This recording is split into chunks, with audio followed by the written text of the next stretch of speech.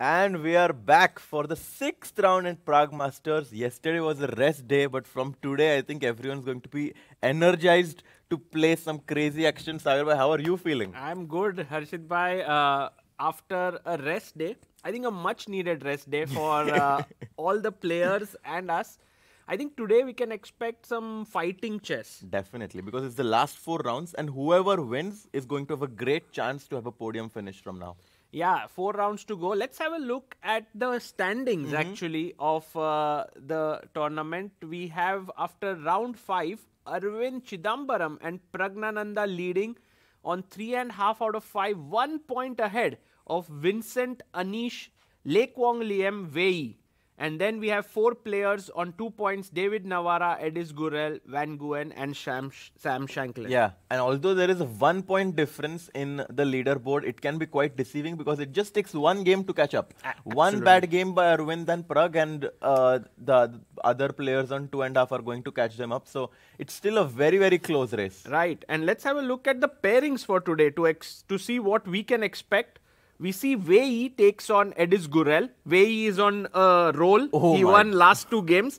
Very well with white. He could beat Edis. This is a tough game for Edis, I think. Yeah, very, very tough.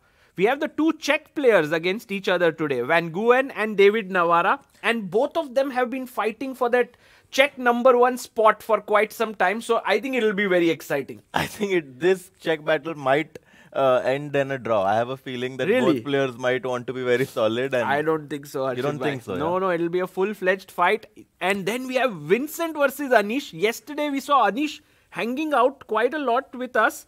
So I was worried actually whether he's going to prepare or not. So I'm interested to see what he will do. And I today. think that this is definitely going to be the match of the day because Vincent is having a very, very fighting event with 4 results already. And Anish with 50% definitely wants to speed things up because if he doesn't win one of the next 2 games, it's going to be very difficult to win the event. I agree. And then we have the battle of the 2 leaders. I mean, we have Arvind with Lekwang Liam and Sam Shanklin with Pragnananda. So I think Arvind with white pieces will try to push.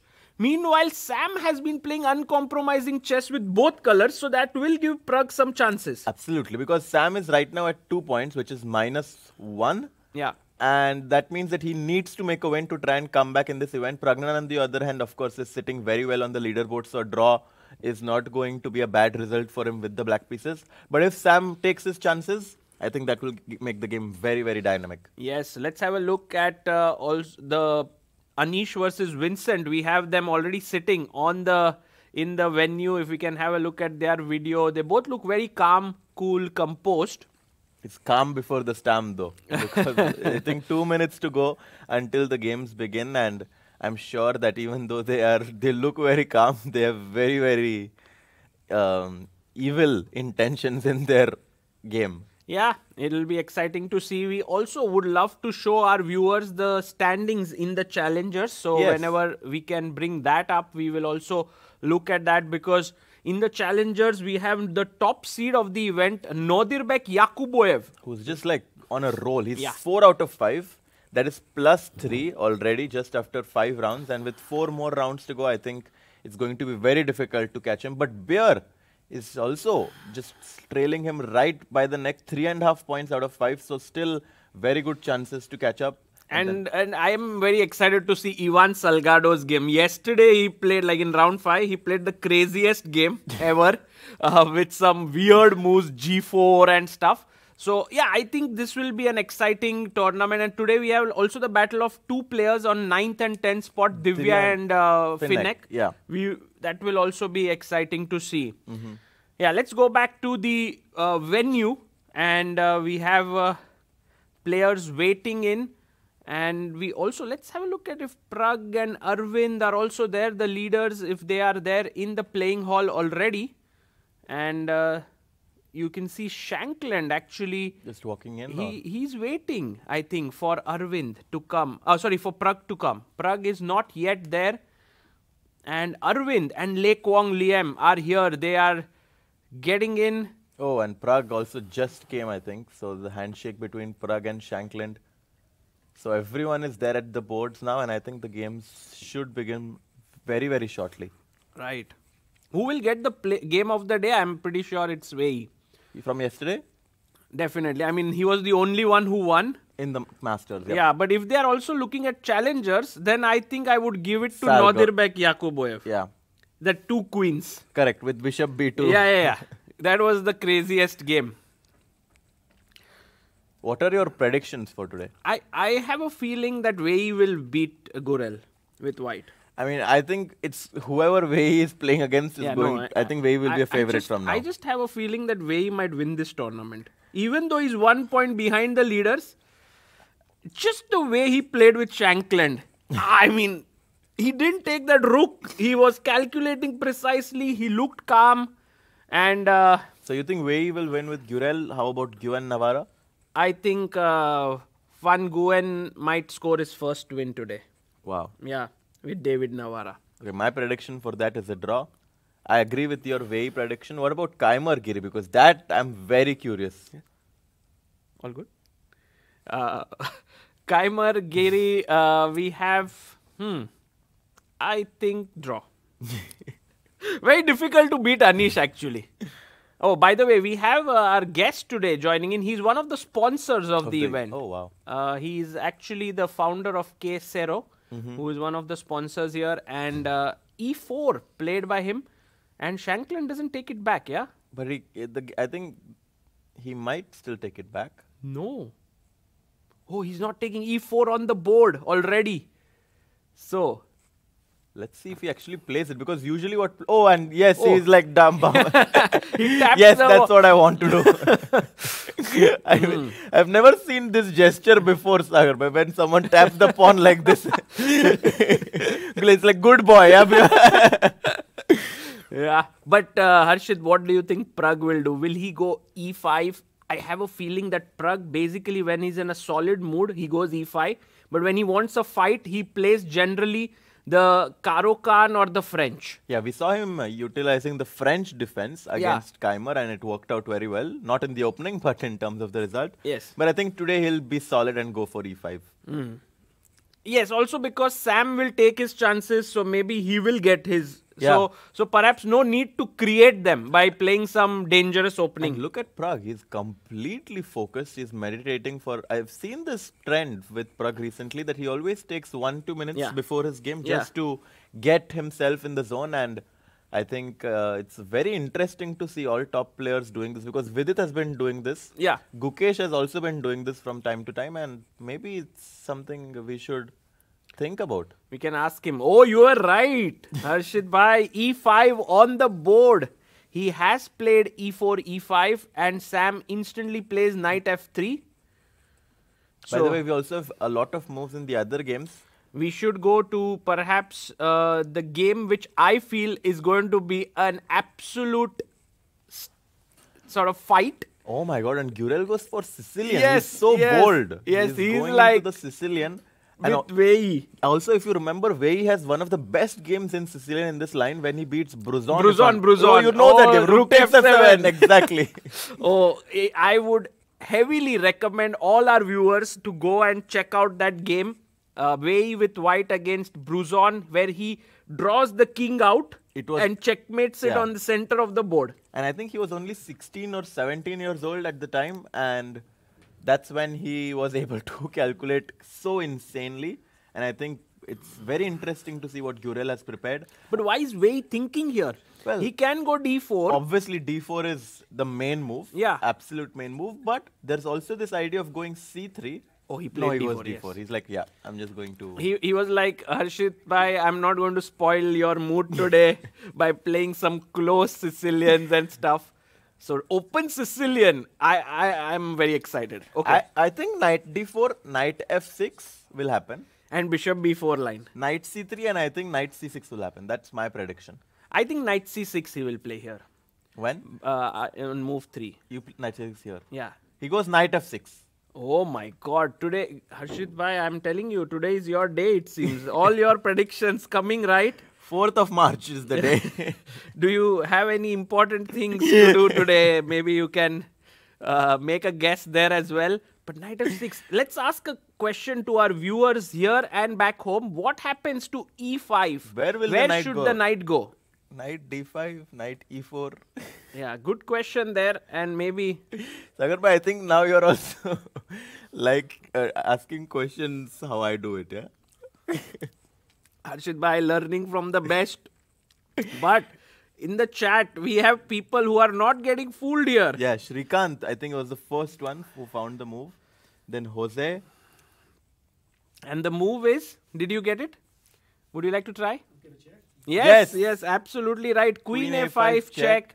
And you lose the king and the pawn on E5. And no matter how you defend it, you're going to lose a pawn on E5 and black is much, much better. So E5 is not possible now. That's why usually white responds with knight to C3 to protect against the A5 check and also the E4 pawn. Bishop D3 is not really something what white does. So I'm surprised Vei is taking his time here. Because sometimes Vei takes too much time in the opening. But Harshit bhai, again, your guess in the game of Van Nguyen and Navarra might come to be true. Because we have this very dry and dull line in the Berlin. But who knows whether there is something that he has prepared here, Van Nguyen, because he goes here for this, not this common move D4, he plays Knight C3. Yes, but the price of a move is so low in this position, as Peter was also explaining the other day, that the best white can get is a small advantage. It's very hard for black to go so drastically wrong in this position because of the nature. I mean, it's a very, very solid position. So I'm very surprised that Nguyen goes for this, but I'm sure he has some small idea prepared. He also knows that David Navarra perhaps is more dynamic player and may not like these positions. Yeah. So it's possible. Yeah, maybe it was his game plan to go into a very, very slow position where perhaps David would try to complicate the things, which would give him chances. But of course, right now, I mean, like if you were to ask me right now, what draw? Yeah, I will also. Maybe I have to change, but let's see. And Vincent this Giri. one where we spoke that it might be a draw. This game, I mean, I said it. We have this very interesting line in the Catalan that has happened. Very, very topical. Knight 6 G3 takes and C5. Yes. So black is immediately trying to put pressure in the center, and if white ever takes on C5, then you exchange the queens, which should give black very good drawing chances. So he castles, knight comes C6, out. Forcing white to make a decision. White takes, queen D1, rook D1, bishop C5. And now, if white could take the pawn with On his knife, c4, he would be very happy. he would be quite. I mean, for example, if castles, knight c4, white definitely has a small edge here because he's ready to go bishop f4. Also, the bishop on c8, very poorly placed. And white is better developed. Like bishop f4, rook c1 is coming, putting pressure on this diagonal. And as you said, the bishop on c8 is going to have a tough time to develop. But after knight d2, So typical move. c3. C3 to give back the pawn but ruin the structure. Exactly. And now, do you remember the move that was played by Prague against Arjun in Yes. Vaikanze? It was knight to e1. Yes. And I was expecting that Vincent would do that. But instead, Vincent plays knight b3. And look at Anish. He came to the board. He was away. He instantly played bishop e7 and went away. yes, this has all been played, I would say, tens of thousands of Yes, times. but why is Anish, why is Vincent thinking so much? Okay, c4. Exactly, he goes for this. Well, white has a few other options in this position, like knight bd4 is an option, knight fd4 is an option. So he was trying to decide where he should check Anish, because obviously this position has been played a lot. I'm actually very curious to see The small idea that... what is the idea that Vincent has cooked up with Peter Lecco in this game, because it's well known that this is very good, very solid for black. Yes, it is well known, and also against someone like Anish, who knows the nuances in these kind of endgames. It's going to be very interesting if He'll play Vincent bd7. bd7, yes. Yeah, he will just play it very quickly. Unless Anish is the one who will surprise us first. But I don't think that black has many options to surprise. I think white is the only one who can surprise. I think black actually needs to be accurate. So, true. I guess bishop d7 should be played rather quickly. Also, Anish is someone... Whoa! What? Look at Wei's move. No way. What did he do? What is knight d2? What? Have you seen that one before? As I said, some moves can only be played by beginners or super GMs. You know, Exactly. Knight d2, blocking the bishop, not taking control of the center from c3. Why would you do that? Yeah, I mean, imagine if your student plays a move knight d2, you would be like, what are you doing? I would say, let's stop training. Let's take a small break. Please reconsider why you did this. Blocking your bishop from c1, and also it's just so common to put your knight on c3 because it also prevents black from going d5 quite often. And after knight d2, but Edis didn't even flinch, yeah? He just instantly went d6. He's like, oh, I prepared this. Or maybe it's a psychological trick, you know, when your opponent plays something new and you start thinking, your opponent thinks, it's good that I played this. But if he blitzes out d6, where he's like, oh damn, maybe he's prepared this as well and he might be a bit uncomfortable. Maybe ND2 is played before. Let's Harshit check. Have you seen any game? Because generally you are well prepared. You are all the time looking at stuff going on in the world of chess. Yes. But for you also it's a surprise, yes? Well, it is, because after knight f6, knight c3, I think that, I mean, I didn't feel the need to go knight d2 now because knight c3 was just giving very good results for white. By the way, we have 230 games. But look at the results. What? White is completely dominating. Okay, let's see who are the players who have played. Nepo has played with white. Arjun has played with white. Hans Niemann has played with white. So maybe some, but I am sure they all played it in blitz games. Okay, rapid. But Arjun played it in actually a French. French league. Yeah. Oh my god. And yeah, Hans Niemann Niemann played an blitz. online game. Where he goes bishop d3 and Edis plays bishop e7. I sometimes wonder, like Edis and all these youngsters, where do they get the time to even look at such sidelines and know what to do? No, I mean, they are preparing so well in the openings. And He also goes to school. It is? Yeah. Yeah. I mean, it's like crazy, yeah? You go to school, you also know all these nuances. Because sometimes players have this idea that they'll only play one line and they'll prepare in and out all the variations surrounding it. Yeah. Whereas some players like to go from an opening to opening, but then it's even more impressive because it's so difficult to know all the nuances and different variations. I don't know if Edis has been playing Sicilian in this event throughout, or has it been? No. I don't think it's the first time. Yeah, he played. First time he played Sicilian, I think. But wow, amazing. Yeah, inspiring. Meanwhile, we have some moves in Anish versus Keimer. We'll also go to the other two games. But here we see Rook F8 Bishop D7 was played, Bishop B2, and I know that you could put your Rook here as well as here. I think Rook F8 is a bit more flexible because then you can also put your other Rook to C8. Yeah. And Bishop usually goes to E8 in this line so that it allows Black to exchange the rooks. Trade, then bring the other Rook, trade, and then shake hands. Yes, obviously. And then ask Vincent, like, what did you spend your rest day doing? I mean, it's also like a psychological battle. Maybe he did not expect Anish to go into this line, or maybe he thought that Anish might not be well prepared in this line.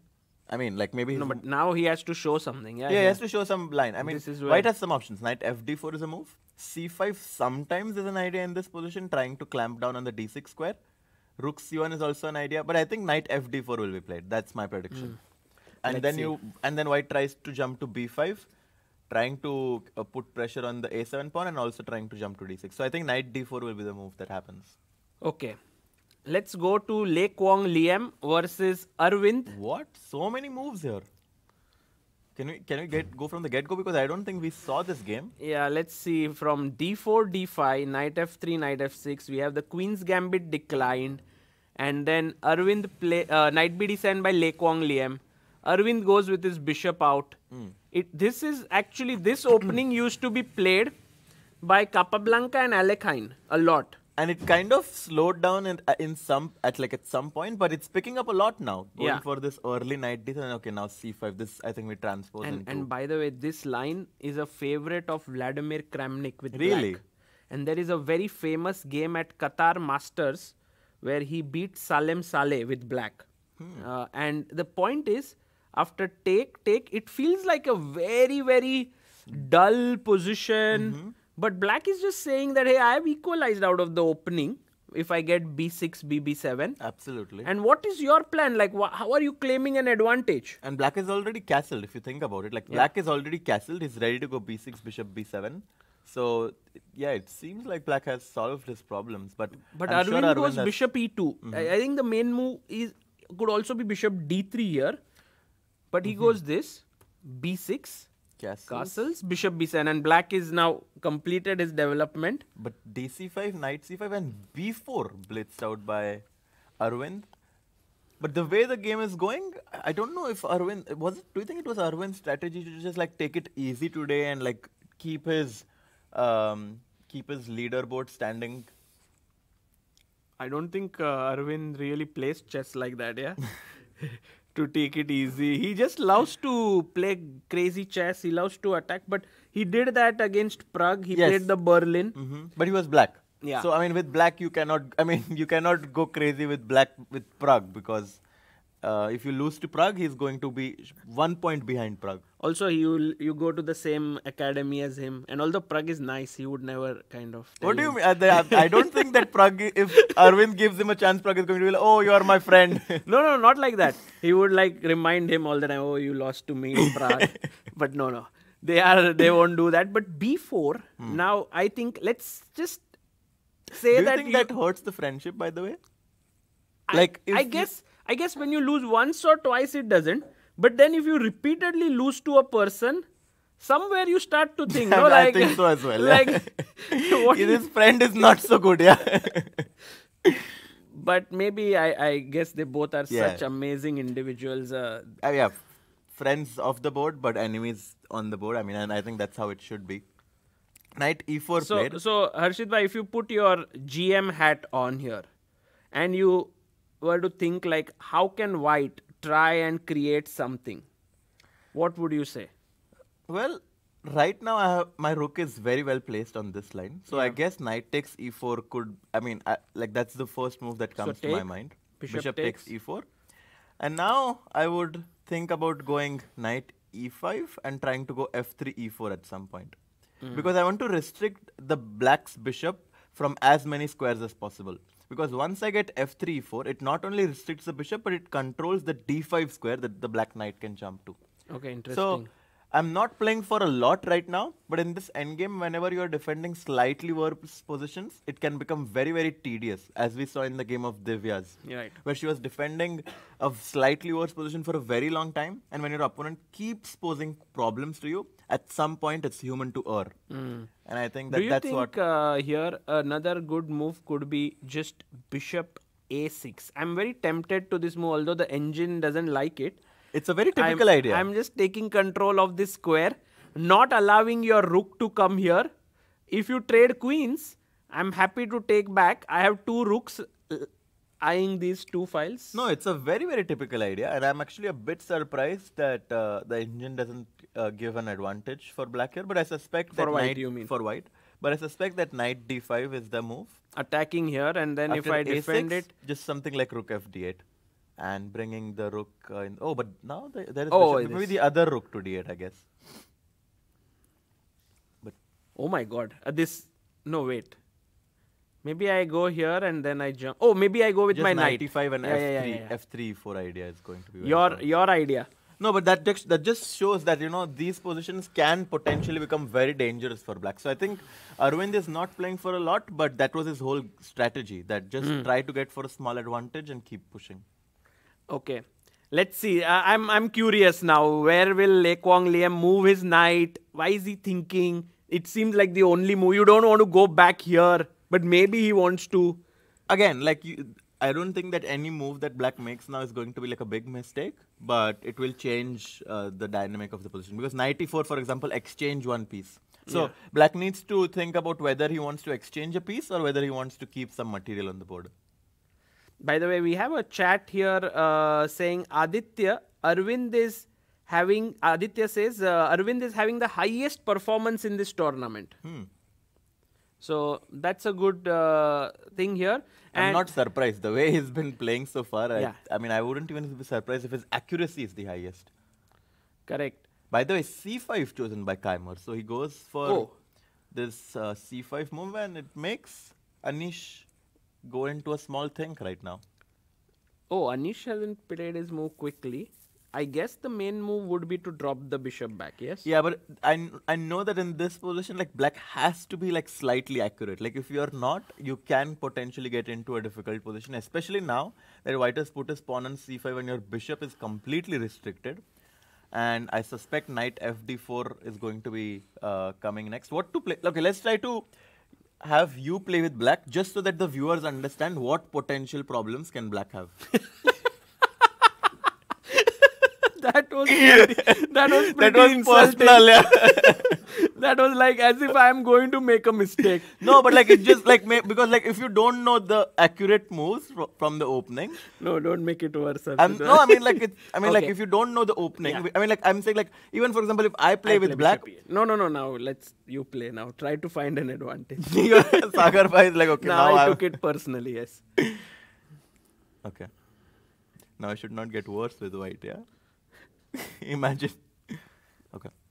Nikun says, can we also look at... Actually, Prague has played a very interesting opening idea, but we'll go there. But first, Harshit, by trying to find a way to get an edge here. So the question is, should I go knight fd4 or not? I think that's one of the biggest questions. Takes, bishop takes. But Bishop then you takes, just go knight d5, yeah? And because if you took with the knight, just for our viewers to get this... I would take back here and you're I very guess happy, this obviously. is fine. This is very, very fine for black. I mean, if you get the c5 pawn, I think black is completely out of the woods. Yeah. So this move looks obvious, right? To go back bishop e8. And then if you go here, I take... Bishop takes, you take bishop. So now you are attacking this pawn. And it's a little bit of a pressure because of this. And I can't play rook b8 because you would attack it and then win the pawn. As you rightly pointed out, now knight d5. Yes, but now, for example, knight... Okay, can I go knight a5 or... Yeah, maybe knight a5, but I could think about also this move. Okay, bishop c6 is definitely what I want you to do. Yes. Because like once I get your bishop on c6, my bishop on g2 becomes so powerful. And the c6 pawn is also a weakness right now. So I think this is definitely what black should try to avoid. Knight a5, I expect b6 to be a good move. But you know, after b6, you have to be very afraid, like careful about white potentially jumping into b7 as well at some point. Of course, you have to be careful about it. Like, it's unclear whether maybe it's possible now that you can go knight b7. I don't know. Maybe. I don't know if that's... But what exactly are you trying? Like, if I go like here? Well, I go knight d6 now. And bishop d6, e d6. And e4, e5 is going to come next, and suddenly my pawn on d6 becomes a huge asset. So, you are right, Harshit bhai. Yeah. Just we got some ways in which white can try to pose problems. Exactly. Okay, so Anish is now alone. Yeah, now Vincent got up from the board and he left. Let's have a look at Pragnananda's game against Shankland, and please explain. Why would Prague go in a very well-known position in the Italian? First of all, d6. Yes. This is actually a moment where we all need to pause and realize that actually black would always play knight f6 attacking this pawn. Absolutely. Knight d6 is a very rare move. And now d4, why didn't Shankland just play it? Well, I'm sure that Prague had an idea in his mind. The first thing that comes to mind, I don't know if he wanted to take. I felt like bishop b6 also could be his idea. No, but bishop b6, there's d5, yeah? D, and then take here. And then you lose a pawn. Yeah, and now either this is hanging if you take with the knight. This is hanging. But just to tell people that it might look like this is a very normal move, because in the Italian, you get your knight out, you put your pawn here. It all seems like... Absolutely. And I think it's important to explain this, that after knight f6, if white goes d4 now, ed4, cd4, and after bishop b4 check, the e4 pawn is hanging, and it usually leads to a very, very equal position after black does this. That's why after knight f6, white always... d4 is obviously a very, very big line, but d3 is obviously the main Italian position, and black goes for d6. And I do think that he wanted to keep the option of going pawn to f5 at some point, because Prague loves to play these dynamic positions. He definitely had a small idea here after d6. Yeah. This is one of those times where Prague is ambitious with black, like he really wants to do something. If he wins, and he knows it. Okay, we can probably agree that Prague is a slightly better player than Shankland, right? Yeah, sure. By rating, you can it's clear, and also by results, recently Prague just won the Vaikanze.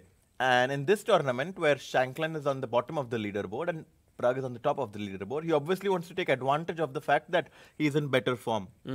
And if he wins this game with black, I think Prague is in great shape to win the event. So he recognizes this obviously and goes for this slightly risky opening. I had a very funny incident in Vaikanze where someone came to me and asked which is your next event that you will go? And seriously, and I said I am going to Prague Masters. And they actually felt that this is an entire event organized for Prague, Pragnananda.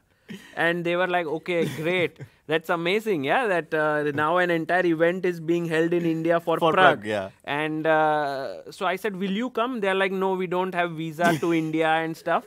And later I said, no, but it's in Czech Republic. And he said, oh, Prague, like the city of Prague.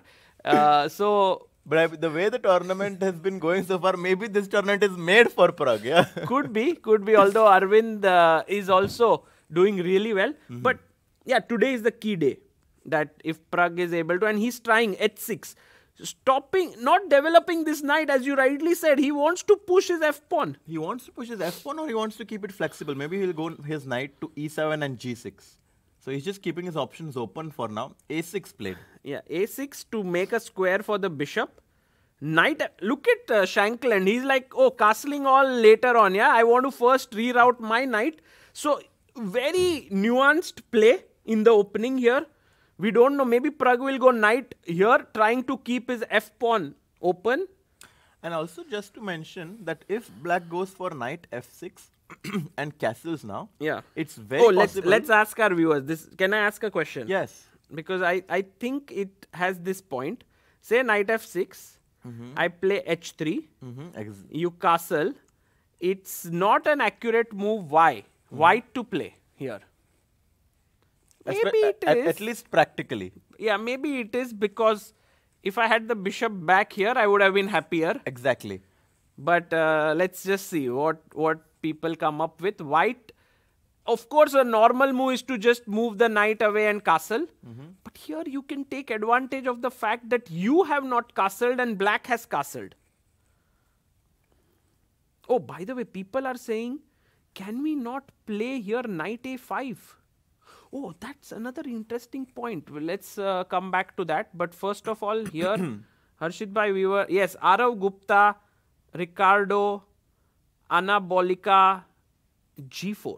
Oops, sorry, not G. Yeah. G4 is what I was wondering. Yes, and it's very, very typical to go knight g3 and just start an attack because black has made this move pawn to h6. However, the chat was very, very accurate to point out that the bishop is on c4, which not just allows knight a5, but I think the very important d5 move, which breaks the center in the position. And I think with white's king in the center, this might give black the initiative. Yeah, so this is not good. But don't you think that Prague is thinking because Shankland went knight f1 very quickly, and he can actually win this bishop? Oh no, you cannot. Or can you? I mean, knight a5. So what happens with knight a5 is that white can go b4. Really? Yes. Knight c4. Oh, okay, got it. B takes c5, and after knight a5, the point is that white can either... So what happens is like white has basically exchanged the b2 pawn for the d6 pawn. And usually that's a good trade for white. Of course, you also have to consider moves like queen a4 check followed by d4. So a lot of options that black needs to consider. But usually when the black king has not castled, this idea with knight a5 b4 works quite well for white. Okay, so clearly Prague is not going knight a5 here. Although I wanted so badly to win that bishop. Because generally this bishop is very important in this opening. It's the Italian bishop. Okay, so we have very interesting developments. Meanwhile, a very, very key moment where Arvind Chidambaram goes queen a4. And in this position, with the engine evaluates it as equal, he has 1 hour 31 minutes against 1 hour 17 minutes by Liam. He wants to get his rook here and just say that, hey, I'm better. Yeah, and I mean, it's hard to disagree with that mindset, right? Because rook f d1 is coming right now. And as you said, the white rook is ready to jump to c7. And when your opponent is blitzing out all these moves, looking away from the board, it does make you a little uncomfortable, right? Yeah.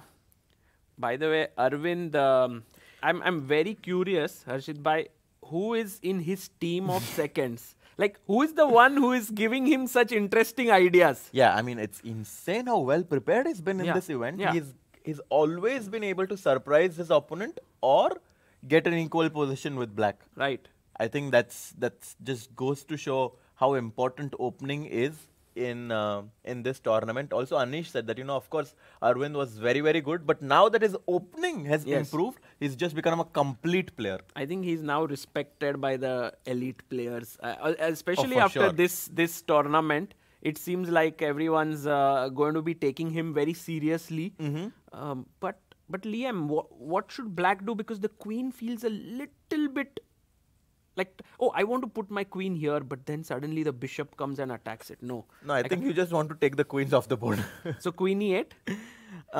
Like ideally, black, I think, would love to exchange queens, right? But the problem is that you have to exchange it. For example, bishop b5 is also something that you need to be afraid about. True. Right? So also b5 might clamp down the c6 square. And that could be something that we were talking about. Very nice point. And now the a7 pawn is backward and it can never go to a6 because of the bishop on e2. And for example, a5, b6 en passant would be a very, very nice way to... I mean, not now because the bishop is hanging on e4. So, but like when the bishop moves... it's an interesting moment actually. You thought I blundered the queen. Yeah, and now a5 is difficult. Yep. But... yeah, queen a4. Now, it's a key moment for black. And I think this is what modern chess is all about. Black has a way to equalize here, but it might be the only way. And Arvind knows it because he's prepared. Exactly. And Le Quang Liam has to work it out on the board. If he does it, it will be a draw. And if he doesn't, then Arvind might get an advantage. For sure. And if you look at the position without the engine evaluation, no, it looks great for white. It looks great for white, right? Yeah. Because the rook is coming to d1, the knight on e7 doesn't look the best placed, and the bishop on e2 at some point can jump to b5 or a6. It does look slightly better for white. It looks nice. So the question here is, what is a good move for... He played it. He played something. He played the best... What? Rook c8. Was it a good move? Well, what is maybe. He's giving up... Like, this just goes to show how how accurate Black is trying to be, because he's giving up the a7 pawn. I don't know if it's the... Is that the best move? Was it? Well, the bar didn't move much. So we can be sure that it's not a bad move. But I mean, let's look at what was the absolute best, because there could have been something else as well. Queen a4, queen b8. What? Oh, no, rook c8 is the best move. Unbelievable. Wow. Okay. I mean... And how many players would have considered going rook to c8 when your pawn on a7 is hanging? Let's be honest. It's a very high class. I mean, now that I understand the point, I learned something new for sure, that Black should go rook c8 to try and exchange more pieces, and that after rook f d1, just trade the you can take on c1, and of course now your rook is pinned, so you have to take back, and Black exchanged more pieces, and the more pieces Black exchanges, the easier his time will be to defend it. So okay, so the question is... b5 blitzed out by Arvind. Oh my god. I'm afraid of this guy. How did he just blitz out b5 as well? And imagine being Liam. He's like, I just thought for 10 minutes. And this guy makes his move in 10 seconds. Yeah, he's not playing Arvind. He's playing Stockfish right now. He has to be careful. So the question here, of course, is that if you take the pawn on a7, what is the best move for Black? Yeah. Because that's an important move to consider. Yes, very well done. Fantastic. Rook 8, and your queen is almost trapped besides the c7 square, so queen c7 only move.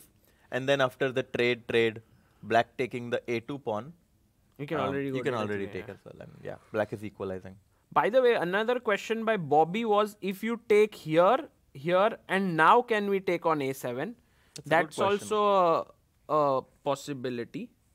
But I was thinking maybe we could also take back with the knight, defending this pawn. But no, queen c8 is definitely what you want to do. It's nice because you have your knight that can jump here.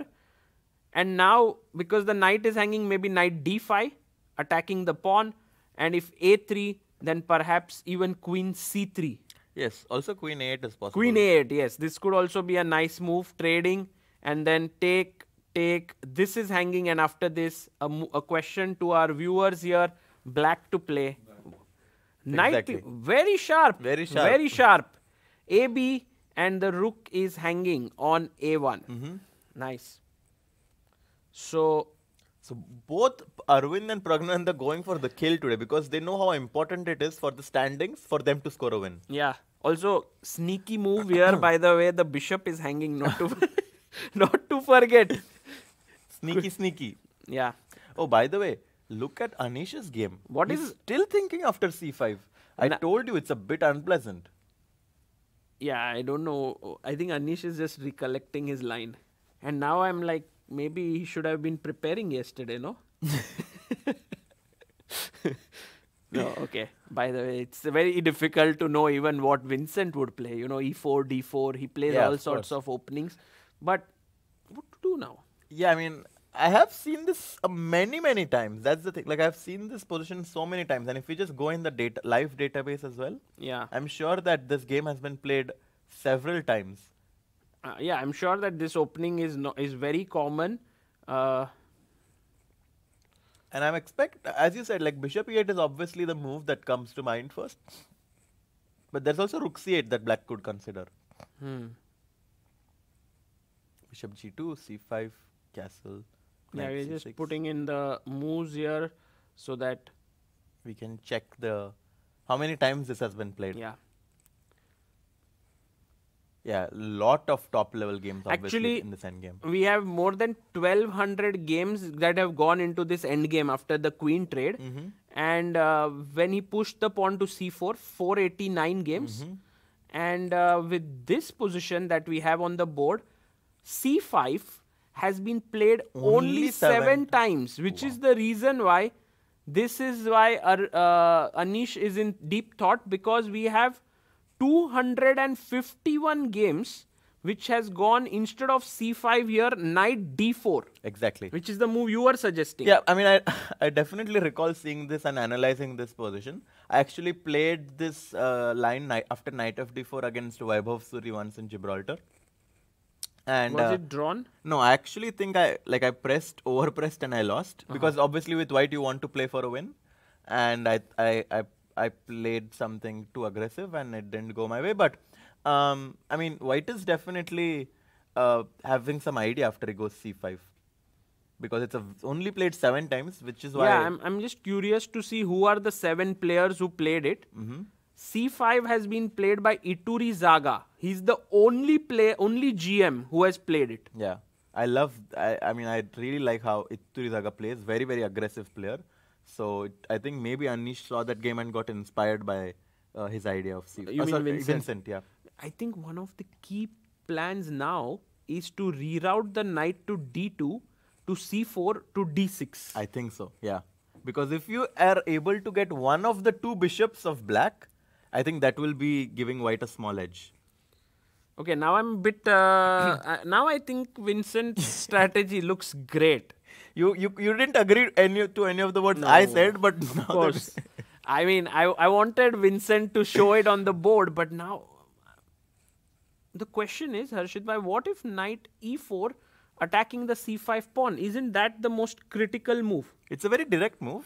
But my question is, what did you want after rook a c1? Just put the bishop back and threaten to trade and win the pawn. Yeah, but the other rook here. Ooh. Put the other rook. Don't trade. But I thought that rook a c1, bishop e8, knight of d4 is what I want in general. So rook a c1, bishop e8 and knight f d4. Yeah, because my rooks are perfectly placed on d1 and c1, I think. Because the rook on d1 protects the d4 square. And of course, I can go rook dc1 as well, but then that gives black the semi-open d line. Yeah, completely open. But now this knight is hanging, and maybe you are right, Harshit, that after take with the bishop. Take here, there is pressure here. Exactly. Okay. So Anish is working it out now on the board. This is good to have this context that it's only played 7 times. No top player has played it. So Anish may not have prepared against it. And right now, maybe the team of Peter Lecco and Vincent Keimer have done their homework wonderfully well. Yeah, I'm sure Peter is going to be very happy with the outcome of this opening, because it made Anish think for 25 minutes. Yeah, that's already good in a position which has been seen a lot at the top level. And it's very difficult, at the top level to surprise someone like Anish. Yeah, exactly. He knows he is one of the best opening players in the world. I think it won't be an over exaggeration to say that. It's so good to have someone like Peter in your team, right? Because he has seen the chess in the 80s, 90s and the 2000s. And now, of course, he's also getting well versed with the modern way the computers are playing. So he can kind of combine a bit of both and give Vincent an idea which can be practically very dangerous to play against. Yeah. I mean, I'm thinking about it, that someone who is a world championship challenger and becoming a full-time coach, I don't think anyone is like, and also he's a commentator. So actually Peter Lecco is a man of incredible talents. Yeah. Like who is someone that is comparable, who has really achieved so much and is the personal trainer of a top player? I'm not sure. I mean, like, when it comes to commentating, I know that obviously Swidler is also one of the players who's super good. But he's still playing. He's not that active, but he doesn't train, I think, one particular player. Like, let's say Swidler is one, Boris Gelfand is another name that comes to mind. Yes. Boris also is not like someone whom he trained right from, let's say, GM level and took to... Maybe Kramnik. But Kramnik also, who is that one player Kramnik has trained? Kramnik has trained so many players. Yes, many. But it's like when you are a top player, it's easy to do camps. Like, 10 days with this, 10 days there. Uzbekistan team needs you for a year, you can do it. But to be with one player from the time when he's like 2500, 2600, take him all the way up. Yeah, it's definitely rare, and it's great, obviously, for Vincent to have Yeah. this. I mean, a resource of having Peter analyzing and mentoring you, like basically all the time. Yeah. People are saying Gaevsky with Gukesh, but then when we compare the achievements of Peter Leko and Gaevsky, I think Peter Leko has achieved so much more Absolutely. as yeah. a player. Yeah. Obviously, not taking anything away from Gaevsky. No, who's he's a great obviously- player, But Peter Leko is like a this, class of his own, obviously. absolute elite. Kasim Oh, Zano yes. is someone I we think cannot Kasim miss. Janov might be one more guy who... Yes, because he has obviously trained a few players and Yeah. took them to the top, like Fabi, Abdusattarov, and also very, very good at commentating as well, I think. Yeah, really? I mean, like Have he you makes. heard? I've seen some courses. Yeah, by, he's and made- he's the made way good he courses. explains chess, it's unbelievable. So Yeah. if anyone wants to see, like, learn from Kasim Zanov, I think he has made some courses for chess based. That I think there was one where I learnt how to attack or how to mate, and he said something very nice which just opened my mind. He was like, whenever you are playing or attacking, look at opponent's king and see how many squares does he have to move around. And if it does not have too many squares, you can be sure there is a mating attack that you can launch. And I was like, oh, that's a very Interesting. nice way to look at it. Yeah, I didn't think of it Yeah. like that. So if there's a king on g8 and rook on f8, pawns in front of the king and h6, and bishop is taking away that square here, then you are already like the king has only one square on h8. And Correct. Yeah, then you can try to. interesting how he was thinking. Yeah. By the way, can we quickly go to Arvind's game? Because Yes. look at what's happening No, there. Liam- Arvind Liam. is still blitzing out. But still, it's like Liam.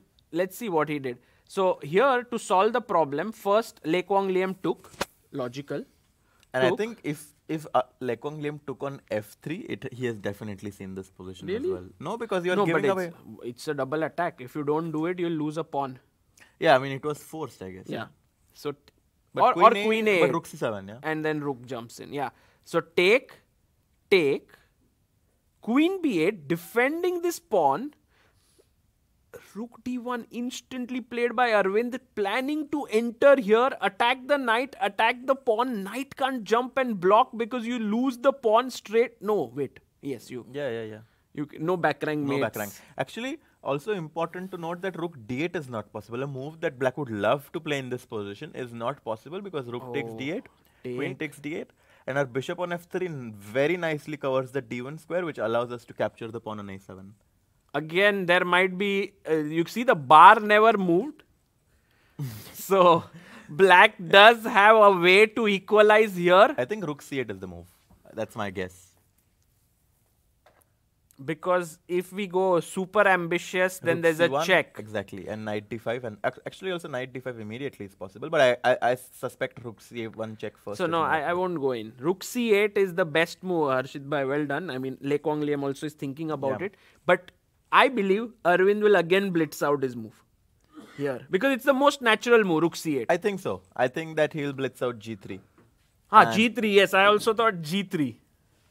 Now threatening to enter. Yes, but the thing is, like, now I think black just gets enough time to Rook c7? or queen c7, one of these two moves, and he basically gets to neutralize white's initiative with rook d7, and he kind of has a nice blockade now. He wants to go knight f5, knight d6, perhaps. I'm not so sure it's equal, no? There is some small pressure for black, but Even this idea, tell me how it is. I put my bishop here, threatening rook d7, and you take, and I play rook c1, and I'll take with the pawn, that's get a very good passer. idea. Very, very good idea, actually. If white gets to somehow like protect this, like for example, if white is able to put his queen on b7, it's going to be huge already for white. Yeah. The problem in this position that white, oh, by the way, after bc6, you are threatening queen takes a7. So if black makes a move like g6, that's going to be terrible because queen a7, and you might think that rook c6 equalizes the material, but white has a move that wins the game on the spot. Should we ask our viewers? I think our viewers are too strong for this. Queen a8, well done. Giving a check. Very and, sharp. Yeah. Sir, And what's your level? I only play fast. Blitz chess, yes? That's why the answers are also coming in very, very fast. Queen A8 is brilliant, and so Yeah, so White is trying to put some small pressure, and I think this time it's not. And just like in many of Arvin's games, it's not about the position on the board. It's also about the clock and other psychological factors along with it. your move is on the board. Rook C8. Yes, Rook C8 played. So it's like this. And let's just like count 10, 9, and he'll play G3. Yeah, 8, 7, 6. Maybe we're wrong. 5, 4, 3. Okay, now we do 3, 3. Okay, maybe we are not right. Yeah, he's not making G3, but I think I'm sure it's gonna happen very, very soon. Or H4 maybe with the idea of H5. The thing is, like H4 doesn't exactly get rid of your back rank problems, which is why I'm more inclined towards playing G3. And after G3, you can even go King to G2, which very nicely allows your King to come back in the center very quickly. We had actually someone in the chat saying Queen F4, which is actually an interesting move, just that it doesn't work out. I guess after take, it's a very interesting move, but it doesn't work. I mean, the idea was that you want to get your rook in, but you didn't solve your back rank issues. It just doesn't work out here. But ideally, if I had the move G3 here, and then I get King G2 and I want to trade, then this would be very nice because then my rook enters and my bishop and rook are very powerful. Yeah. So some point that move can come down. Absolutely. And I've been mentioning this quite a few times already in some of my previous events. But rook bishop with pawns on both sides of the boards perform a bit better than rook knight when there are pawns on both sides. And rook knight performs a bit better when there are pawns only on one side of the board. Right. Also, this knight would be so happy to sit here. Oh my god, yeah. But when it's one square diagonally opposite like this, it takes 4 moves. 1, 2, 3, 4. Oh, 4 moves, yes. And that is so sad for the knight. Yeah. I mean, can't get everything. Imagine if the knight could jump from e7 to c5. Yeah, all problems are solved. Black is better. Or maybe black is fine. So, let's quickly head over to Nguyen versus Nawara, because we saw that that game was played in the Berlin and a very equalish position. Bless you. But it seems like c4, c6. Knight e3. Knight knight c3. c3. Okay. Are you aware of this line? Yeah, I mean, so in general, this bishop g5 is a slightly. Wait 1 second. Rook e8, knight e8. Yeah, usually they go c6 and give up the bishop, or even bishop e5. There will be d4. Okay, so but bishop g5 makes sense, no? Yeah, bishop g5 makes sense. You know, keep the and c4 is maybe a bit rare. c6, knight c3, knight c7, d4, d5. But like this concept is very well known. I mean, usually there is a line when white takes cd5, knight cd5, and then knight d5, black captures with d5, and white has an isolated pawn, but he gets quick development. But here he goes queen b3, putting pressure here. Black goes b6 because, of course, if you capture on c1, that will allow white to capture with developing his rook and coming to c1. And usually, very important to not allow captures when your opponent is able to develop a piece. So, I think bishop c1 was not the best. b6, and now... And the question is, does white have anything here? And Van Nguyen is thinking since quite some time now for this move. I think it's his first long think of the game. He's just wondering how to get an edge here. Yeah, I mean, I do think that a position like this gives white a small edge. Very, very teeny tiny edge, because this bishop is better than this bishop, because this bishop is... Okay, but you know, Harshit bhai, even if I do this, like let's say... It's a g3. I don't know. g3, bishop e6, bishop g2. Your bishop can continue attacking here, but it doesn't help. Like, my bishop might be bad, but it's too less. I firstly want to get rid of that bishop on g5. So that's the first thing I want to capture. And now I have a good bishop, bad bishop. Yes. But it's too little. Yeah, it is. I mean, like, obviously black has huge drawing chances, but I mean, something to for play. example, if I'm playing against a much weaker opponent, I would feel confident in my chances to outplay him. Okay, Wei versus Edis Gurrel, and now we see the idea behind knight d2 was to keep the c pawn And open. go for a Marugzi bind kind of a structure. Yes. So d6, Bishop bishop d3. d3, bishop e7. He put his queen up, castles, both castle, knight comes out. You develop your bishop from the other side. Knight jumps in. You say, I don't care about my bishop. He takes it, gets the bishop pair. I mean, this is one of the most unpleasant positions to play with black. Really? Yeah. Why? Super unpleasant. Why? Completely forget about the engine evaluation because I have played this many times with black, and if black is not accurate in the next few moves, he's going to defend a very, very difficult position, and I'm a bit scared about Edis right now because let's say I go, I don't know, bishop b2. Why is he not playing here, Wei? Because for me, bishop b2 is like as natural. Yeah, it's the super, move. but like maybe he's just considering and making sure that d5 doesn't work. Take e5. Exactly, take, and white pushes e5, and this is obviously a huge position for white because this bishop is restricted by this knight, and also this pawn is going to be weak. So can't go d5. But no, but the very fact that he's not playing this move very quickly makes me think. No, but e5 also is not something you're afraid of, right? Because you can go knight f5, try to go knight e3, knight d5, and this exchange only helps white because look at these square. And like a good question for chat right now is, what piece would you like to exchange? Knights. Knights on f6, yes. But I think it would be the most ideal if you can somehow exchange the bishop on b2 to the knight on f6. And why do I say this? Because I mean, you're going to have d5. Exactly. And then you're going to put your knight on d5, which is going to be an outpost. And what does an outpost mean? That it cannot be challenged by any of your opponent's pieces. And that's why I think exchanging the bishop on b2 to the knight on f6 would be a great trade for white in this position. Okay, so good to know that Edis Gurrel is under pressure here, slight, but not so much. He must be careful.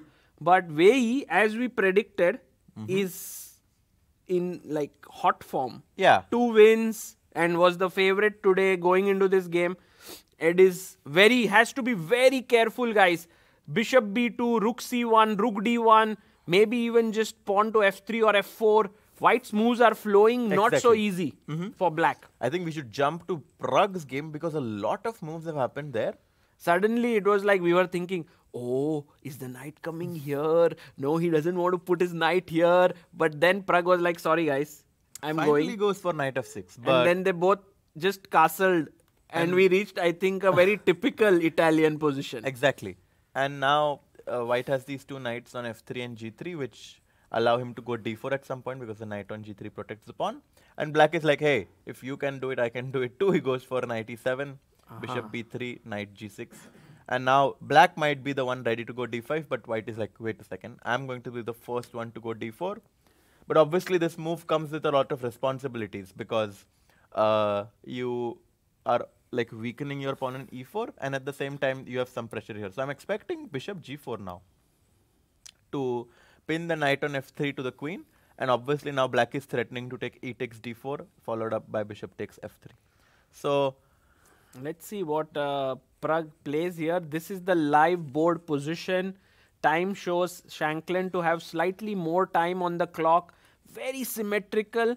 At the same time, we really don't want to be giving up our center, right? Yes. This way, white would be so happy to get the center. So black, what I have learnt, and Harshit bhai, correct me if I'm wrong here, black wants to keep this pawn, and if white ever takes, let's say for example, I make a move rook e8 and white takes, I would be the most happy person because now the space is equalized.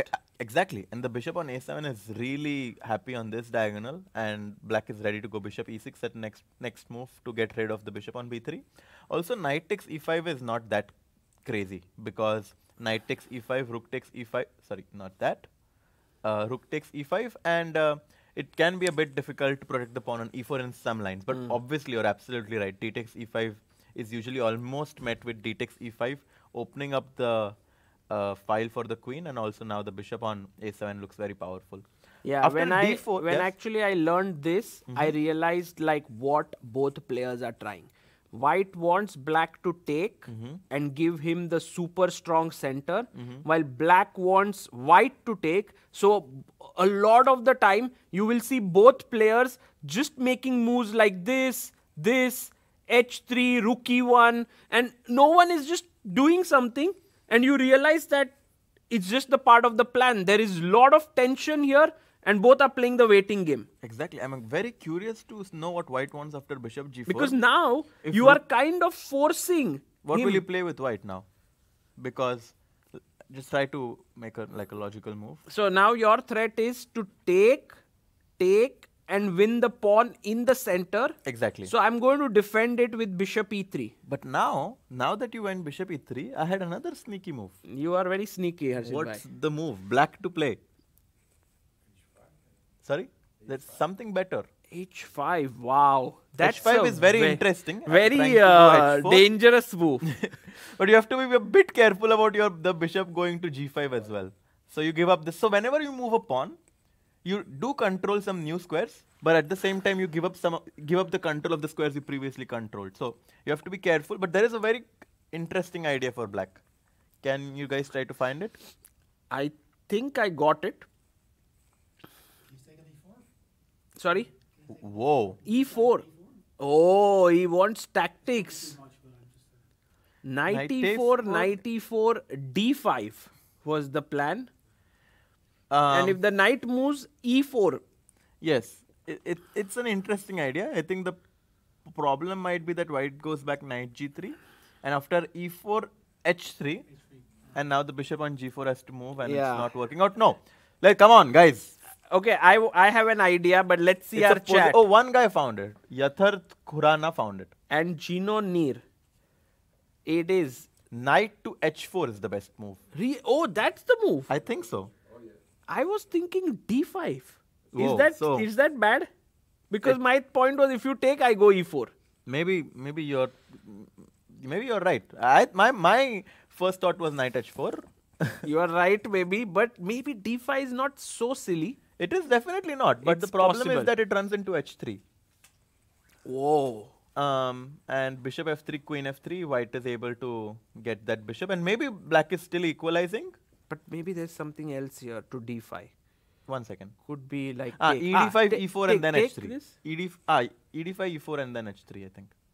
ED5, E4, H3. Yeah, same idea like the previous one. But yeah, knight H4 is such a... Yeah, knight H4 obviously. You are pinning the knight on F3, and H3 is never possible because knight F3, GF3, bishop takes H3 will be falling. So very, very important that you have your eyes on both sides of the board. Wow. Okay, so bishop G4, no bishop E3. Yes, and that's why I was thinking of this line H3, bishop F3, queen takes F3, E takes D4, knight to F5, sacrificing my pawn, and I'm just playing for initiative. And do you want to checkmate black? Yes. In simple words, yes. Very, very bad guy. Take here. I'm greedy. You're greedy. Okay. Yeah.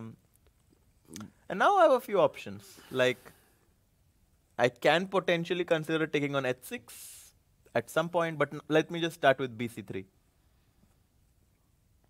Or queen c3 as well. Yeah, and white just has, like, look at my bishop on b3 eyeing on the f7 diagonal, my knight on f5, the queen on f3. I'm pretty sure this is what white is going for. Wow.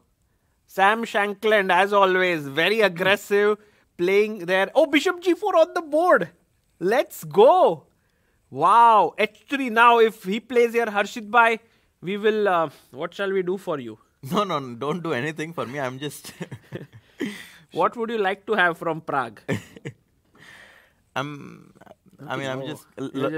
think I would love to take some good memories back and learn something. Oh, wow. Very nice. Yeah, I thought you would... you could have taken some chess set here from me or something back home. But yeah, good memories we will make sure that you have great memories. Travel with Nikhil Roshan sends a super chat saying, hello chat, 1830 people are watching, but only 355 likes. Yes. Please do like the Kar streams. do, bhai. Thank you, Travel with Nikhil Roshan. Do like the stream. It generally helps more people to join in. And today, this moment, I think, is the first one, Harshit bhai, where you said an immediate G3, but Arvind is thinking now for 15 minutes. Wow. He's not played it quickly. I wonder what he is considering. Because I don't see a lot of options it's not for white, too many right? options. Exactly. So I think that G3 was very, very natural and typical. But he's thinking maybe he has some other ideas. By the way, Giri, after, I don't know, like 30 minutes of 34 thought, minutes. oh my God, has finally played Bishop Or E8. 30 minutes, yeah. But, you know, like, it was the most natural move. But I think what he did was, he basically found a plan against this maneuver. How? Or Knight something. of D2? I mean, he found it, not Knight FD2. I mean, that's why he thought so long. Okay. Question is if I can ever go A5 or is that just too weakening? Because it does weaken my B6 square completely. Yeah, I think A4 will be responded and then white will be like, okay, thanks a lot for weakening the B6 square. Yeah. So maybe Bishop E8. Now Vincent has to think if this is a good idea. So this game is also very nice. And I think Anish might want to go, I think I get it. He might want to go B6 here. And get rid of this. Weakness, yeah? I mean, not weakness, but just this idea. I think that's a good idea. Yeah. You're immediately forcing equality. Yeah? Rook C1, rook takes A2 is hanging obviously. So can't really move your rook from C1. I think B6 is a great idea. Okay. So let's see which game. Prague we saw, Bishop G4. Very, very important moment in Prague game. Do you think H3 will happen? I think so. I have a feeling it will. Yeah, we'll see that. Then a very interesting moment in Arvind game because he's also thinking for a long time. Now an interesting moment in Vincent game because how will he push here? Quite a long think in David Navara Van Guen game by Van Guen. He's thinking what to do. How to put pressure in this like very, very equal position. Yeah, and by the way, look at Wei Yi. He did not put his bishop on B2. He played A4. Gaining space on the queen side, and when A6 is played, maybe he pops his bishop out from here. Yeah, so like obviously black at some point would love to break this like pawn mass of white with B5 or D5 at some point. Yeah. So white basically needs to put his pieces in a way that would prevent black from breaking, and black in the meantime will even give up a pawn to get quick development. Okay, so this game is continuing. Let's quickly go to the challengers section and see what's happening there. We have Nordirbek versus Stamatis here. And we see that nice game. A very interesting position from the Sicilian. White is on the attack here. Maybe B4, bishop B2 could come in. Black has the square on E5. Very complex position. Yeah. So, Nordirbek Stamatis is a nice game. We have Bierre versus Morizzi here. This is the game obviously that like caught my eye because I black like has white. these doubled pawns on C7 and C6, but he has two bishops to compensate for it. Still, but white's position looks so good, right? I think I completely agree with you because I am someone who loves playing these endgames with slightly better pawn structure. So I think like I would. Are you really good at it? I think so, but obviously. But how did you develop this skill? It's like what Magnus does, right? Yeah, because like I love playing simple positions. I think I'm very good at simple positions because usually when your opponent has because in simple positions you have many plans and ideas. And I've always said that like whenever your opponent has many plans and ideas, that's usually when a stronger player is able to outplay his opponent. And also you are tactically sharp. So it's actually a very nice thing to know that when someone is tactically sharp, people think they'll play aggressive games, but they can also play very simple chess because the moment opponent makes a tactical mistake, they You can spot pounce it. on it. Exactly, yeah. So players like Karpov, Smyslov, all of them were tactically very sharp, But they they play just preferred. positionally, And yeah. the moment someone made a blunder, they would pounce on it. So you may be in that category of Yeah, I players. mean, obviously, a player always evolves and his style changes with time. So right now, I'm really enjoying positional chess, but maybe at some point I'll go back to very, very Do you aggressive think chess. like life situations makes you kind of change as a Absolutely. player? Like Absolutely. imagine you are now in college and you finished your studies and also you are feeling a little more now ambitious because Yes. now you'll play more aggressive chess. Absolutely. At some point you are like, I don't know, everything looks uncertain in life, let me be more solid. Absolutely. I mean, you're like, a lot changed. I mean, you definitely, your psychology plays a very big factor about how you decide to play in chess. So you're right on that. Wow. Okay, guys, Harshit bhai, if you are going to face him in the next tournament, expect him to be more aggressive against you. Although now, Harshit bhai, your next event might very well be freestyle chess. Yes. Next month, no, actually, I'm playing firstly, I'm from 27th March to 31st March, a round robin Grandmaster event in New York. Oh, wow. So if someone wants to follow, then I'm going to be playing there. And after that, I'll be playing in the freestyle chess in Grenke, where even Magnus is playing. So it'll be super fun. Imagine round number 1, Harshit versus Oh my Magnus. God, I will go crazy. No, I mean, I will go crazy. I will be commentating. I'll be like, come on, Harshit bhai, let's go. So yeah, very exciting times ahead because I think you'll keep playing, but whenever you get time, you'll also join us in commentary. Absolutely. So I it'll mean, be like... Now that I've taken break from school, I'll try to do playing and commentating and focus on both those things. Nice. We have Stalmark versus Salgado and another game where Salgado manages to create a mess. Salgado is like this guy who said like, I don't want opening theory. Oh, B3. So I will play whatever comes to my mind. I will give up bishops. Whoa. Wow. Nice. Love it. Very, very strategical choice played by Salgado, and it makes sense. He's taking his opponent into a completely new territory, which obviously should give him an advantage, right, as the stronger player. Yeah.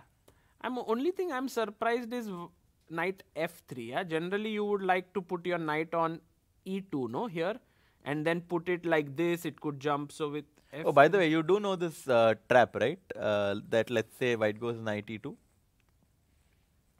Bishop g7, and if you go rook f1. No, come on. I was like, no, you're not going to say that. No one is going to play rook f1. Yes, but like just to know this concept. Okay, black to play.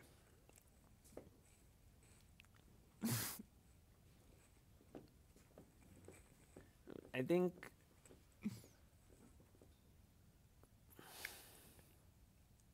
Bobby says, Sagar bhai, what's your take on Gukesh's comments on who's stronger between Prague and Gukesh? Actually, there's a video on Instagram. I saw it. I think by Chess.com. They asked Gukesh, like, who do you think is stronger between Gukesh and Prague? And he says, like, within a second, Gukesh. And for me personally, it's like not 100% clear who's stronger. Well, but Gukesh has had good results with Prague. Yeah, well, if for example, if you were to ask me who's stronger between me and a 25-50 player, I can still say me. It doesn't matter. Like if you ask Prague, maybe he might say Prague. Yeah, I mean, everyone is super confident in their ability, and also like he's the world champion. So if a world champion doesn't say that he's like he's the stronger player, then I don't know who will. But maybe the truth could be like objectively. In shorter formats, perhaps Prague is stronger, and in classical chess, maybe Gukesh is stronger. It could very well be. Yeah, possibly. But I mean, he's the world champion. He has his achievement is the highest. So I think he has full rights to. And now obviously it's mate and one. How old is Prague? Is 20, I think. Prague is born in 2005. So and Gukesh is born in 2006. he will, yeah. So a year's difference between the two.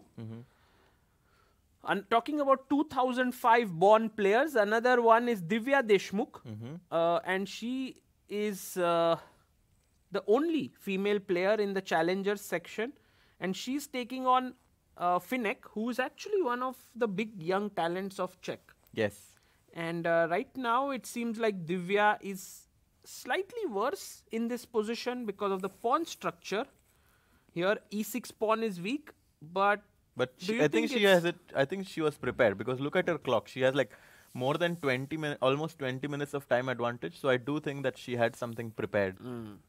And also, her pieces are very active. Yeah, So she is doing okay. and she wants to win this game at all costs because she's on -2 right now. She really wants to get back to 50% somehow. And playing against Finek, who's also struggling in this event, I think it's a great opportunity for her to try to get back. True. And then we have Nemec versus Makun. I think this will be a draw. Could well be. Could well be. Very even position, but I see white having some potential with the bishop here. But the knight on c5 is a great defender of that pawn, and also the pawn on a2 is weak. So Can we do this? Like, okay, it's black to play, Yeah. but could be an idea. Okay, let's go back to the master section now. Any and moves? we can go to the oh, game look of Shankland and Prague. Look at what has happened here. No, Harshit Bhai. What shall we do? Like, you are on fire. Yes, I think that this Yes, is a I'm very strong. You can say that. No, I mean I've studied these kind of positions, and obviously white is down a pawn right now. But there was a small difference between our analysis and how Shankland treated it. We basically we played directly and then took this structure. But Shankland was like, I'll take back, give you the pawn, and gain a tempo this way. exactly, which is slightly different. In my variation, I thought that the pawn on c3 would very nicely cover the d4 square, and also that I would get an open file for my rook potentially. But he goes for this approach, which obviously is a bit more direct, because let's say after the bishop goes back to b6, suddenly black is going to be in. Can we ask our viewers why suddenly the bar jumped? What is a great move for white? Do you know? No, I'm just asking the viewers. But I think actually there are many ideas here. Like, it's a great rich position here. I'm loving how Shankland is playing this. Yeah. Bishop at 6 definitely something that could happen. Yes. Knight at 6 also definitely something that could happen. Queen g3, I was wondering. I think it's a bit early right now to give up your piece. It would work much better if your queen was already on g3. So I was thinking, can we go directly queen g3? But there is knight First, h5. I think the first step is to make a move with a tempo. I don't. A5. Exactly. I think a5 is the best move in this position. Just gain that space. Exactly. Gain space and ask black a question. Where do you want to go? Do you want to go to c5 or do you want to go to a7? So why did you go to b6? Go to a7, no directly. Yeah, maybe bishop But a7. still, it's not good. Yeah, I mean like white is So going Prague to have. has to be very careful. And okay, let me try to find the best move. I think rook e1 is the best No, move. too slow. You think so? Yeah. Let's go to. I feel like here queen g3 I liked, but because I'm threatening just to snatch the knight. But because this is pinned. But knight h5 was the move that was worrying me. Oh, there is also knight e4. That's why you were playing rook e1. There is this move, by the way. We saw knight h6 not working. I don't think bishop h6 is that good. Take, attacking here, but then black is also fine here. Maybe it is possible that it's something like h4. I wouldn't be H4, so H5. shocked. h4, h5 is possibility. What do you think? Yeah, maybe. Not. There is okay. Let's try to find the best move. Can- Yeah. Can it be some very weird idea like pawn push and winning this? No, looks terrible actually. Can't do that. Oh, maybe I just put my bishop like this. Bishop d2, bishop c3. Again, too slow. No? Yeah. Because I have knight e5. But knight e5, queen g3. Maybe a5, rook a4 is an idea. Reminds us of Sopiko Sopiko. and Amruta. Rook lifts. Oh, bishop e3 is what people are saying, but that's just too... And then take with the f pawn don't to like it. unleash attack I think here. a5 is a good idea. It's a good idea, but not the best.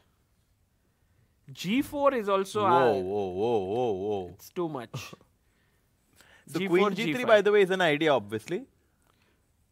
Because if knight moves, queen takes g6 is falling. But knight h5? Still g6 is falling. Oh, this is hanging, yeah. So king h7 is the only move. And now, again, it's unclear whether queen g3 helped you or not. What's the best move? Okay, let's focus. bd2 we didn't try. Oh, it's the best move. Crazy. Put the bishop on c3. Wow, that's a bit, it's a bit counterintuitive because your bishop was doing so well on that diagonal, but actually you need to reroute it to c3 where it's going to be eyeing on the g7 pawn and then the two rockets sitting next to each other. Yeah. Going to be very too tough bad. to defend. Too much. The black king is shivering. Yes, he's definitely feeling the pressure right now if this happens. So knight f5, what will Prague do? It's not an easy decision. Yeah. Prague has to be really careful now because he can't just lightly move the bishop away. Maybe bishop e5 is the only move. e5, keeping it on this diagonal. Yeah, but it's hard to put your bishop on e5 when it can always be hit with pawn to f4, right? Right. But Prague, if you kind of force him to find the only move, he will. It's the only move, I guess. It is the only move to not get in trouble. Yes, you're right. Yeah. So he will most likely find it. So let's see what Pragnananda does here. Very key moment. Meanwhile, Arvind, very interesting what he does. Yeah. Arvind, instead of g3, we thought he'll play g3. But he first goes h3. Then his opponent brings the rook up. And now he plays g3. And the question is, why didn't he go g3 first? Yeah, I don't... Something... I mean, I know, of course, he's having a very good event, but h3, g3 was definitely not... I don't know. Maybe there is some reason why he just didn't play g3 first. Here. Do you really think that h3, g3 is accurate? I mean, let's look at our lines here. g3... Yeah, it's the best move, actually. Yeah, I mean... I mean, it was the best move. But h3 and then rook c5 and Arvind goes g3. He loses a move, but does it matter? Yeah. I think it does, no? Because the rook on c5 is putting pressure on the b5 pawn. Black can go queen c7 next. Also, eye on the c1 yeah, square. One move Black is just got a important. free move. So. Yeah. So maybe Arvind has lost all his edge now. Oh, bishop e5 played by Prague, by the way. Wow. So very, very nice find by him. It was super important. But still, it's not so simple position. As you rightly said, the queen will move away. f4 might come in. I think now a5, rook a4 is really the best. You're very keen. I want to protect the e4 pawn so that my queen can move away. Why are you not playing queen e2 and f4? I was actually thinking about that. But the problem is, as soon as I go queen e2, black goes bishop f4. And now once he gets rid of these bishops, he's just going to be very, very happy. Or even knight f4 for that matter. Yeah. No, knight f4 is bad. How come it's so bad? Like, there's not even tactics happening. Yes, there could just be queen e3. Not queen. Oh, I see. Just bishop f4, g3 traps the bishop. Oh, take? G3. And f4. Yep. Wow. Traps the bishop. Wow. Because this is controlled. Amazing. And I think it's the same thing if you played bishop f4. No, bishop f4 just exchanges the bishop. So that's a good move. And knight f4. And maybe this idea with f4. Still some pressure. No, I love this bishop. Actually, what Shankland has done essentially is, for one pawn, he has got an unopposed bishop here, which is a great trade-off. Yes, he's gotten great piece positioning, and also he's got two bishops. Black's king is definitely, although he has so many, like, the thing is, like, obviously white has such good initiative, but black has so many pieces in the defense, which does make it seem Yeah. a bit unlikely for an attack to crash through right now. But I think it's all about the bishop on e5 currently being a bit misplaced. Awkwardly Awkwardly placed, and placed, this yeah. bishop on b3 being so beautiful. Yeah. So that's one. Anish, by the way, in the game after bishop e8, his opponent went knight to e5, jumping into the center of the board. Rook takes rook, rook takes rook, And now rook c8 simply, right? rook c8 or rook d8. Because even this move, not so weird. It's no, it's not. I mean, Take. you're absolutely right. It's you want to exchange the rooks in draw. this position, Draw? and I think so. I don't know. I mean, do you think black will ever try to be ambitious because the pawn on c5 is a bit weak? Do you think that's like Could be, but it right now feels like Vincent didn't get too much out of the opening, and Anish has to decide between these two pleasant alternatives, rook c8 and rook d8. Yeah. Both these moves look very good. Mm-hmm. Okay. There was a small development here with queen a4 attacking the pawn in Van Goghen versus Navarra and bishop b7. And Guan seems to be putting some pressure on Navarra. The bishop on b7 is super passive. And let's say after bishop takes g5, queen takes g5, white goes rook to e1. I do think that white has gotten a small edge in this position, because if you ever take on c4, I will take back with the bishop. Of course, I'm not so worried about b5 because I can go queen to b4 or queen to b3. Because if you take here, the bishop on b7 is hanging. So I do feel in this very, very equal Berlin and like position, Guan has managed to gotten a small edge, and his strategy of playing a slow position against Navarra is paying off so far. Working out, yeah. Interesting. Van Goghen, let's see, but he's burning his time. He's almost 20 minutes down on the clock. And the game where we thought black is under some pressure, Edis Gurrel has brought his queen out to c7. If you are not careful, I believe he wants to push. No, it's not happening. No, d5 is not happening. No, d5 is not happening because bishop e7, like Take, bishop e7, rook e7, Take, and and cd, then ed, e5. take. The question No, sorry, is, take. 1 second. Let me just show it. The point is, for example, here, if I go rook a d1, you still can't push because I take your bishop, rook takes, and then this pawn, this pin here. So it doesn't work. So then the question is, if I play rook c1, how is black going to unravel in general? Maybe not needed for now, d5. yeah, and like that's the thing. Like it's a very slow position, and black basically needs to always find some active ways to develop his position. H6 obviously is a move that black can sometimes play, just like improving. Like, you know, when you don't have a clear plan, you can just make a move like H6 so that you won't have problems with your king. Bishop F8 is another idea, just trying to open up the file for the rook, and then you won't ever have this problem of like, you know, not being able to go d5. What would be a dream scenario for white here? Like, what if I give you like few moves? What are the things you would do as white? It's a good question. I would definitely want to go h3 at some point, because black always has this idea of going knight g4 and knight e5. So h3 is definitely a move that I would like to include in my like in my position. And I think in general, I don't think the rook, I think I would want to put my rook on d1, put pressure on d6 pawn somehow, and then maybe knight f1, knight e3, and just like try to gather all my pieces around the pawn on d6, because the d6 pawn is the only weakness that black has in this position. So I would try to basically just, I like, the thing is, like, I just want to slowly improve my position. Knight f1, knight e3 is a nice idea. Yeah. And Slowly I think build up. slowly build up, and like basically ask black how he wants to unravel, because as we said, d5 is very tough to get. b5 would be ideal for black. On the other hand, like if he is ever able to get this move pawn to b5, that would be a great success for him. But obviously it's also difficult to make it work, because right now white is just losing a pawn. So maybe a move like rook b8 trying to go for b5 could be interesting. Okay. So these are few possibilities here. Meanwhile, we have a question by Tanish who says, I brought your premium chess set. Is there any maintenance that you would recommend? And my suggestion, Harshit Bhai, is to play a lot with premium chess set.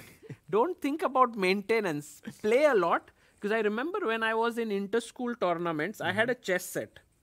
It was beautiful. But I found it even more beautiful when all the pieces got so completely worn out and the knight's shape got disfigured. The bishop was like no longer looking like a bishop. The queen's crown was completely eroded. The king's cross almost fell off. But then your chess improves. Yes, absolutely. I mean, you get a chess set so that you can play as much as you can with it. Just like when you get a football, you don't think about keeping it in pristine condition, but just basically play as much as you can. Yeah, that's true. So I would highly recommend everyone to play a lot. But Rook D8 by Anish Giri here, and he gets off from the board. And my feeling is Vincent is thinking, today I couldn't put too much pressure. Yeah, he found this cool idea with C5, but it didn't really go anywhere because Anish was able to neutralize it without any troubles, it seems. Or you think we are judging it too soon? Like, what would Peter Lecco would have said right now? Like, guys, think deeper. You know, what's the heart of the position here? What is it that's going on? The psychology? No, I mean, I do see, like, with the rooks being on the board, why white could have a small edge. But I think right now, too many pieces are getting exchanged. So I feel like the game should peter out. Okay. That's a good way to put it. Oh, by the way, a small development here. Arvind Chidambaram has just taken pawn takes. I would be very surprised if this game goes beyond an hour now. Like in 30 minutes, they will agree to a draw. Yeah, I think so.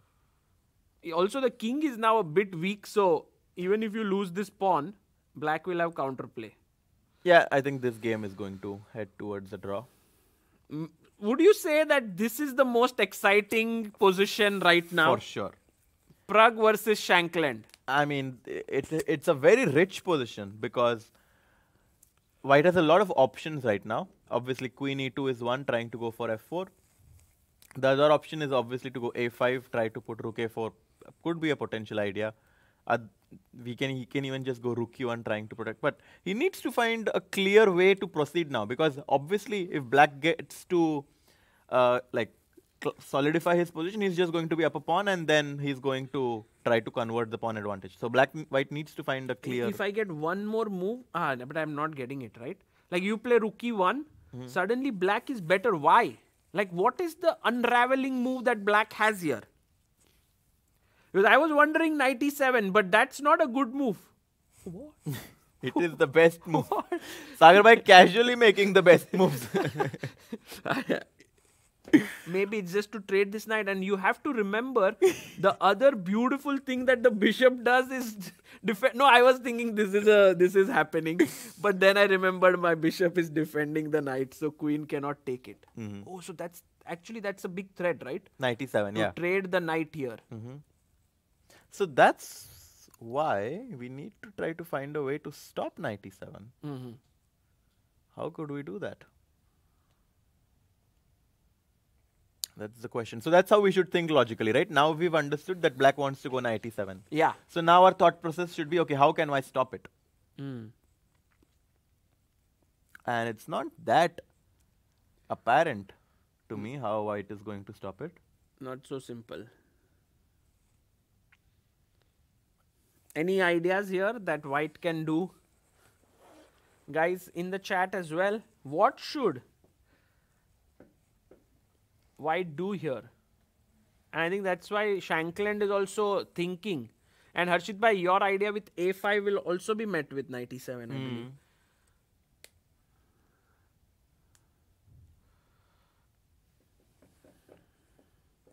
He's about to, he plays king h1. No way. Are you serious? No way can that be the best move. No way. No, it seems too slow. And what about knight e7? That's the best move. Black is taking over. Yeah. What was the best move in this position? Because there was a move that kept equality. Fast and Curious says queen e3 with the idea of f4. And if bishop f4? It's a bit weird. Queen c3 now. Oh, wow. And if bishop c1, And rook let's c1. ask our chat, what if here, would you take the pawn on c7? It's a nice pawn, yeah? Juicy pawn. Yeah, very nice pawn to reach the 7th rank. Oh, nice. Queen g7 with a checkmate here. Not to be underestimated. But queen e3 is such a weird move to allow bishop f4. It's not that weird, to be honest. No, but like... Like you want to Maybe. go f4, Maybe. like you know you're forcing black to go. So like if you think about it, in this position we considered queen e2 to go f4, but that allowed black to exchange pieces. So queen e3 trying to go f4. Let's say bishop f4. If knight But e7, now this doesn't work at all. exactly, because f4 traps the piece. So you are forcing black to go bishop f4, and then you go queen c3, putting your queen on this diagonal, which always pins. Nice. So yeah. actually, king h1 by Sam is a very not a great move. Yeah, it's like now Prague goes here, and suddenly Sam is pawned down. We'll have He still have compensation. I mean, it's not like because this bishop Yeah. till it exists. obviously jab tak hai jaan. Right. So until the bishop is there, he'll still have some chances. But I think knight e7 is a very important move for black. Right.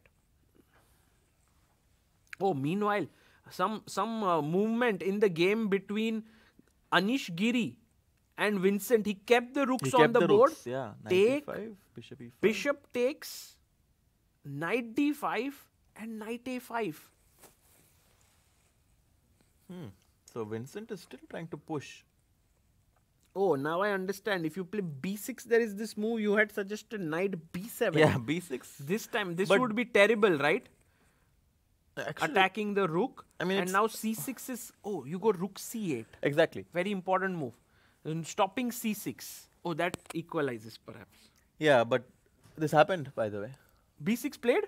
Oh, he plays b6 immediately. Yeah, played. Wow. Wow. And if cb6, CB, ab6, knight c6, or just take it. rook c6. I guess I can just go here and try No, to this attack can this. be unpleasant. Unless you go bishop f6. Ah, bishop f6. Yeah, bishop f6 is nice. Or No, but bishop f6, bishop d5 was there. No, not bishop d5, but first bishop takes f6 and then, first bishop f6 gf, and now bishop d5. bishop d5. But this is, no, but this is a Take, draw, yeah? Rook b6, rook take. d2. Yes. But I guess that instead of bishop d5, you could prepare it with like, let's say, No, but this is weak. So I don't think you will be able to do much. I get this feeling that it's too little for white. So you are right that this could be the most critical way to play, but it won't lead to much. Also, there could be something very accurate here. knight, no, not knight b4. Knight b4, rook b6. How about bishop Yeah, bishop c5 is c5? good. And then I defend everything. Yeah, that's a good move. And then it king That's a good move. f8. And then knight b4 is coming. Yeah, this is very, very... Too little. Yeah, Too too little. little for white to play for a win, but still maybe small chances. for Okay, white. my prediction now and I think everything will come true, I guess. Let's So, see. Draw in Nawara Guen, draw in Giri Kaimer, draw in Arvind Lekongliem. Okay, yes, that's clear. And Prague will win against Sam Shankland and Wei will beat Edis Gurel. I agree with those All predictions. 5 games, yeah? You think so? Yes, I agree with that. Okay, if you agree, then it seems like it'll happen because today you are getting everything right. When is Wei against the Prague? Wei versus Prague. Oh, that's not happened yet, right? Ah, that's a good question. When is the game between Wei and Prague happening? Let me just check. Because I think that would be an important battle. It's actually happening... Oh. Wei It's also- happening on the 7th. It's happening tomorrow. Oh, tomorrow, Wei Prague. Nice. Prague is playing with the white pieces. That will be a huge matchup. And maybe if I'm Prague, maybe I don't want to be too risky against Wei, who's Yeah. in form right Just now. Just draw, yeah. But you're white, so he'll try to press a bit. Tomorrow is Arvind versus Anish, which is also interesting. This tournament is very exciting now towards the end. Knight b7, jump by Vincent. Very likely rook c8. There is no other move. Yeah, rook d7, c6, your rook is trapped actually. Yeah, this is just the worst possible. So pin it and you should be fine. And that's what Anish does. Yeah.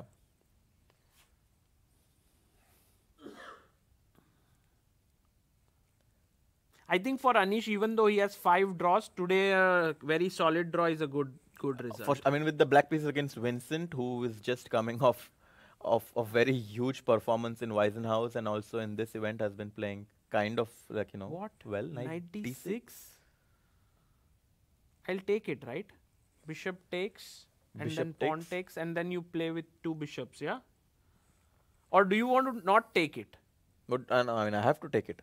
It's forced for black Because to if take it. rook c5 takes knight e8, that's just a pawn, that's just a piece down. No, it's bishop d6 is compulsory. Take. He Bishop takes. And now I'm sure Anish has a way that he's found to equalize. Maybe you don't want to take, because this is a bit of a nightmarish end game, This right? is Like very unpleasant. 2 bishops Very unpleasant. and your knight and then this pawn. The engine will hold, but for humans it's unpleasant. So maybe right now you're not threatening to push, you're not threatening to take. So can we do something? Question is if b5 is smart or not. No, right? Or maybe No, I'm just asking. Oh, by the way, knight b4 is not a good move. with the idea of bishop c6. Knight b4 is a really bad move, I think. No, but c6, no? No, knight b4. Okay. Why is that a bad move? White to play. White to play, guys. Exactly. Wow. Wow. Look at the speed, yeah? Yeah. And now rook d8. Queen, no? But no, there might be knight c6, bishop c6. No, it works. Exactly. c6. c6. No, it's not the best. Knight c6. Just cb6. cb6 is the best. Oh. Important. Important to pin. C takes b6 is just winning on the spot. To take the knight, and if you take here, Rook e8. queen. Yeah. Or rook Also c8. possible. Yeah. Yeah, Arnav Agarwal with the right answer as always. So what is Anish's idea? Because I'm sure he doesn't want to defend that 2 bishop endgame for a long time. So knight d6, bishop takes, bishop takes. How can I exchange a piece? Not that easy, perhaps. Maybe you have to. Maybe you have to go for bc5. You have to go for this endgame and play it. Which Takes, is maybe takes. not that. Bishop It's a b5. choice, yeah, whether you want to trade the I think I rooks will or even not. take with the rook, yeah. Rook takes. And again a choice for black, whether or not there, but But this can be also with the time situation. I think that this can be very unpleasant for black to defend. So Vincent is actually putting some pressure. do you think, like, for example, I play a6 Okay. and then put my bishop here, I think it should be very okay to defend. Yeah, it's a draw for sure, but It gets unpleasant, because white always pushes like h4, g4 and like advances on the king side, and it can definitely be dangerous. Okay, maybe if Anish is thinking in this position, we can just take a quick break and see also what will happen. break, you mean? Yeah. Break. Oh, nice. Yes. I forgot we can take a break. Yeah. So here, Arvind is still playing on this position. He just moved his rook to d4. And guys, we'll take a very short break. And on the other side, we'll Catch up on all the action. games, because and I we'll think take you right to the now finish players are thinking it's a critical moment, and as soon as we're back, I think that we should be able to see some more moves. So we'll be back just in a jiffy.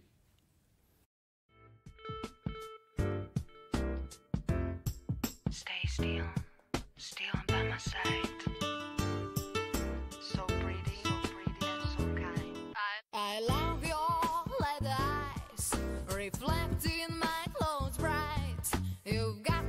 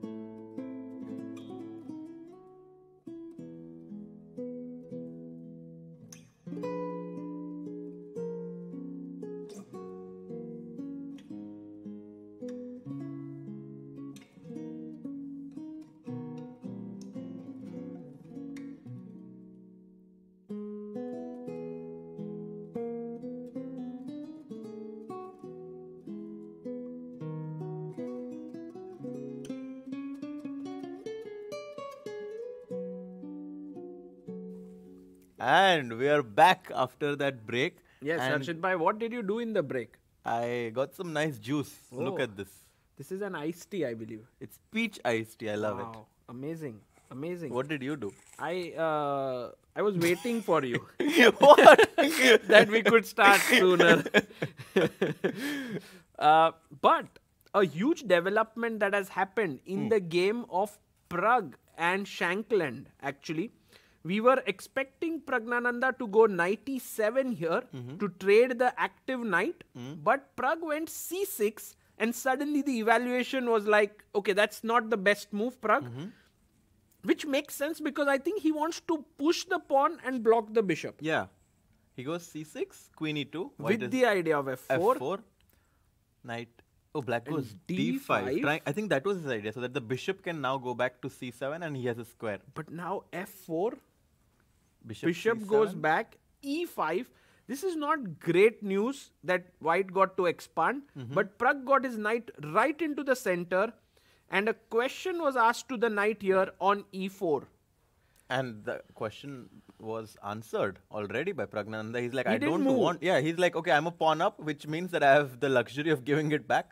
He goes knight e7, and I'm expecting bishop takes e4, d takes e4, queen takes e4, knight takes f5, queen takes f5, and a move like queen c8, or maybe even queen t5. And I think that this game is also very Very comfortable even. for black. Very even. Actually, comfortable for both, perhaps. Well, because the thing is like this bishop is at some point going to come to b6, rook comes to d8. I'm very happy with black. Yeah, so maybe it's just an equal It's just position. equal, yeah. But which- so many moves have happened in the Kaimer Giri game. Yeah. Anish Giri has managed to solve all the problems. Well, he's down a pawn, but I think this is this should be very, very easily The drawn. only nice thing for Vincent is that the queening square I is knew actually you were the going- dark square. exactly, yes. So maybe the knight cannot even sacrifice itself for like a couple of pawns, because that endgame, like imagine if you sacrifice this knight for these two pawns, it's still winning for white. Yeah, the one question that black needs to think about right now is, does he go for h6 g5 or does he go for g6 h5? And obviously, one might say that like, why would I ever with my right mind go h6 g5 and put my pawns in the same colored as the bishop? But there is a point to it. Let's say I go h6, king g2, g5, and then I go king g6, Yeah. and I'm just very, very solid. And I think you should be able to hold this Without any problem. Yeah, this is no problem. Also, g6 h5 should be another way to draw this. And I expect this game to head towards a draw with such less material, I don't think. Yeah, and I think Anish you remember we were talking like, what is it that white must do here, black must do here to be very, very sort of not fall into a long endgame with two bishops against knight and bishop. F5 was Anish's answer. Stopping e4 and making the knight permanently sit here. He did go e4. Takes, but now no one can dislodge the knight. Takes. Take knight c3. Oh, he just got it like... Maybe he shouldn't have hurried so much with e4, no? Like, what's... Yeah, I also don't think so. But maybe he thought that there's not a lot of juice left in the position. Check. Bishop f7. This is take. But yeah, this should end in a draw. By the way, a lot of people are saying India won Where? in cricket against Australia today. Wow. So, is it big news? Well, Australia is... But what is the tournament going on? World Cup? No, I think it's ODI, like 50 over match. So I clearly see you are also not aware. I am not that aware, but I just see the chat. So Also, I heard there is some football matches yes, tonight. that I am very much a fan of. Champions Trophy. Champions League. Champions League. Yes. So, a lot of sports action happening, and I think, Harshit bhai, you will have your hands full tonight Yes, I'll have- watching football and stuff. Do you ever find time to even practice chess? Like, because you Well, will play this is practice for No, me. This is your biggest practice. I'm not using the engine, and I'm trying to calculate and explain the thought process as I do it, and I think it definitely helps Does it me. help you to improve? So I remember I was doing candidates. Yeah. And right after that, I played in St. Louis. And it helped me a lot. Like I got second position in the event, and I gained 20 points. So like it helped me a lot to commentate without an engine and try to find the best moves of these top players. Wow. Yeah. So this is actually your preparation time. Yeah, I do take like this serious. Like I usually try to actually focus and find the best moves when I'm thinking. Wow. So that it puts So me in the maybe right like mindset. for all the players out there, many of them when they say like, oh, commentary doesn't help us to get better, or for many it's like coaching doesn't help us to get better. You're also a trainer, yeah? You also train a few kids. A few, yes. I love working with passionate people. Like so, whoever has a lot of passion, I think that I can very much reciprocate that in the training, and also I think it's very fruitful to work with talented kids because They also push you. exactly they push. Like for example, we saw Riyansh the other day. They are so sharp and they make you very sharp as well. So it's always nice to keep myself active like that. Yeah, it's very cool. I think just being able to do multiple things is also very nice. Yes, the question is it's for a different day. It's a very interesting topic whether chess players should go into coaching or not, but maybe we'll talk about it someday. Because not everyone does it voluntarily. Yeah, maybe you have some very deep ideas about it. Maybe. Like you said, we should have a separate day of conversation. So like you have a lot of thoughts. Yeah, I do have a lot of things to say about that because there are so many grandmasters who willingly or unwillingly go into coaching, and I don't know if someone who starts playing chess has coaching as his end goal, but maybe some factors make them choose coaching. So generally, it's monetary factors. Well, yeah? obviously, yes. Because they need to make a living. Exactly. And coaching provides a stable means of living. Exactly, and which is why I think that, and this is happening already, that chess players are able to survive by just playing tournaments because a lot more financial resources are coming in the last few years. So it's becoming more and more plausible to make a living out of it. Meanwhile, in this game of Wei and Edis Gurel, some of the ideas you mentioned are happening. One was you said white should play h3. It happened. And the other idea was knight f1 to e3. Or g3. He's keeping Or it flexible. G3. And also he got a4, a5, clamping the black queen side. It feels like black pieces are all huddled together here. Feeling good, or are they kind of feeling a bit suffocated? That's a good question. I mean, right now, I don't know what exactly black's idea is because if you push b5, the a6 pawn will become weak. You can't really push d5, so you just have to wait. It's a waiting game, and the only thing going really well for Gurel's like right now is that he's 30 minutes up on the clock. Clock is going well for him. But I think with Wei, that's always the case. Yeah, like Wei, why didn't we ask him the other day when he came? Why do you think come so. under time pressure so much? I think his answer would have been, Because I'm calculating, yeah. I calculate a lot. But yeah, this position, as we had mentioned, is definitely slightly uncomfortable. Also, this plan which you mentioned with the knight jumping to h5, putting pressure G3. here, Exactly. could be very, very important. Meanwhile, while we are looking at these games, we have a guest joining in, and the guest is a very, very important person because without him, this event would never happen. And, Hello. Hello, Mr. Bolek, thanks for joining us. Don't exaggerate. I mean, the tournament director makes the tournament happen. So you are the person behind this event, and the very important reason why we have Peter Boleslav here with us is that today is his birthday. Oh. It's his 51st birthday today. Oh, congratulations. Happy Thank you, birthday. thank How are you feeling, Bolek, here? Very, very well. As you know, last year I had quite healthy issues. So when today morning I woke up and I felt that I feel much better than last year. You feel the birthday energy is Yeah. there. It's like when he was 50, you feel younger than that, now at 51. 51, yeah. Wow. So it means that I am getting younger and younger. Younger and It's younger, that's nice. great. It's a nice feeling. Yeah. That's amazing. And also, I By think the way, do you know how I am out in chess notation?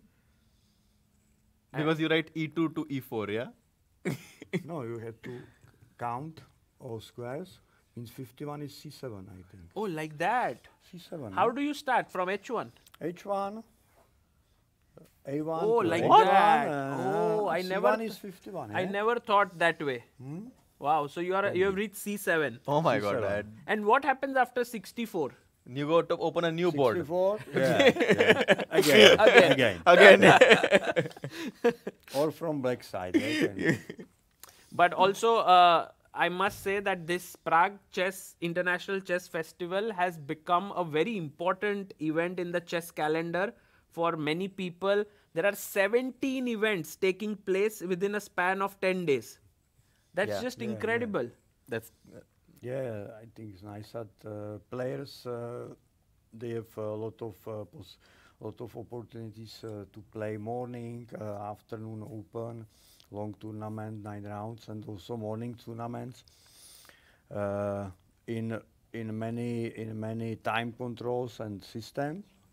I think today they played Fischer random. Yes. Yes. In the Yeah. morning. In So the there are morning. different events in the morning, and then there is this main events of Masters, Challengers, Futures, Open tournament in the afternoon.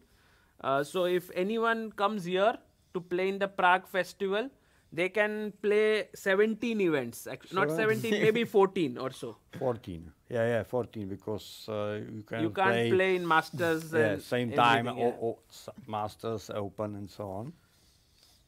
But okay, Basque chess, Yeah. it's almost possible to do that. There you play two games True. in the same time. so Basque yeah, chess is basically for everyone watching. Like you play white and black and black. Yeah. at the same time against the same opponent. same opponent. So there's no you don't feel like I'm only playing with white. It's very interesting, yeah. Yeah, Like yeah. I'm actually hoping that Harshit can play one event here. He is maybe tomorrow, yeah, Harshit bhai, there is a pair blitz. Yes. Pair And maybe blitz. we can team up. Oh! Can be team. Maybe, but who knows? Like tonight might be a very because he has to also watch Champions League today. Football. Do you follow football? Yeah, of course. Yeah. Today I think is Champions League, so not so sure. But can we look at also a bit of chess and Peter? How happy are you with this year's sort of games that are happening? The fighting chess. Who are you most looking? What? Look at this. No Knight way. takes happened? H6 played by Shanklin. Are you Van serious? Schenken. No What? way. Okay, He but has. Sam is He's- incredible fighter. Yeah, so It's crazy move. Knight, what? Because G we, takes? you know what we were thinking, he will take here, Yeah, not that we- and then we thought, okay, it will be a draw. But suddenly, Sam Shanklin chops off the h6 pawn. Of course, Prague is maybe a bit surprised. I don't know if he looked. I mean, I'm considered- sure. This G8-6, looks what's the idea? Is it F5? Or Queen E5? No, it must check. be F5, no? Check. check. King No, h8. No, I thought F5 is the move. F5. What? F5. You don't think so? immediately, yeah. With the idea of f6? Yeah, because if And bishop, with- Mate. and bishop at 6 as well. But what is bishop? Oh, takes- look. Oh, look. Bishop What takes happened? E5. What the hell? Knight at 6, G6, F5. What the hell? Sam Shanklin made this move f5 like so calmly. But it felt like, he didn't feel very energetic while making that move, no, somehow? Or I don't know. A bishop takes E5. Bishop E5, I think white just wants bishop at 6. It's 6. Because if bishop G7, I take and win it back, yeah? So, it's difficult to play with black this position. If rook E8, it's already losing. Queen g4 and f6 perhaps. Yeah, queen G4 check, king H7 and just... I don't know if F6, maybe queen H5 is the best. And now this is just capturing this. Rook is going to come in the game.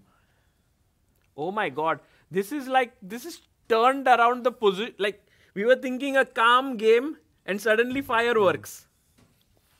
So I think that question that if I'm satisfied with players Yeah. and games, it's completely useless. Yeah. Look at he's- this, yeah. Look at this. Yeah. It's amazing. Yeah, what- they could have, like Sam could have today drawn with Prague. Mm-hmm. And I think it's a nice result for him because Prague is playing well. He's higher rated. But he wants to win He every wants game. to win, and it's nice for me. Yeah. Can I go queen d3? But check. King h7? And now I'm sure that Oh my How do you god. No, wait, This wait. is maybe bishop h6 and... other rook to d1 or what? Okay, let's say rook d1. Oh, it's very complicated. Also, queen h5 now attacking. Queen f4. Oh, okay. Queen f4. Oh, what? Oh. So it's Just knight g8, I guess. Yeah. IG8 But why is this completely winning? Maybe bishop h6 just. Now you can take. Bishop Bishop h6. h6. H6 King and h6, queen h4 check. Uh-huh. And then our rook is going to say hello from f4, yeah? And that's going to be... That's all over. And then Yeah. after rook G8, you have then. Okay, actually You king have cannot, nowhere it's in nowhere knight- to go knight actually, G8. yeah? Because f6 is coming. It's just like the king has nowhere to go. F6 and king g8, queen h6, no, not queen h, actually queen h. First, yeah? But queen h6 also looks good, no? Queen Queen h6 h6 is a mate, no? and rook f4, I thought.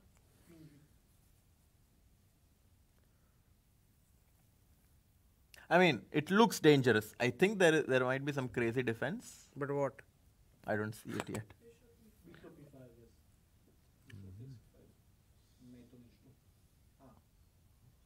Queen g4, hg, knight f. No, wait. There's a mate on g7. Bishop f6 maybe. Yeah. I mean, but like, this does look winning as well for white. No, I mean, I'm bringing my No, king. but just knight g6 and yeah, you're maybe. very Yeah, solid. maybe. IG. But of course, I mean, I guess you can just play simple chess, take the knight, and then white is completely winning. Yeah. So wow, Prague is actually needs No, to be big- accurate big, now. Big moment in the tournament, I would say, because if we look at the game of the other leader, Oh, Arvind drew, by the way. Le Kwang Liam and Arvind have drawn. Drawn, yes. So this game was a draw. Keimer's game is going to end in a draw for sure. I guess black can play g4 now if he wants, but he can just wait as well. Yeah. Or just check. I think this game is going to end in a draw for sure. By the way, we have Prague on the screen, on camera. Yeah. Can So we what can do we you- get Prague on the screen? Yeah. Yeah. Yes, Prague. What do you read from his body language? I think he's shocked. worried. He's shocked. Like- I'm not worried, yeah? Maybe- His king is also. Yeah, he's trying to actually calculate now really well, because if he makes even one slip, It's that over. is over. Yeah. It is over. What a decision by Shankland. I mean- I'm very impressed. Palm. And I mean, I think his body language looks very confident, no? Also, he has now 15 minutes more on the clock. He Yeah. has 39 minutes. Prague has 24 minutes. I'm excited for this game. Who is the other player, Peter, who you have enjoyed following here in challengers, in futures? Because you yourself are a very ardent chess player. You are around 2000 rated, like your strength is around 2000. You like following the games. Yeah, of course, I like it, and also I like to see players, during games. Sure, I like games of Vincent. Ah, yes, Yeah. here he is playing amazing. I had already two chances to follow his game as a captain of Novi team Bor. of Novi Novi Bor Bor. team. It's amazing. It is sometimes it is quite difficult, to follow it because it's nervous as a captain. Now it's much better. Yeah, now here you don't have to worry. And also Prague plays amazing chess, and probably I was looking forward, and the most for whom I was looking forward was Wei, because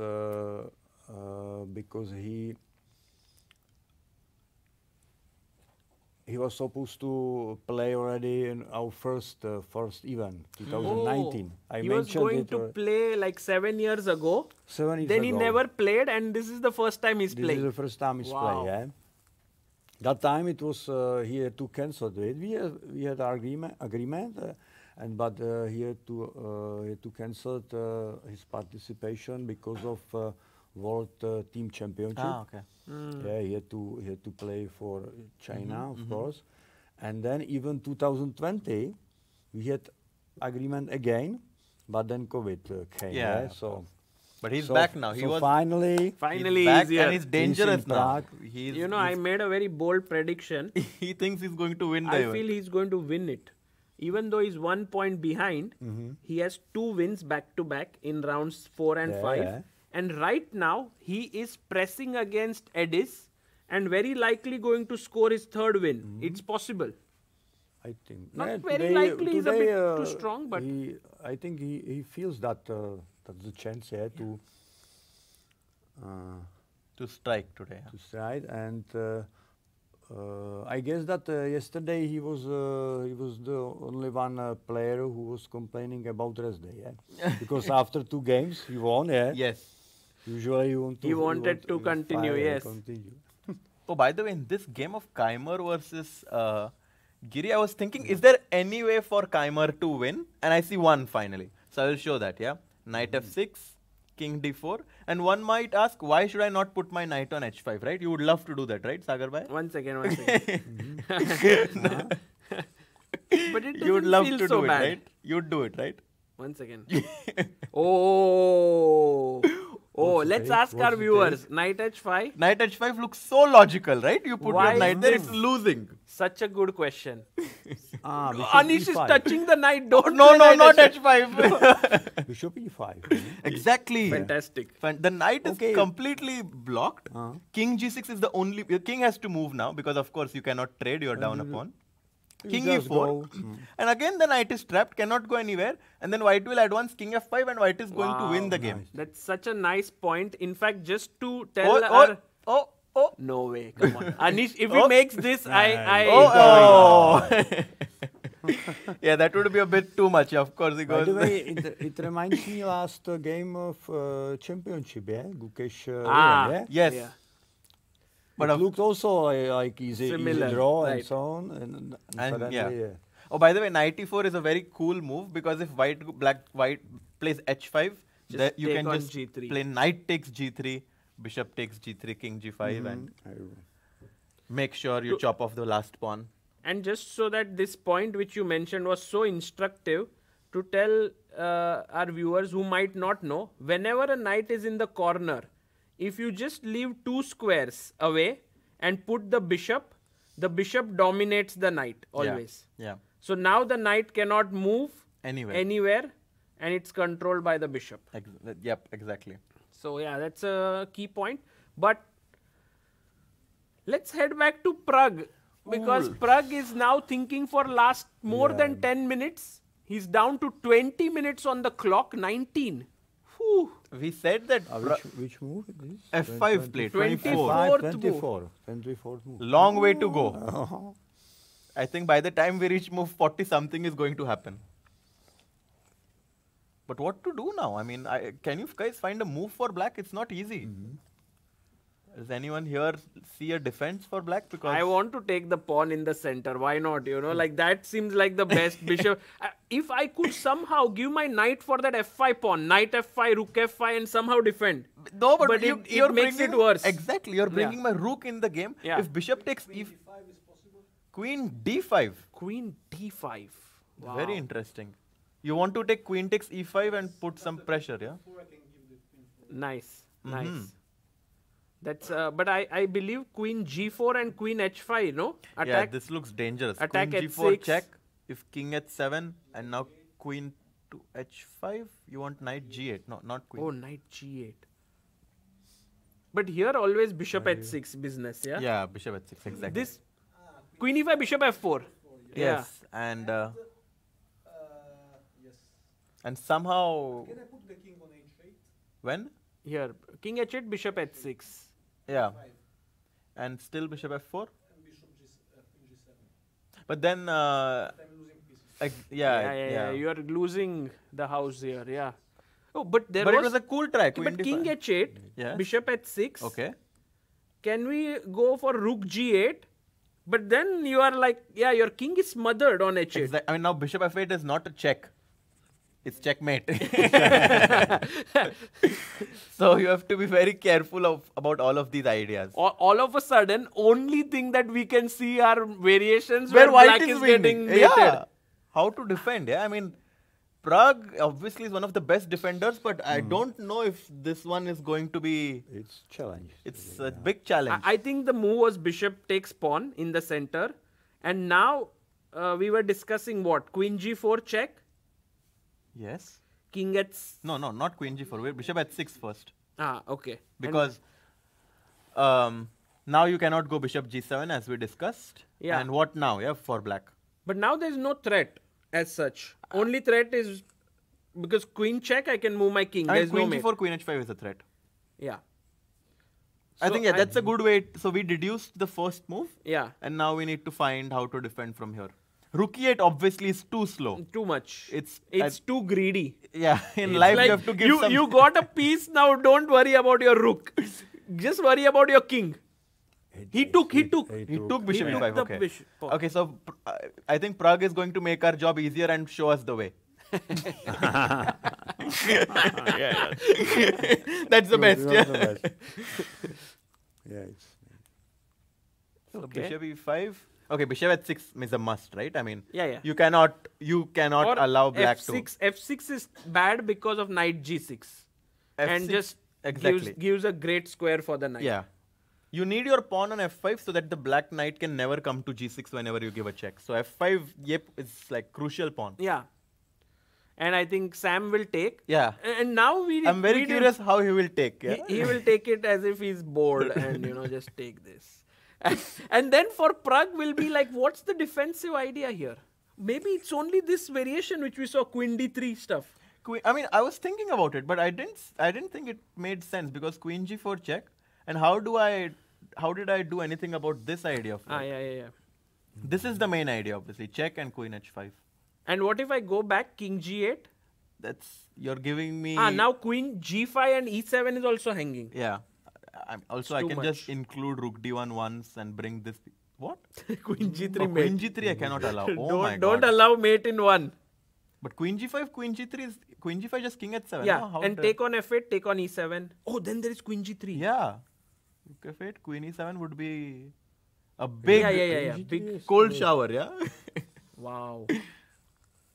So how to win? Once again, check, king f8, king h7, take, rook takes, and now maybe f6 works. Because f6, you can't play queen g3. Oh, f6, knight F6. g6, queen h5, queen h6. Yes. Nice. Yes, there's nice, no nice. time for queen g3 Check and queen h6. Nice. Yep. and mate. And mate. Okay, 1 second. Let's go back to the live board because we are getting too excited. Yeah, it is an exciting position. No, but like, I mean, we need to find the best move for black here. I am very excited actually here because... Oh, look, he's about to. I'm very curious how he takes. There's a very interesting Can we style go of- full screen? Yeah, that's thank you. He's about to take the pawn, yeah? Sam is, Sam is but like Prague sort is of- looking away. I think Prague has found something. I have a feeling that Prague has found a way to equalize. Also, Prague is very difficult to decode his expressions. Yeah, like even if he's under pressure, he won't show it. But he's looking at the... Oh, bishop h6 played. Bam. No, he made the move with a lot of conviction there. Bishop h6, and now Now it's. important moment. I guess a key moment in the game again.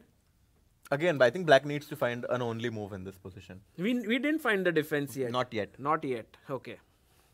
It's not queen d3, we know There that. is a reason why we are not there.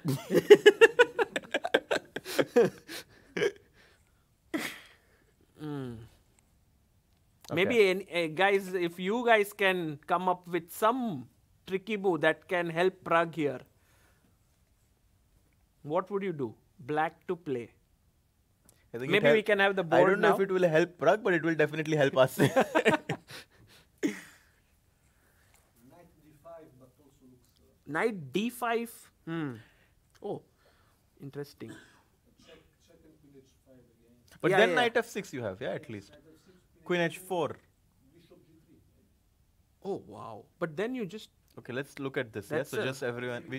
Queen g4, king h7, Queen h5, h5. knight f6, queen h4, and a very nice move suggested bishop to g3, deflecting the queen from this defense. But the king is too lonely on h6. Maybe rook lift. Rook f4, rook h4 is coming. Yeah. Oh my god. No. No, it's Because of knight h5 maybe. H5, Knight h5. So... Yeah, there has to be some... A queen Ah. f4 check. No. Queen h4, knight h5. and F6. Is it F6 rook d? or rook Oh, f5? rook No, d1. no. F6, What rook about f5. queen f...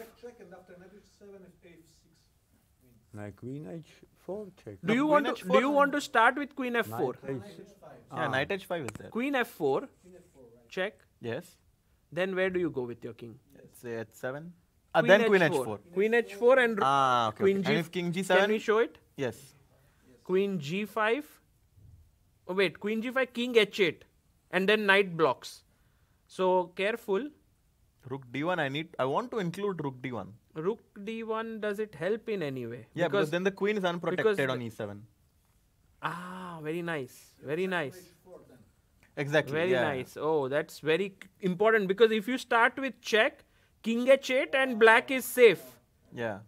So rook d1 is super Rook important. d1 to force the queen to come here. Now check, And now king here, and you can calmly play your rook up. Because the knight cannot move because queen is hanging. Beautiful. Wow. decoding their moves, yeah? Yeah, we are getting closer to seeing all the ways white can win. Yeah. And we need to find one where black can hold. Okay, 15 minutes for Prague. For Queen b6, d6. Okay, queen d6, but does it help? I mean, it does help this idea of queen g4 because you're attacking the bishop. Nice. And it's the only move, maybe. It might be. Yeah. It might be the only defensive move. And if Prague plays it, you can be really proud of yourself because it was not easy. Not easy. Finally, after. Yeah, by just looking at all the possibilities. But that's the finally- thing. Prague only has one option, Yeah. and he needs to find it. And the thing is, with every question that Sam is posing, Prague is taking like 5 to 6 minutes. And at so some- if Sam can pose 2-3 more problems, Prague might be in Run time out trouble. of time. Yeah, exactly. So let's try to understand. Queen d6 is the only move because now queen g4, king h7, queen h5 idea doesn't work because the bishop on h6 is hanging. Yeah, you just take the bishop. So how does white continue? Do I have to take? Because if I take on f8, I lose one of my most No, important attackers. that I don't want. think already would be better for black. But that also, position. I mean, bishop f8, rook f8, queen Yeah. e4, I do get some pawns, yeah? No, but But I lose my attack, so I don't think I'm happy doing this. so queen d6, queen h5 might be the move. Just keeping the attack going. Yeah, and then again black needs to find a And move. then my threat is rook d1 perhaps. Oh, you can go queen f. No. Queen f6, bishop g5. Yeah, I mean, Tricky move. Can we just show like the threat is rook d1 bringing the rook, You lose knight. and if you come here there is this maybe this or there is something else. g4, g5. No way. Let's go. No way. Let's go. Okay, it's too much. Too much. I'm Too much getting- excitement. Oh, he's wow. Yeah, I mean, Prague Well is crazy. done. Well done. What's your good name, sir? Oh, hello. Yeah, that you are a GM. I am. Yes, we have I am Piscopo here. Very strong. Yes, helping us find the best moves. Queen Thank d6 you. was found by Prague. Incredible. I mean, this is not an easy move to make. With with the only move, I think Prague is doing great. So Queen h5 is the only move right now. 95. Prague found it, guys. Prague found it. But now the question is, what will Sam? What's the next question? Because There can be other moves also, yeah, instead of queen h5 here. You think so, yeah? Yeah, there could be some other possibility. Well, my bishop what is about- hanging. What about F6 I doesn't- never yeah, want to because do knight because g6 you at get the the square. Exactly. So queen h5. I Queen think h5 is again the only move, again yeah. the only move. Will he play it quickly? But the funny thing is, Harshit bhai, if we look at the bar, you play queen h5, it drops. No. Oh, Look, it does. So it means that white has slightly better option than queen h5. Ooh.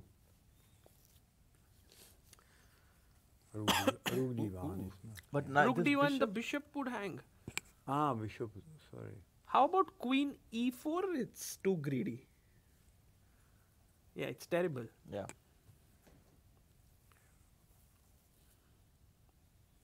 Not so sure, yeah? What's the move here? Anyway, I think this game is the favorite for best game Best of the, game, of the yeah. round. Yeah, but Yeah. just that who will win it, we don't know.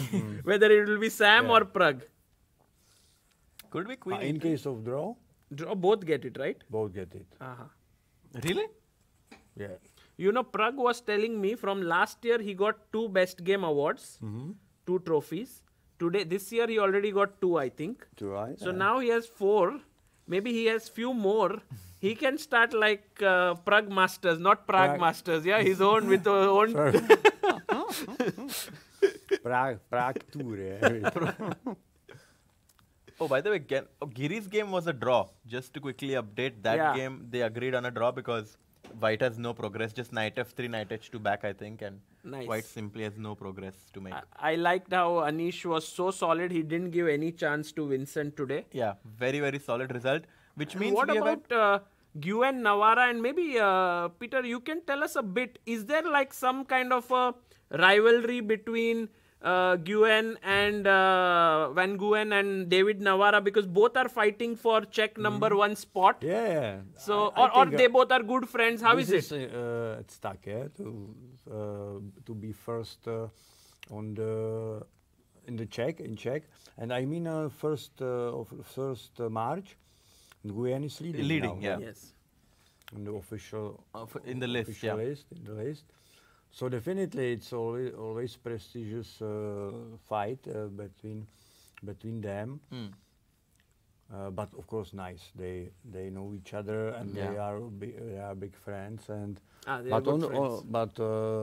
On the board, on no, the yeah. board, on the board, Always it's, fighting, yeah? always No But I quick think draws. today, Yeah. I think maybe they are being a bit friendly towards each other. But they as fought. They fought, The but thing is, I think David solved all the problems that Van Guen posed Yeah. him. Yep. And And it's now a draw. this game is going to end in a draw. Can we actually quickly check Divya because she was in trouble? Yeah, let's look at challengers. I'm one player who has done amazingly in challengers is Ivan Salgado.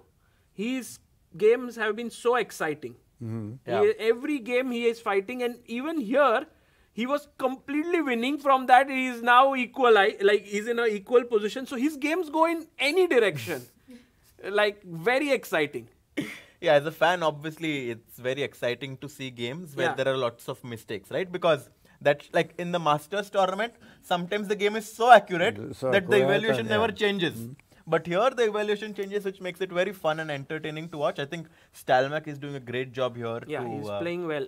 defend. What about Stalmack? Yeah, he's around 19 years old, or how old is he? Yeah, it's around 19, and I'm very curious about his performance this year, especially because this year we are going with national team. We are going to Batumi to play wow. European Team Championship, Oh.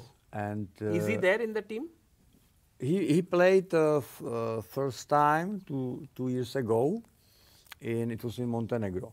It was his first time in team, and sure he's one of the candidates for this Nice. year. So we'll You'll see. keep on. I think another player who is amazingly good in Czech is Finek. Yeah, and he's so today, young. I think he's around 16 years old, Finek, or maybe less, no? 15.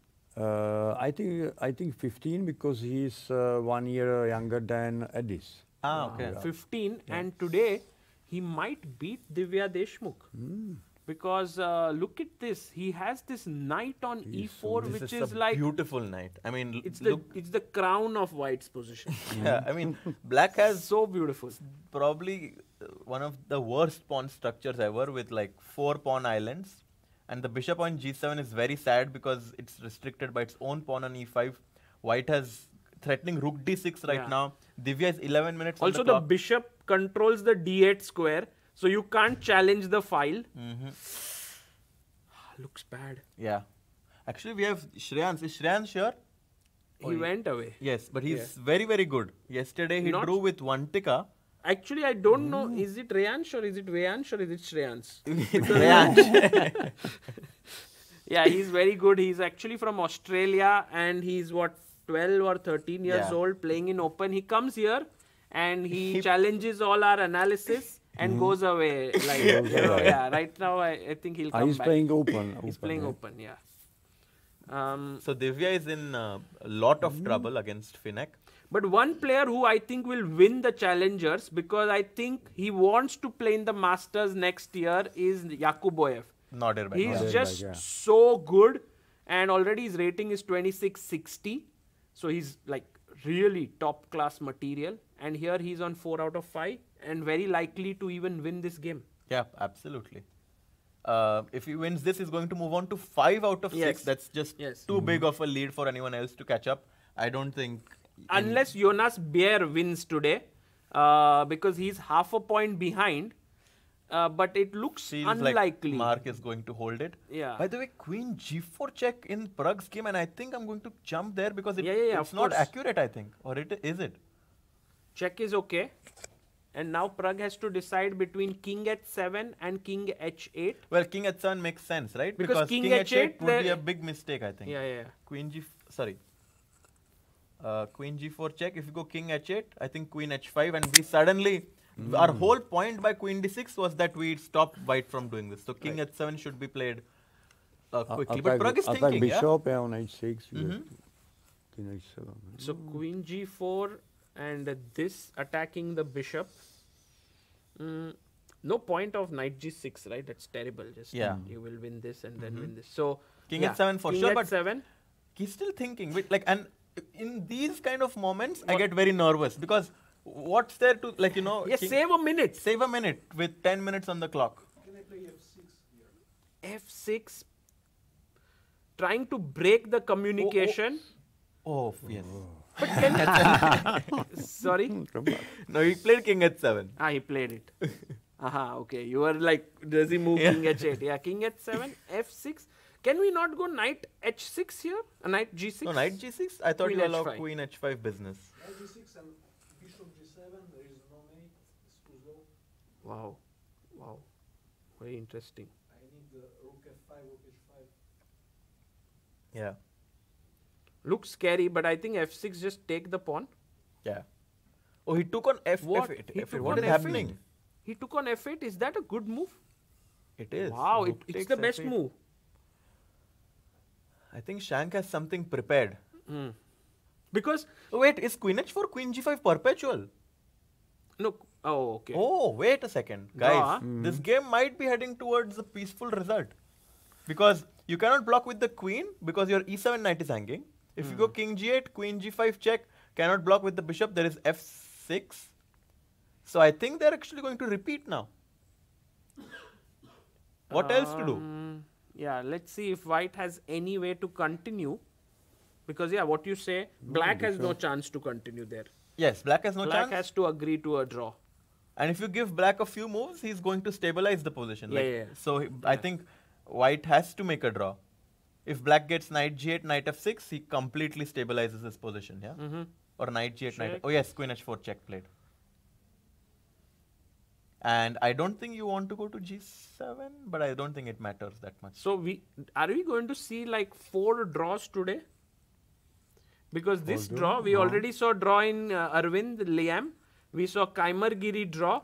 Guen versus Navara is ending in a draw. So just like the last round, maybe Wei might again score a win and be the only winner. And then... And then slowly Wei is like, okay, just half a perfect. point away from the leaders. I think it's heading towards the draw, right? Queen h4 check. Prague giving that slight stare to Shankland. He's like, let's continue. Or f6. Do you think he wants to go f6? f6, knight g6. It's possible he continues playing, no? I mean, f6, and knight g6. how's the... Oh, he Rook can... a1.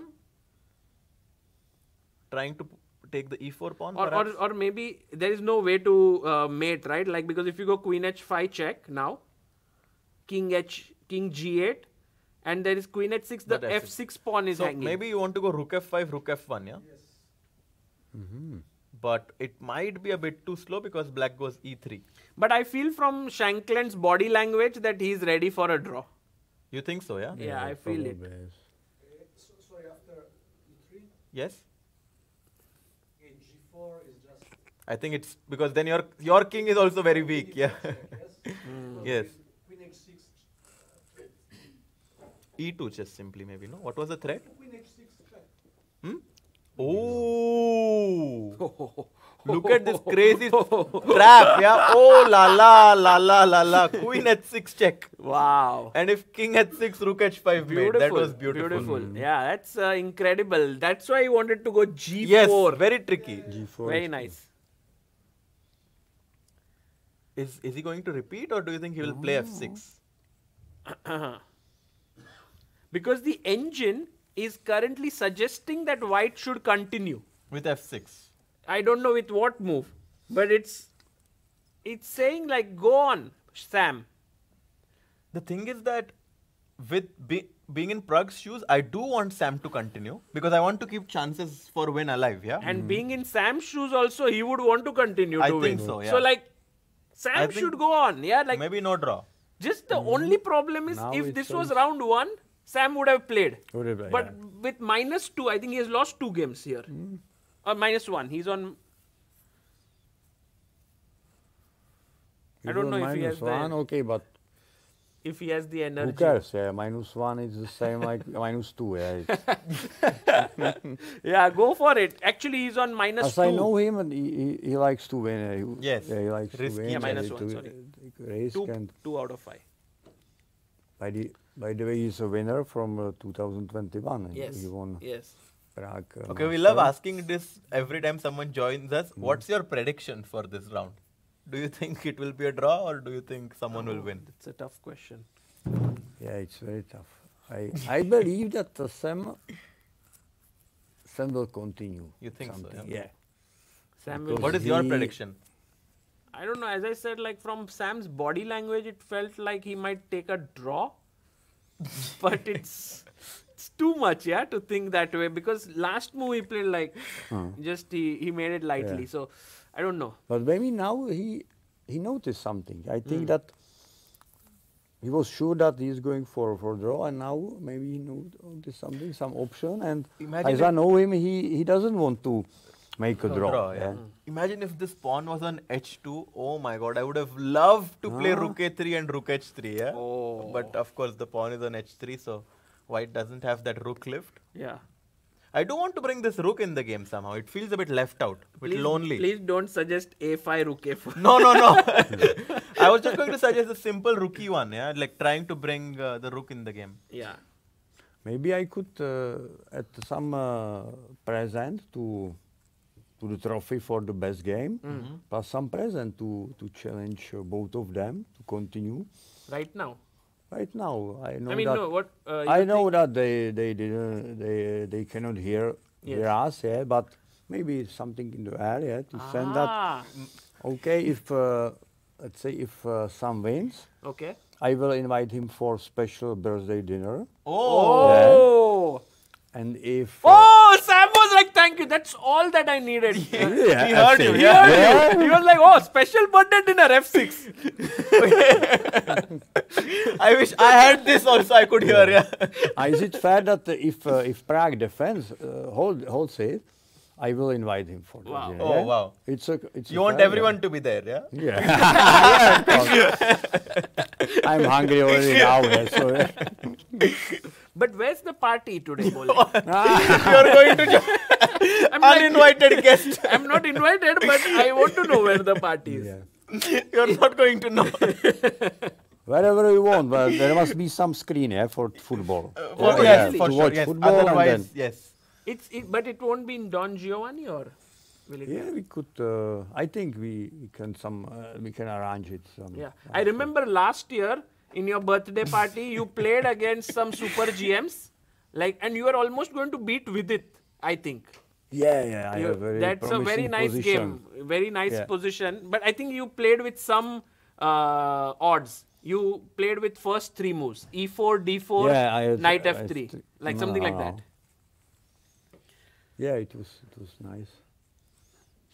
Wow. So this game is actually By the way, heating up a lot. F6 is the best and I move. think I figured F6. out. I think after knight g6, rook a e1 might be the move. The point being that if the queen moves to d5, now the f6 control is gone, so I can go queen h5, queen h6. But the engine doesn't like it so much. Maybe bishop f4, rook e1, Bishop f4, queen h5. No, bishop f4. I thought rook a1. Can we also go rook h8? Is that a possibility? Because then you can come out like with king g8. Queen h5, king g8, and maybe the rook. But yeah, is- maybe this was bishop f4 is also a good idea. So what to do after? Like he definitely has some idea in his mind. It could be very subtle, yeah. Is it very silly to play h4, h5? Yeah, I think so. Okay, so rook d1. What was the problem? Rook d, Like bringing the rook in the game simply. queen e6, I think. Oh, he plays rook a e1. Ivan. What? Oh. That? That's a mistake. The move that we suggested, and now Prague suddenly is better with your move. Bishop f4. Bishop f4, is that the only move? Also, rook h8 is good. But no, like rook h8. Bishop f4 is the best. Wow, wow. Yes. Why are you not playing? Yeah. 3 years ago. 2 years ago he played, Oh. open. Yeah. Wow. Bishop f4 and bishop h6. Amazing find, yeah. Just having a blockade. But why was rook a d1 working? So Then you do rook a d1, queen e6, and now rook e1, so that so there is no bishop f4. Oh, that was so. Ooh. That's very subtle. It's very subtle. That would have been really nice if he did this. But yeah, he goes rook a1, and if Prague finds bishop f4, he's in the driver's I think seat. it's not a tough move to find. Yeah. Bishop f4 because it attacks the queen. I think both players really want to join the birthday party. Hey, but look at this: bishop f4, queen h5 check. Yes. I don't Bishop think bishop h6. h6 is. I thought it's a bit scary because of g4. But Now rook takes pawn, rook e4. Oh, g4 looks too risky, no? Like it look g4 maybe just queen g3, yeah, Queen g3, yeah. and protect You say everything. Protect and, g5 and you yeah, cannot. and this Rook looks g1 is queen. knight three f4 is and, coming. Yeah, black is. You can't go all out with g4. so, rook e4. Yeah, so rook e4 is the move, and then perhaps queen d3 is an idea. So this position, if queens are off the board, it might be fine for white because then the rooks are very good. You think so? I mean, at least the black minor pieces are a little bit sidelined.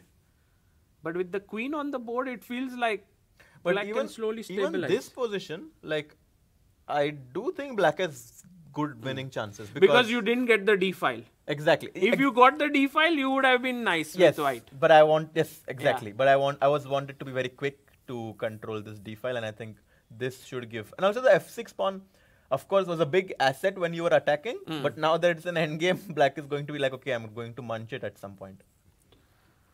Wow. It's actually unclear. All three results are All three possible results in are- this game. Yeah, because Anything. black also has only 10 minutes, so Yeah.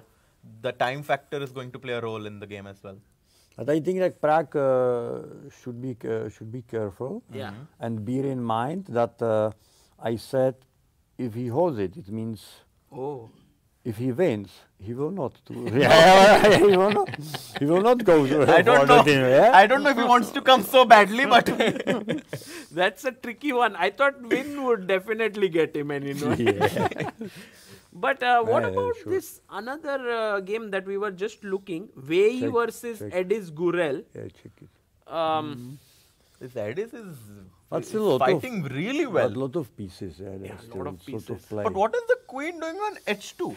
Like, Oh, I think it's difficult to play with black in general if Wei keeps on playing this, like keeps on moving. At some point, he might create some threat. So but with the queen on h2, I'm not that scared about your attack, yeah, right now. I mean, I guess I can go bishop e5 as well, force you to go g3, which is unclear whether you want to make this move. and then f4 is coming. So perhaps it's okay. It's weakening as well. I mean, don't forget about jumps like knight h4 in the area. Yes, and also the thing is, because you have a light squared bishop. Can there, I do this actually, or is it too much? Yeah, seems okay, no? Really? You're- it's okay. Let's. Crazy, but it's possible. And then white goes queen h1, controlling the f3 square, and then black jumps queen to g5, and the fiasco continues. Yeah. Wow. But okay, I'm going to stop myself because I'm getting excited. Knight e2 is not working now actually, because of a very cool idea. Queen. Because f4 is a threat, yeah, now. No, I think the Actually, simple reason is f4 is bishop c3, knight c3, and queen takes a5. You have to keep your eyes on both sides of the board, Yeah. and then black is doing well. So What was the last move? last Queen. move was rook d2. Rook d2. So he's not, trying not to queen h. maybe knight f. Was- How did the he queen wa- come to h2? I really am curious. Ah, He forced it. forced he it, but forced. still And he could have repeated with queen g3, but of course Wei No, wants Wei- to play. Wei for- will yeah, play Wei, on. no draw. Yeah. But maybe black. I mean, when you play for a win, it does allow black to also get some chances. Yeah, so you have Yeah. to be careful. Let's go back to Prague's game, because this one's building up slowly, while Prague is now down to 8 minutes on the Oh, clock. wow. He has to make 9 more moves. He goes bishop f4. Yeah, I mean this And guy. you is can just bank a- on Prague finding the best defensive idea there. No, this bishop f4 was a huge. Yeah, he's bringing another piece into the defense. This was an incredible find by Prague. And I think, again, I think Shankland has his move ready. Yeah, queen h5. I mean, that's very likely. Yeah, queen h5, H5. king g8, of course, will be. No, bishop h6 also is there. So No, bishop h6. bishop h6. Yeah, you want to bring Yeah, the bishop, bishop back. h6. Yeah? Because if king g8, he'll take the pawn with the rook with like rook e4, and it just helps. Yeah, and also now with queen d3, there is rook takes f4, so you don't really Yeah, want yeah, to allow this business. So, So bishop, just bishop h6, should be played quickly. I and guess. then rook e4, and now this game will Queen d3, yeah, makes sense, right? To attack both the rooks and force white to being passive with rook e1. Yeah. Or make a decision basically. Yeah, of course bishop h6 played. I think instead of trying to find the best moves, we should just look at Prague's moves, yeah, because they will be the best. Yeah. Okay, now rook e4. It's forced. Rook e4 is So forced. what yeah, else? you- Like you don't. Yeah, I have have to any- take. I mean, of course, You if cannot al- afford, you to- cannot allow black to to defend this yeah. pawn. Yeah, I mean, if black defends this take. pawn, it's over. So rook e4 must. He's going to play it. But then do you think now he regrets? It's like, okay, I just could make a draw 2 moves back. Yeah. And suddenly now I have to defend this worse position. this, So yeah. But I don't know if Sam thinks it's worse. Maybe Sam just thinks that his position unclear, is fine. yeah? Yeah. And the black king is still a bit weak. And if we can move our both rooks closer somehow, it's not so clear. And usually whenever you are attacking, it's very easy to lose control of objectivity. Because you feel, you overestimate your chances. You see like, I have pawn on f6, I have rooks, but I mean, okay, black obviously has defended and now you're He takes. down material. Tough moment now for. Oh, Prague is No, ready queen with this d3, I move. think queen d3 should be played immediately. Queen d3, there was queen f5, no? I Is don't- it possible? Maybe, Queen f5? but I think queen d3 for me is the most logical. Queen d3, queen f5, I have rook e8 stuff. Acha.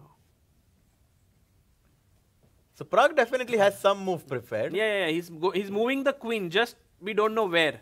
Yeah, no, queen d3. Oh, yes. finds the move. Yeah, no, I Push it mean, by. you obviously want to start by calculating. What are you force doing input. here? Yeah. Mr. Player? I mean, if everyone plays, then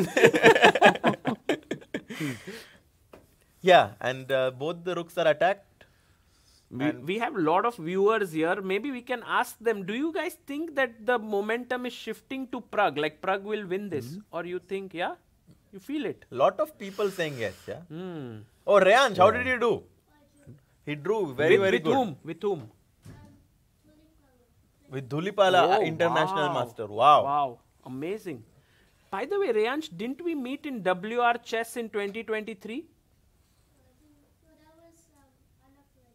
Sorry? Ah, that was another Reyansh. Okay, yeah, exactly.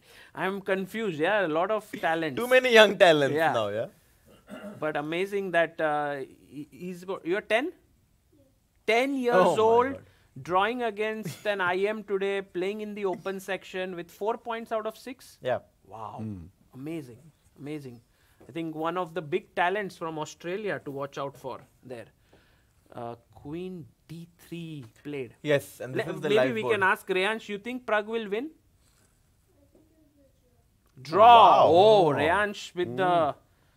Reyansh always has a different Big- answer than I like it. Yeah, he's always ready for some fight. Yeah, I mean, He's like draw and maybe Bolek, he didn't know about your invitation to Prague, but he could sense it, yeah? That draw is important here. That was important for him.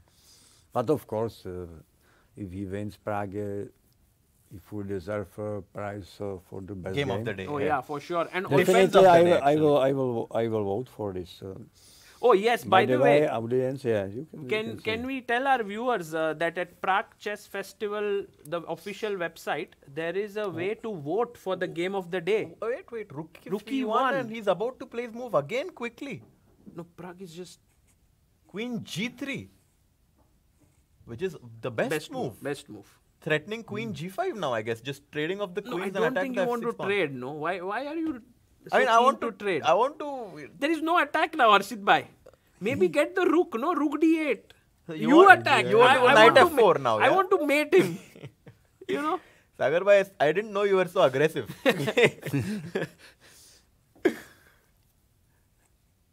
Because now I don't feel that white's pieces are coordinating enough to attack somehow. Like, it doesn't feel.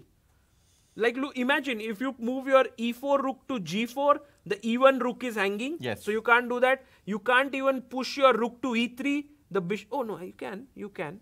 Well, the bishop is rook pinned. e3, queen g5, no? That's the point. Because f6 pawn is like queen g5, bishop g5, and now the f6 pawn is super weak. Could be. Rook f3, rook d8, this is amazing for black. Yeah. So queen g3 played. So visitors can vote, yeah, can Yes. vote through our website. Oh, There is a- yeah. okay. And there is this very interesting model of voting, right? Yeah, this model is invented by Karel Janeček, one of our sponsors of the festival. And what is interesting on this model, you can vote for 3 or for two games. Oh, two, more than one. More than one. And also you can put minus to some games which you don't like. Oh, very interesting, Such as guys. to say, guys, play, no quick draws and so on. Yeah? Nice. By the way, look at, we were saying this game of Guan and Navarra. How did Guan win a pawn? Oh my God. These are the games, end games you see in the books of Doretsky in endgame manual, and then you learn from it. Rook Super d7? shocked. What happens to rook d7? Rook c8, and now bishop a4 is a problem. Oh. So rook e7, rook a8, bishop a4, which happened. And obviously this is still a draw, but white is up a pawn and he's going to press for a long time. Yeah, this is a nightmare Yeah. for David. I mean, he would know it, how to hold. For sure, but like, you know, it's a little uncomfortable, right? Being down a pawn in this endgame. Yeah. I mean, for sure a bit uncomfortable, but I think still Navarra will hold it because after 4 moves they'll reach move 40 and It is going to be very interesting. Yeah. Because okay, David is well known that rook handlings. It's very He, good. he yeah. likes it. He likes it. He's very good. But you know, Almost maybe- 5,000 people watching, guys. Do like the stream so more people can watch in for the final few rounds. It's super exciting now, the race. Yeah. This and also this game of Prague and Shankland is definitely the highlight of today. Yeah. Meanwhile, Vei and Edis Gurel, they are calmly, playing. It's nothing much happening there. We can maybe Vei is just saying like, let Prague Shankland finish, then we'll see what to do. Yeah, could be. So But he has under time pressure a bit. I mean, Wei. Wei, yeah? Wei, Oh, Wei Wei only has 5.5 minutes on his 5.5 clock. minutes. 8 moves to play. Mm. You see how tricky he is, yeah? Like, look at this. Queen, bishop, and 2 rooks, all looking at this point. Yeah. All attacking d6 and something, and now next move he will move his knight away, To F3, exactly. so that then the bishop also can't come here, and it's really weak. So Ed is under big pressure, and you can see Wei how, like, look at his posture, right? He's sitting with an erect back and so calmly. Sometimes we feel that the video is frozen, but no, No, they're no, just no, so no, calm. no. Yeah, like they're just sitting there thinking. Like now, yeah, almost. Yeah, I mean, if there were no people moving in the background, I would think that, okay, please, can you refresh? So you refresh it there.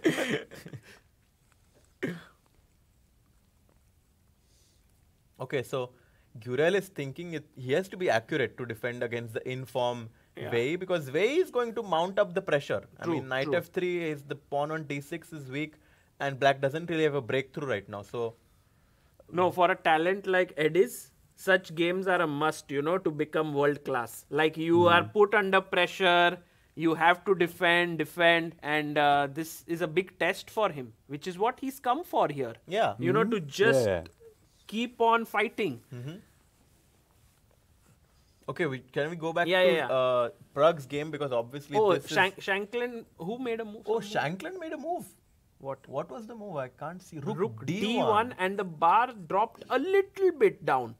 So slowly and steadily, it's kind of dropping. But what could be more natural than just to come in with your rook to D7, right? Well, but problem is knight F4 could be a move now for black, threatening mate in 1 on G2, and then suddenly the rook can at some point swing over from G8. I mean,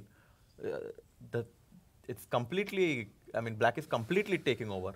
Wow. Okay, that's very nice move, knight F4 by the way. It's so natural, no? Yeah, You just attack threaten the mate. queen and G2. So how do you defend it? I guess you have to go queen F5 check. Uh-huh. And king H8. H8.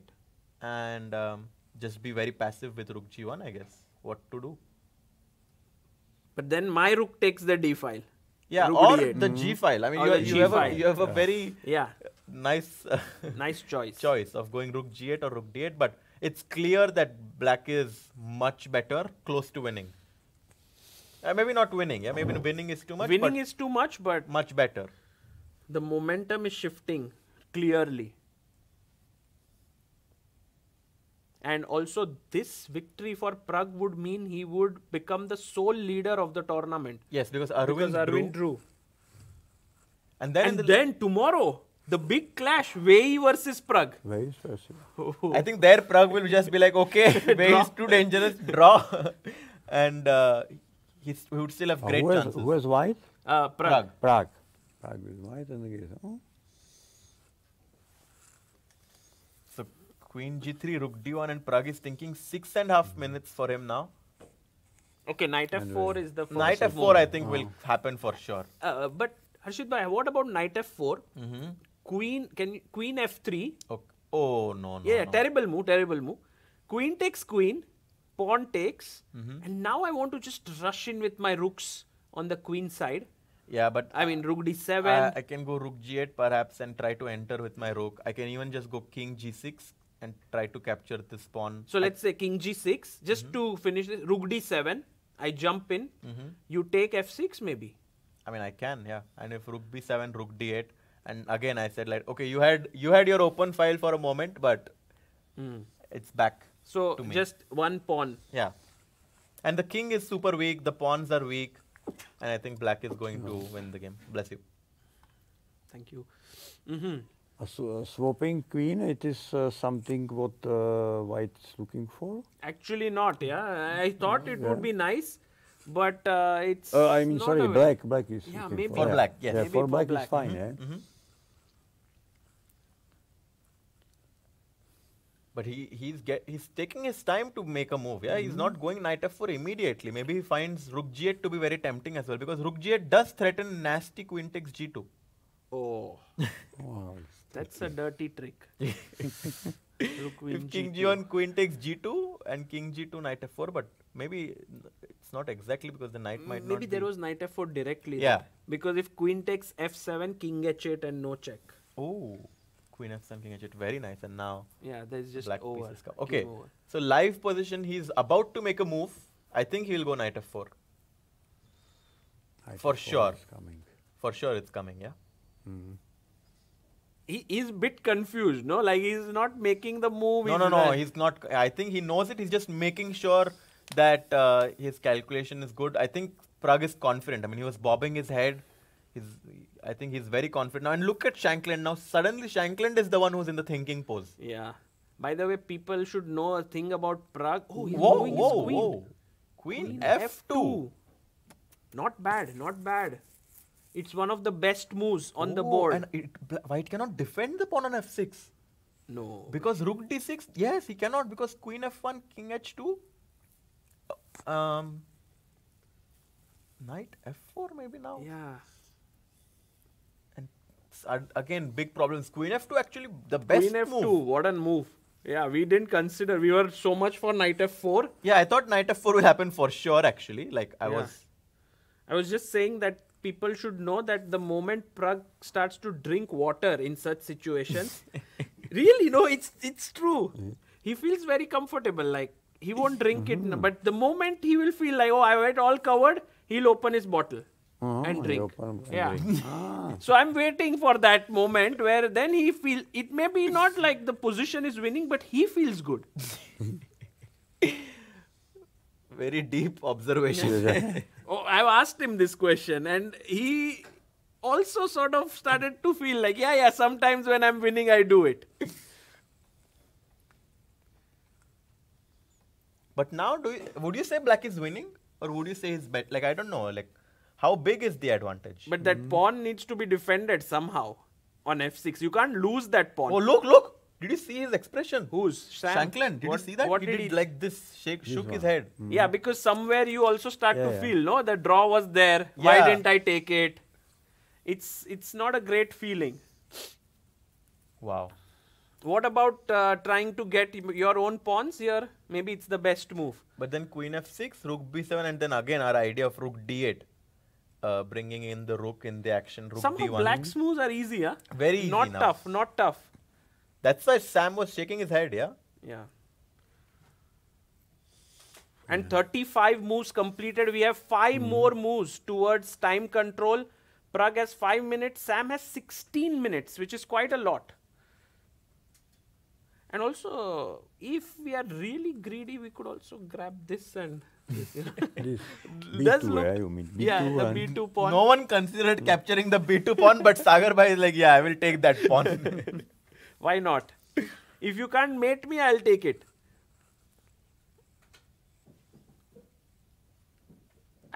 Again, this move, we did discuss about it. It's not a good move. So we shouldn't really go for it. Yeah, as, this endgame is as bishop g5 now. by the way, after let's say rook d7, Now, you can take on b2. There is rook h4. rook h4. Wow. Oleg, B? you are getting sharper. Yeah, if I take, But you want to maybe it take doesn't this. work and- Yes? Okay, no problem. It's not my game, Take rook f7, and now This is a This draw. is a draw. this is draw. Okay. But Which draw? somehow, What is option? instead of Rook Instead of f7, king g8. King. Queen C1 check. when? Queen C1 check. Before Before taking the rook. Yeah. check, king h2, and now No, but take. the queen c and there's rook d1. Yeah, but okay, and yeah. Anyways. Yeah, now it's It's kind of similar. You No, have no, to- no. The rook d1 before instead of king h2. But I mean, Just stay like that. Rook d1 now. Yeah. So, yeah, I don't know if you have to include this, but yeah, it's also possible. but yeah, this was the Yeah. point. Knight Take, f4, rook f7, king g8 take is the best. king g8, and Yeah. there is King no G8. mate. Wow. And if rook because f8, just he can take take with back with the f8 bishop, while yeah. back with the bishop. Yeah, it's nice. Because this knight controls the check.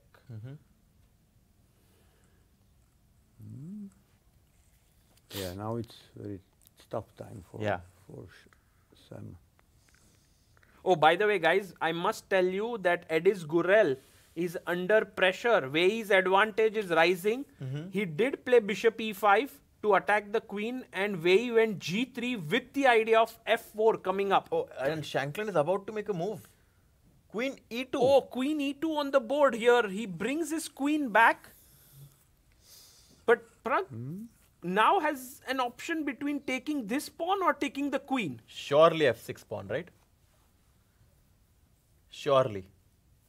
But you were so keen to trade queens, yeah? But if you give me an option of a free pawn, Like, imagine if I take, and bishop g5, that also is not bad. yeah, but I mean, But take, it's I mean, of just course take you the just pawn. take a free pawn, yeah. And then you just reorganize your stuff. Maybe here, put bishop. Yeah. Keep Knight your king f4 safe. is going to come at some point. I think Prague will take the pawn. Clearly, I mean. Yeah, he there's- took there's- it. He took it. takes. Oi, oi. Oh. What it was? It's some, but okay, he touched the pawn, He pawn touched the first, pawn so first there. yeah. There was this very cool game, yeah, in the Blitz tournament where the player played his rook like this and it swung. He wanted to put it on f4, but the board was so smooth it went to g4. G4. And he pressed the clock and he lost the rook. Yeah, his opponent just took it. Yeah, he just lost. And look at Prague. I mean, he seems confident. Yeah, now he's looking away from the board. He knows that he's going to reach the time control, and Shanklin definitely dejected there. Yeah. By the way, one of the beautiful things about Prague festival here is that just Rook he goes F1. rook f1, attacking the queen. What's the evaluation? Is it -2 or 1? No. Can we check? Really? -2 maybe, yeah. Oh, No. 1.5. 1.5. That's serious. Yeah, big, That's big very plus. serious edge. I was thinking it's like 1, somewhere 1. Yeah, it's 1.5, which means that black is A move, which move? 37. 37. 37th move. And yeah, I was just saying that the nice thing about Prague International Chess Festival is that masters and futures are playing in the same zone, and each master is kind of tagged to a future. So they are a team. team, Yeah. yeah. That team, yeah. And then the points are added at the end and a prize is given to the highest point scorer. So that just makes the futures feel special. For sure. They get inspired to perform their best because, they are teamed Yeah. up with one of the best players in the world. So You know, like last year, Prague was teamed up with a young boy called Ansh. Oh. And Yeah. everyone was saying to Ansh at the start, you are lucky, you are in the same team as Prague. But when the event ended, everyone was saying to Prague that you are lucky, you are in the same team as Ansh. Yeah. Because he scored 8 out of 9 Oh my god. in the futures. And they won the prize They won thanks the to him. prize. Insane. So that just makes, I think Ansh also felt very special. Absolutely. And Prague here with 3 minutes on his clock trying to find the best move. I think Queen d6 would be a very nice move, trying to control the dark squares on g3 and h2. I think Queen d6 would be a very, very powerful move right now. Yeah, I agree.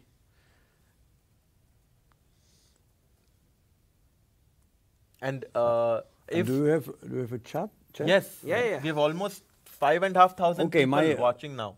Okay, it's my birthday. Okay. So I have a question for our audience. Okay. Yes. Who is leading If they give the right answer, can they get invitation to your party? to my party for next year? Next year. Yeah, really. Okay. What's the question? Question is, who is leading in this couples? Oh. Master. Oh, who's Master leading and in now after fifth round. Who is leading after fifth round, who's leading? after 5 rounds? Which pair is Oh, leading? nice. They have to actually know what the pairs are. What the pairs So are. where to find it? They should go maybe to the official website, or they can go and official see the website, video of They the can opening show it, ceremony. or they can see it next to the reception in the Hotel Don Giovanni, of course, Downstairs. downstairs. And a prize is that the first First person to answer. who sent good answer, I will invite him for next year. Oh, that's a big one. Guys, you have to find not just in future, in Masters. It's people are saying Prague Arvind. No, they are not the team, guys. Yeah. The team is Prague and a future, and Arvind and the future. Master plus, not challenger, master plus future. So try to find. It's a great question, actually. Yeah, which couple? Shirish Is is saying leading. Prague plus little girl. Whoever That's not good enough.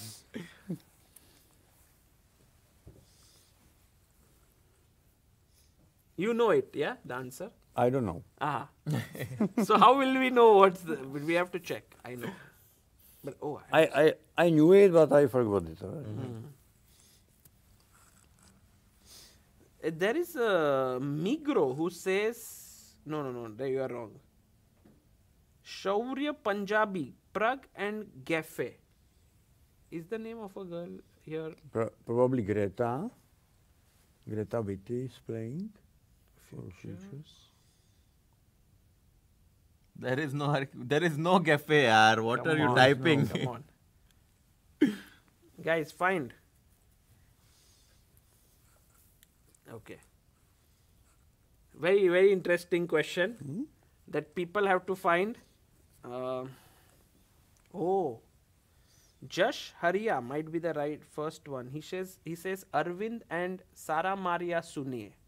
I don't know if that's the right answer, but Whether they are a pair first, that has because to be. Viti Greta is on 4. But who is she? Paired partner with, no idea. Well, this is starting number. Oh, that's how you can know. Oh, nice. You gave them a hint now. Chat is very quick, yeah? 5,500 people. One person will get to know. Two. Yes. Oh. See, so 2. No. Who? It's not 2. 2 and 2. 6.5. Oh no, No, Caesar. two, no. This 2. Tom. Got it. Okay. By the way, with Tolmacheva. By the way, Prague played a move. Queen G5. It is not the best move actually.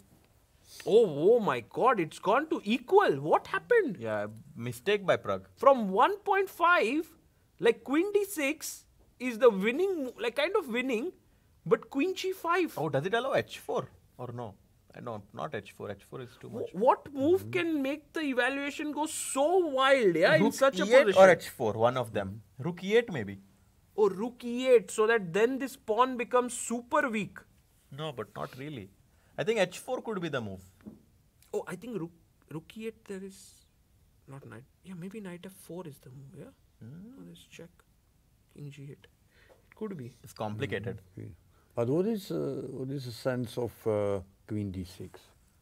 Queen D6, I think it's just like Why? Keeping an eye on like this diagonal, controlling these important squares. Okay. And also like you are overprotecting your rook on F8, I think. And I think it's just important to control this D line, I think. That's been the highlight of this variations. But bhai, Queen G5. Is there actually, H4? Yeah. Oh my God, it's the best move. H4. Yeah. H4. H4, H5 or what? No, if knight takes H4, maybe rook E8, no. Maybe rook E8, no. Rook G4, Opa. And if Queen H5? Rook G7. Yes, exactly. Rook to G7, and now you're winning the queen. Maybe this is what Prague missed. H4 is a very nice. No, once again, H4, Rook G4. Can we not just move the queen away? Can't go here, can't go here. You will all the way back. Yeah, here. But then here and here draw. Yeah, maybe. Rook D1. Rook D1. Queen attack the F6. queen. You have to keep this controlled. Queen F6. And Rook F1. And back. attack and draw. Oh my god. But H4, is it? He played it. What? He found Played it. Oh my god. He found Yeah. H4. Incredible. it. You knew everything beforehand, yeah?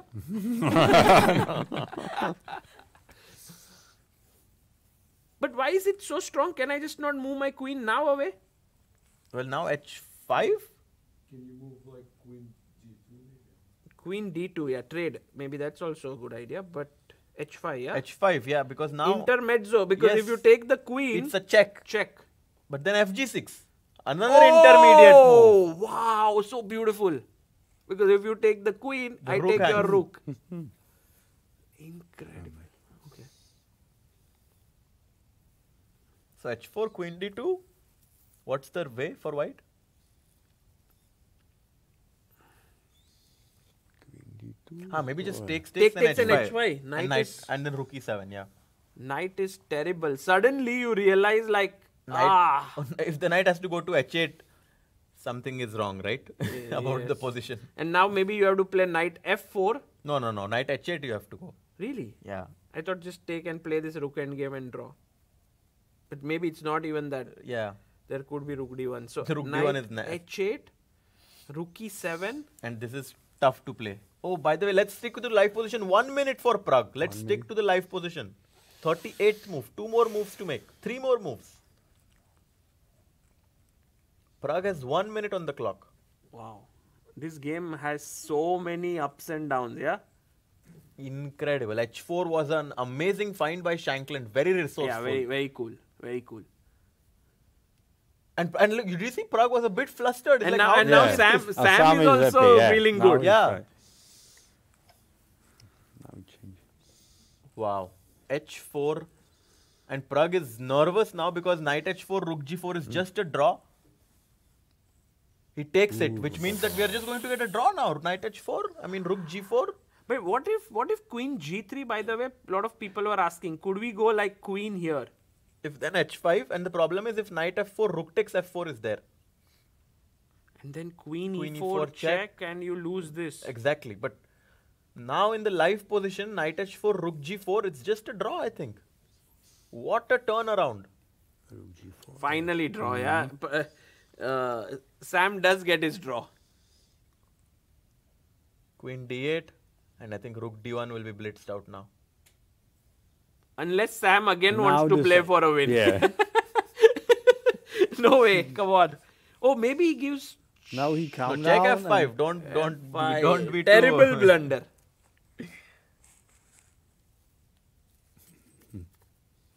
Actually, it's not totally a blunder, yeah. Yeah, you because- can go back Queen C2. Yeah. Do we have some answer? Ah, yes. We have a lot of answers. lot of Yeah. answers. So I think they tried all the possible combinations. Knight g6 back. Yes. Prague is paired with Maria Anistoroy. Is she? But Oh, Wei has 40 seconds too, by the way. Tolmacheva and Arvind are the pair that is leading. Mm-hmm. Oh, what? But okay, maybe we should just stick to this game because rook d1, queen f6 is going to end the game. So I think maybe just stick there because it's the last move No. for Sam. If Sam is now going to play on No way. No chance. I mean, again, yeah. No, but now actually, guys, like he's down a pawn and the opponent has 2 pieces. I don't think he will be trying to play for a win, yeah? Okay, he equalized and he can go for a win again. No, the yeah? only He has to see some good move here. Some move which exists. Perhaps. No, we saw no rook d1. Yeah, that's a draw. But some good move to keep the game going. Is there anything? Queen c4 is also an interesting idea. Attacking f7. Can you show like And F7? attacking h4. See? He could be. He could get ambitious. Because Sam is, of course, he knows the draw is in the hand right now. Like, Rook f7, bishop g7. Black always has this queen d1 idea attacking the rook. So, okay. Will Sam make a draw or will he play for a win? Yeah, good question. So I can send in the air again. Yes. But here you are sending here in the air. special Czech meal. We call it svíčková. He likes it. Svíčková. It is with dumplings. Okay. Ooh. So I can send in the air that I will order him for him this svíčková with double portion of dumplings. Oh, wow. If he continues the If game. he continues, yeah. Now what happened? Sam, How do you actually know something? I feel like he's like some master. Yeah, like he knows what is happening before. It's a bit scary. He's to sit sending next it to in him. the air. What is this in the air stuff? I've never heard of this concept. Sending it in the... What are you sending?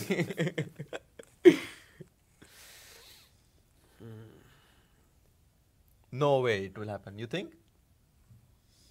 You know, it's I don't know. dumplings are so very tasty. If this yeah. It's happens, very I'm Dumpling going that- to start to feel like Czech food Czech food is can yeah. have its fragrance at quite a distance. Have you tried this Svíčková? No, I haven't. I Have think it's with meat, yes? It's with meat, yeah. It's with meat, yeah. So I haven't. You eat meat, right? No. I thought Harshit bhai, you knew me, yeah? Okay, Shankland is thinking. He has 5 minutes and he's actually trying to see if he can play for a win now. I do think it might be smarter to repeat because after this, Prague will get 30 more minutes and he might look really stupid if he makes a move to continue in the 40th move, which is a mistake. So, the difference between the two moves is very high right now. Sagar bhai, I think what do you think? He'll play? Or are you also sending something in the air? yeah. I But don't it's know. a position, I think it's very attractive for white, yeah, because black is a kind of zugzwang, something like this. So But he also, can, like, white king is a bit white weak. king, yeah, of course. So, but the more that Sam thinks, maybe I feel like he might play. Yeah. Yeah, double portion of dumplings, yeah, of Czech dumplings. I think if you say it more, even I will be like, okay. Need to check out this Svíčková.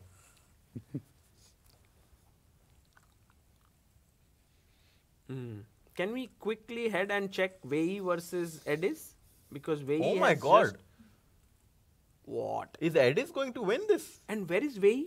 Oh, they made 40 moves. Yeah, but They 40 moves. Yeah, And now, Can we just see like last few moves? So he did play queen c7, f4. He pushed the bishop. We thought like white is taking over. Knight c2. Bishop went back. Queen here. B6. Very interesting decision made by Edis. Edis. Knight g2. Knight G2, Queen C6, Bishop B7, setting up the battery. I think what a fight. Oh What my a god. fighter. Imagine if Edis wins. Wow, rook b8 also. Bishop Man, 8, the rook is opening Edis up. D5 is so is coming. good. Edis is so good. I mean, but we are switching here because we said Wei is really going to dominate yeah, this game. I but it's still felt incredible. that, and I never think- thought Edis would take over. Me too. I mean, especially against Wei. Okay, now they both reached time control after the move rook b8. Incredible. I think one of the things that makes you realize the strength of a youngster is when you know that his opponent is going to press him, but then he resists and fights back, and then you start to realize that he's not just a talented youngster, but quickly becoming a world-class player. Yeah. And it's games like these that make you realize that Edis is not just here to, He's not just here to make draws and be solid. Yeah, He's here yeah. to win. He's here Yeah, to fight. yeah. And even with the black pieces, he went for Sicilian today, which is bold. I mean, Yeah, I was surprised. Yeah. Yeah. I was very surprised because Wei is a I big expected, expert. Yeah, e5 and something. This And but c5. now look at this. Yeah, he's gotten these bishops. The h4 breaks at some point. D5 break. I mean, black has all the trump cards with him. Right. Very quickly, we can check Shankland. If he hasn't played Not a yet, move, not yet. He's down to 2 minutes 44 seconds, and but only last move. This is the 40th move. 40th. And then we can also quickly, after he makes his move, head over to challengers to see what has transpired there. Shanklin knows Yeah, he his has a body draw. language is like Swishkova, draw.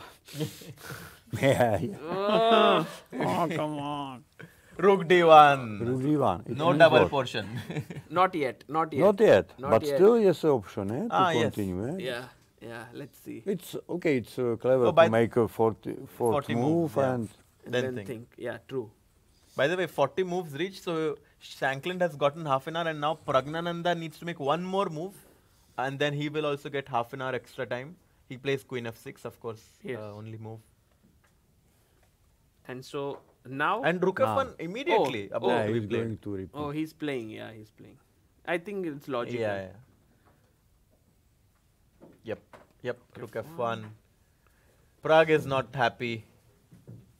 He was much better. He had a chance, and now after Queen D8 he has He to knows repeat. that he missed some Yes. chances.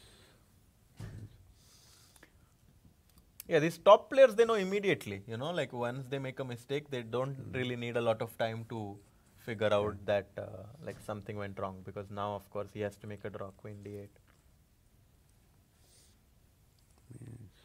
And Shanklin is thinking. Okay, Prague Master, in general, Prague Festival is very, very tough tournament, because now you see that he's a bit sad that he missed chances. Probably he will make a draw, and then he will get dumplings for dinner. Yeah, I don't know if Prague likes dumplings, but I like dumplings. yeah, you like it. Okay, I think Shanklin is thinking here. Also, Wei is thinking. Maybe we can quickly jump to challengers just to see what happened here. Yes. Oh, no. Oh my God, Bear won. Oh, Bear beat Moritzi. How? He keeps the tournament. How? It was Finnick looking is very better. even, right? Yes, we saw it here and we said it will be a draw. Check. Maybe he could have I think he should have just taken the knight on c4. And then rook c1. Exactly. I think this was the way to. I'm very surprised he didn't go for this. Yeah, I think Moritzi didn't feel comfortable in this endgame. But I mean, rook endgames, are known to obviously have a drawing tendency. He kept the bishops and knight on the board, and I think that was the mistake, because after rook e7, knight d5, knight f6, and rook e8 is a mate threat. No, but king can come to g6. But then knight e8. Maybe something like this is what he missed. Like So he traded, huh? he traded enough, and now it's actually just lost. Yeah. Bishop e4, another mistake. Perhaps g5 was better. Get the king Get the in. king in, exactly. Bishop But e4. he thought he'll trap the knight, but the knight was like, I'm not in the corner of the board. I have one more square on c8. Exactly. And now just push. Push. and b6. There's nothing much left, yeah. Like he resigned. just lost without a fight. Wow, In which the means endgame. Bear actually Is the leader right is now? leader, and Nordirbeck is drawing. Not sure yet, yeah. The game is going on. He could win. He could, but they reached move 40, and I mean, okay, he can potentially win, but White has very good drawing chances, and if they draw, Bear is going to join Nordirbeck. Yeah. We Wow. haven't had Bear versus Nordirbeck game yet, I believe. No, we haven't had it. So that would be exciting. And Stalmak Salgado drawish. Or Black is pushing, but perhaps a draw. But And Divya Finnick is playing very well. I think we were discussing this. I asked Tadiash here if Finnick is a positional player, and he said, yeah, he's quite strong positionally. So, yeah, I think he's doing it very well here. which just goes to show how tough event Divya is having. She's going to be on 1.5 out of 6 after this. Yeah. By the way, we can ask Bolek, how do you decide on the players in Masters, Challengers? What is your criteria of deciding? No, they should play a nice game and fighting chess. You like Yeah. fighting players, Yeah, not those who make quick draws. Yes, of course, and also every year we want to a bit mix our lineup and our field because of funds from Czech Republic, which which are going to visit us in the Hotel Giovanni. So for them, it's definitely some new players, and in case of challenges, it's very difficult because many players ask me, and I know many players who definitely deserve to play such tournament. And I hope that slowly I can put them on the list there, for example, next year and so on. And definitely Divya is a player with gold medal from the Olympiad. Yes. And last year we could see here Vaishali. So it's nice always to invite some woman player to play challenger. I think it's what I mentioned. It is there are basic criteria to. Amazing. Took T1. Why is Shankland shaking his head?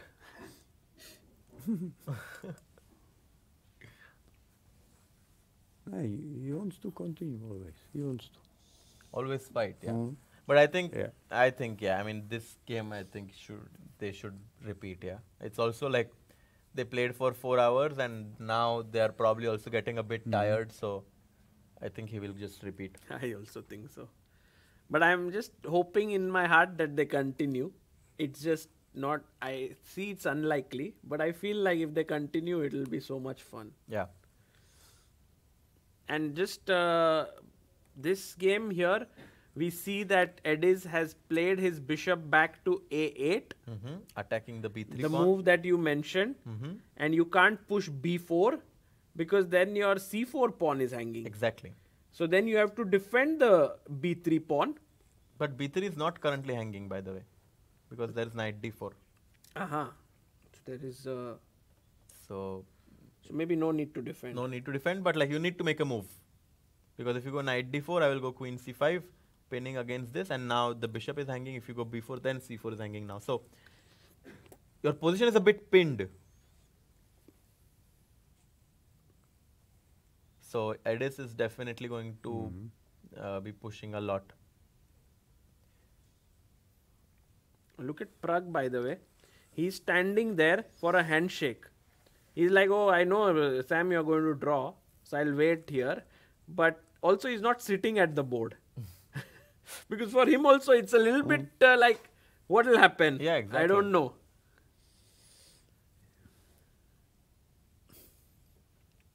Maybe now that Shankland is thinking and they reach move 40, we'll just take a small few minutes break and keep the camera. But let's wait for this? Or Yeah, sure. Do you think they'll... Yeah, we can wait. Yeah. I mean, just this result and then we can take a break. Because this one, if he continues, we have to be there. Yes. If he continues, we can't miss it. But it could very well be he takes 30 minutes to decide. Oh, he plays Rook D1. Now that you just said it. Rook D1, yeah. Yeah. Unhappy. Unhappy, I yeah. is unhappy, yeah. Because The eyes don't lie. I cannot play more, yeah. Rook D1. And look at both players, yeah. I don't know who is more unhappy. Both, I think. Both. Queen F6. They both of them wanted to win, of course. If none of them claims, they should. Oh, and handshake and draw. I have a feeling that Prague will say first, I should not have played Queen G5.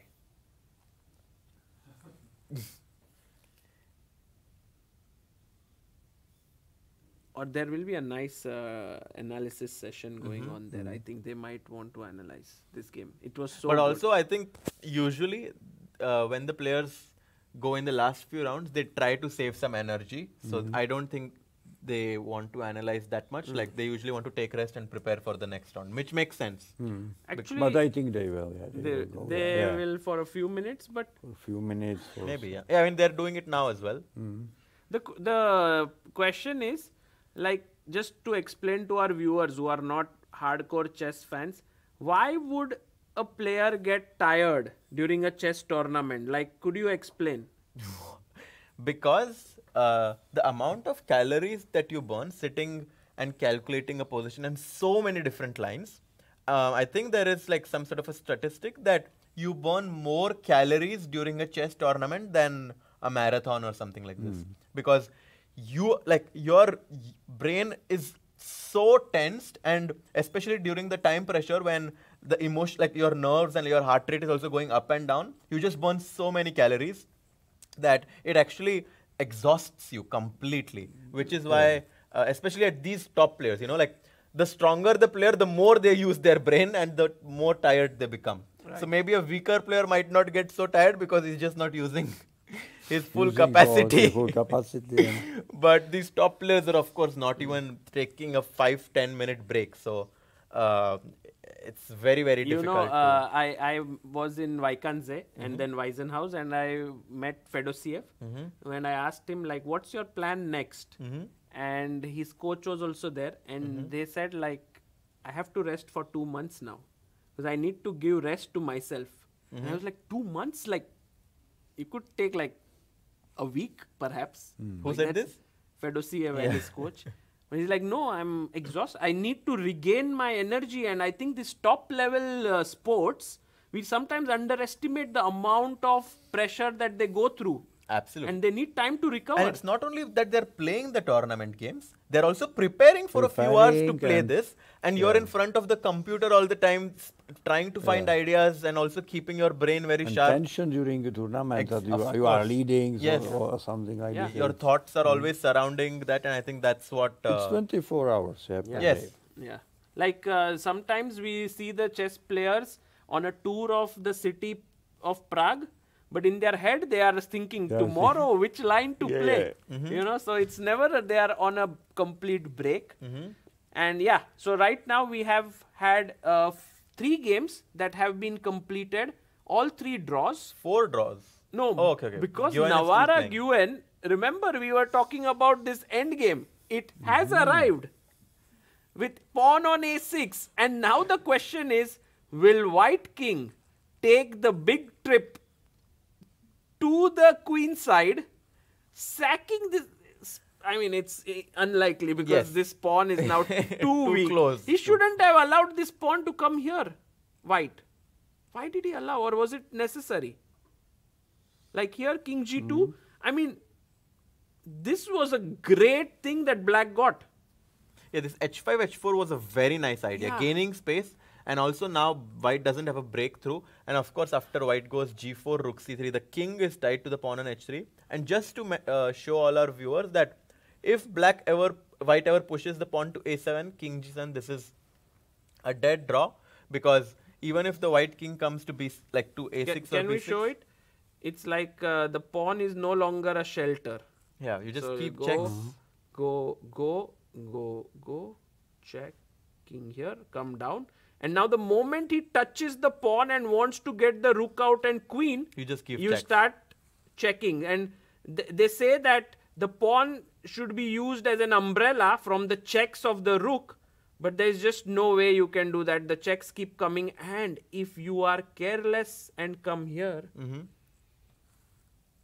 Mate. it would be very unfortunate. So there you see, maybe it's a draw there. That's a draw. But so the right way to continue is to keep the pawn here and then run. But now the problem is when you start running, check. No. Why not? You allowed the king to run too much. Just capture the pawn before. I want to take now. So I took it. And now White comes and wants to queen. So we go back. He comes with the king maybe. No, don't with rook here. Threatening now this way. But then Black's pawn is just so quick. Exactly. So it's a draw. It is a draw. Somehow. And that's the reason why this pawn should not have been allowed so much ahead by Guen. Yeah, but I mean, Navarra is very accurate. I mean, he didn't really give Guen an option. And he goes f3. Yeah, he's going for this, Harshit Bhai. There is still fight. There is still drama here. I think rook takes f3, bring the rook out. You can't take another pawn because I'm queening. You come back. I bring my rook up. There is something still. Why did he? King g7 back. Why he didn't play g4? Yes, moves exactly. before, right? When this was the position, This was the position. he could have played g4 here, but Yeah, it would but have led to more More trades. simplifications, exactly. h5. And you don't want to trade pawns as white. So he kept king here, but now Nawara gained more Yeah, yeah. space. And Nguyen, maybe, I'm not sure, yeah, this endgame like king here, f3, king g7, and now, let's say king f2, did it happen? Not yet. Yeah, it happened. King King F2. f2, king h7, king e2, king g7. This is the bow. And now Nguyen has a very important decision to make. Do I give up my f3 pawn or not? I mean, he has to, otherwise no progress. He has to try doing this. King d2, rook takes f3 Yeah. and try to go for something like this. But the thing is like rook a3, rook... Important to play rook a3, by the way. Yes, Because of if you course. don't do that, If I'm too greedy with rook h3, now of course A7 a7 wins. and white is queening, so I can't do so that. you come back, and now an important decision whether to play rook b6 or rook b7 and a7. Well, let's say rook b7, I go king g6, a7. a7, and now And now you are tied down with your rook. You can never win the h3 pawn. I cannot because you will queen, but Yeah. I can break the position with f5, But f5 check, and I just go back. and I can't win because my pawn is hanging. Exactly, because the 8th and pawn is Oh, but let's just look at this, because here, if f5, now I take, king takes. king takes, and if I could get my king from here up, it takes a lot of moves and black gets his own play. So let's say king c2, g4. g4, hg. Yeah, and the drawing margin is way too high. You can even take on a7 now and it's a draw, but you don't have to. Ooh, nice. So take, h3 and it's just a draw. The rook will have to sacrifice itself for the h pawn and it will be a draw. So now this game is going to... That's why Nawara is very confident. Yes, like although for like someone not so strong, it might look like white has very good winning chances being a pawn up, but someone very experienced like Nawara knows that this is going to be a draw for sure. So he is blitzing out his moves. Yeah, so then the only game with intrigue is the Edis Gurel Wei game. And we have around 20 minutes for Wei, 29 minutes for Edis. So it's a good moment for us to take a break. Peter, thank you so much for joining us. And Thank you too for invitation, and yeah. also I would like to thanks to you for your commentary what we are doing for our festival, because it is amazing. No, we enjoyed Yeah, so we much. enjoyed a lot. Thank you Yeah. very much. And I'm going to count this table with masters and futures, and maybe we will have some. We Yes, can we'll see. check. Actually, them. we should maybe have one more quiz which could be a little bit more possible to find the winner, because here there were many people, because there were 5,000 people who are answering. Became very tough to check. So maybe we can have some other contest at some point, because it might not be easy to find the winner.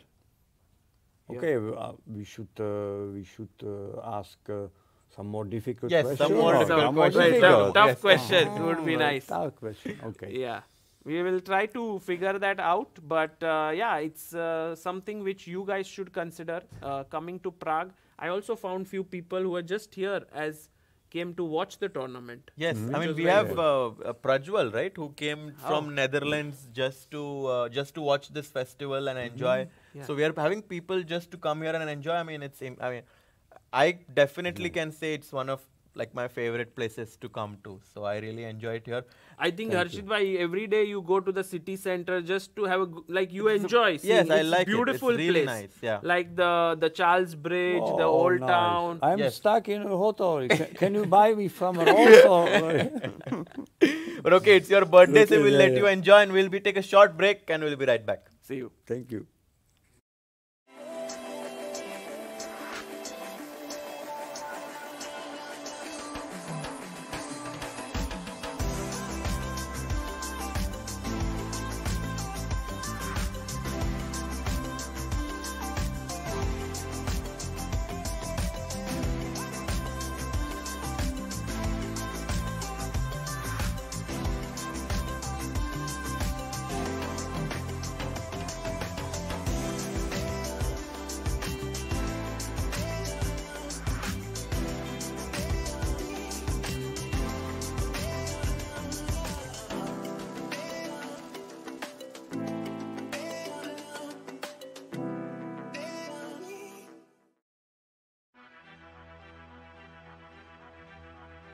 Chess is a battle of minds, a game where every move shapes destiny.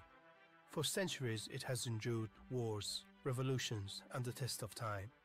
But in today's world of instant insights, one challenge remains. What if one game could change a tournament, but no one saw it coming? At the Chess Olympiad, teams fought for medals, yet the Swiss format and tiebreak system left everyone in the dark. Fans, players, even commentators. Other sports thrive on real-time stats. Chess? Not yet. A team of engineers, data scientists, and chess enthusiasts ask, what if you could change the game? What if AI could bring real-time clarity to chess? What if you could predict outcomes, calculate winning chances, and even foresee future parents? Now, we can.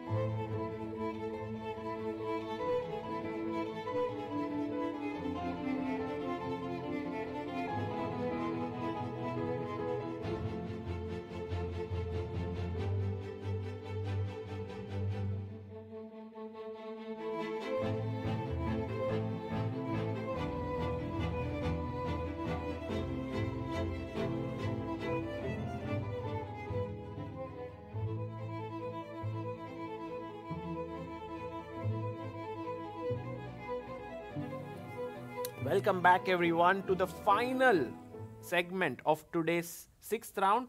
Joining us is a very special guest, one of Turkey's finest chess players and also trainers, Drahan Solak. Hello, Drahan. Hello. Thank you for joining us. It's my pleasure. And also, not to forget, he's also the trainer of Edis Gurel, Wow. who is right now playing. So it's amazing that we have you with us. Are you excited with the position on the board?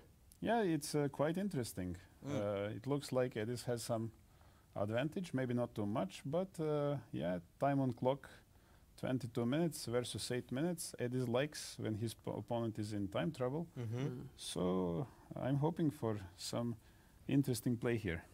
So let's just take through the last moves that we missed after we took a break.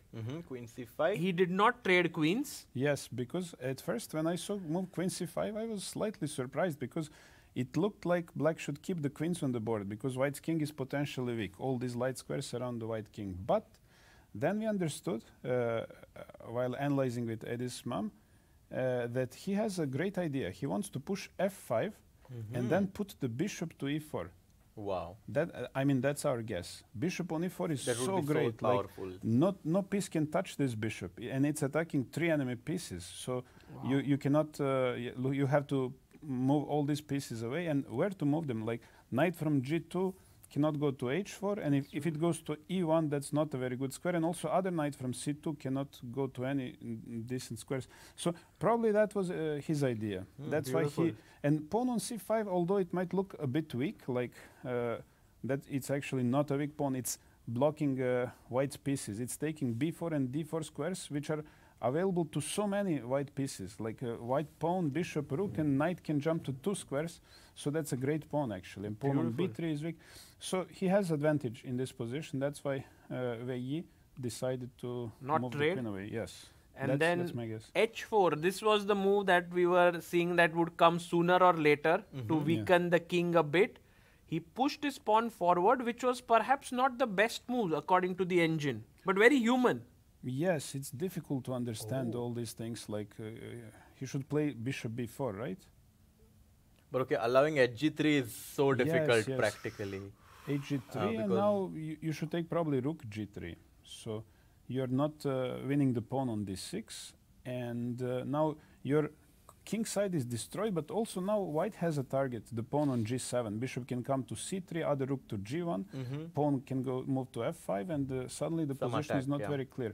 And to be honest, I'm not sure that Edis wanted to take on g3. Maybe he was going to do something else, just move his queen somewhere. I don't know, maybe queen to c6 or b6. c7, yeah.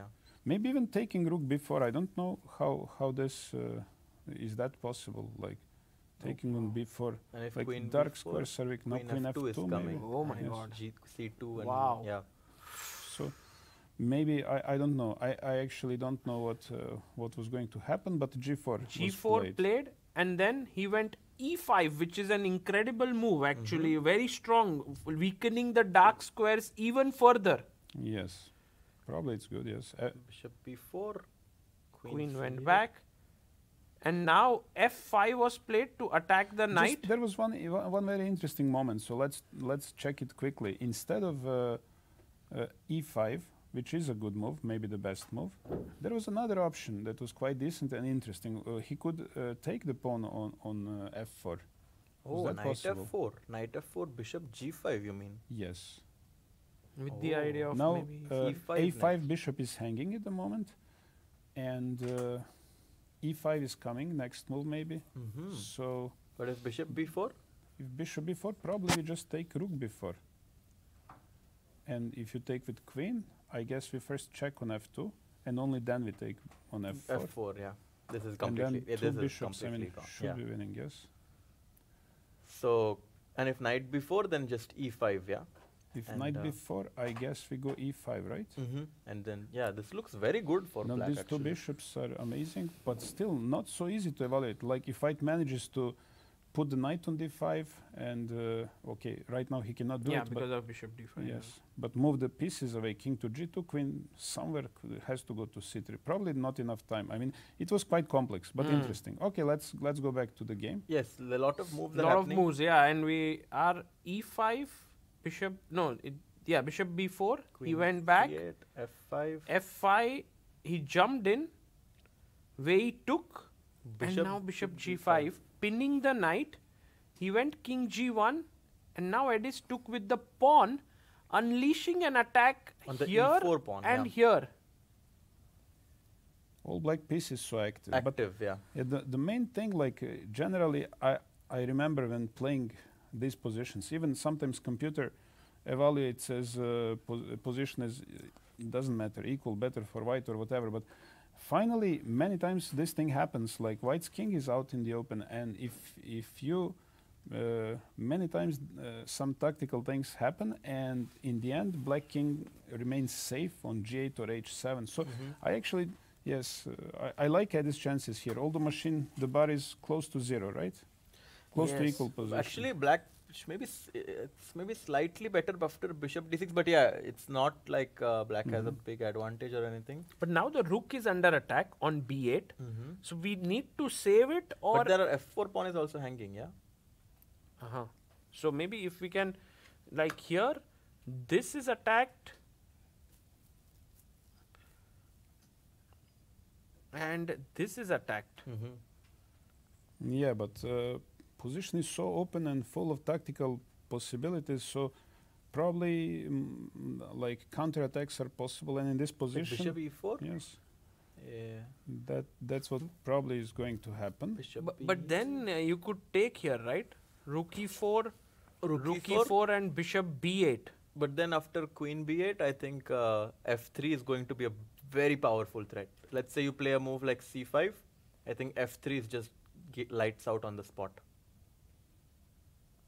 Because It was queen nice g3. when you said lights out on the spot, the bar completely dropped and it was a queen g5 and you just move Queen in. g3, queen g2 is mate in 2, yeah. So maybe this queen b8 and very difficult. Maybe it's possible to hold this or not. Yeah, I mean, maybe white should go like rook f3 and be very, like, be a bit passive, but it feels like black should be able to put a lot of pressure. True. Yeah, king very safe. There we also have a pawn which we can use. Like if white, like we put it on a5, if white loses pawn on b3, that becomes an important asset, and white has so many tactical options to worry about. Yeah. So, yeah.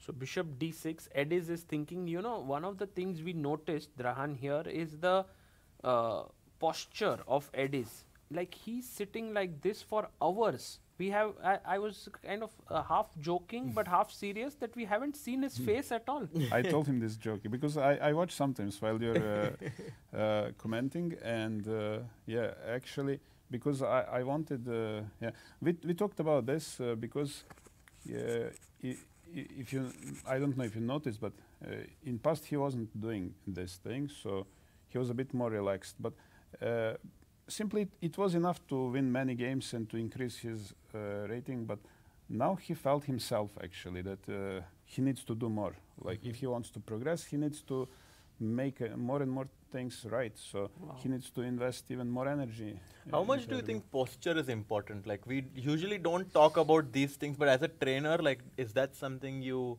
like try to like teach your kids or like students as well? Well, yeah.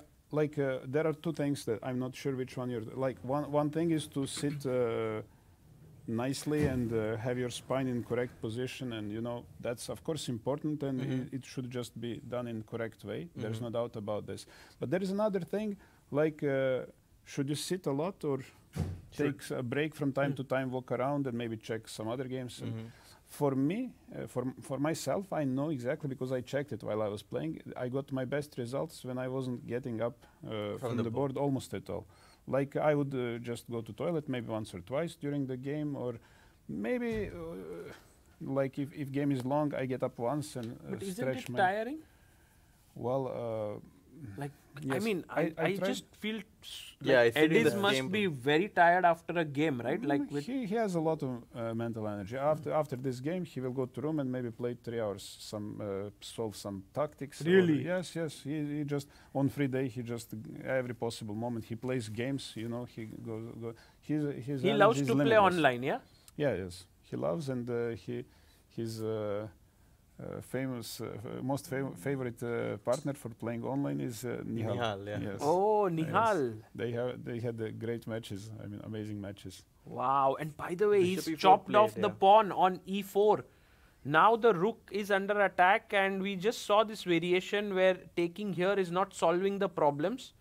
So what should white play is the question. Can we... White can take on b8 as well. Yes. Bishop b8, bishop d3.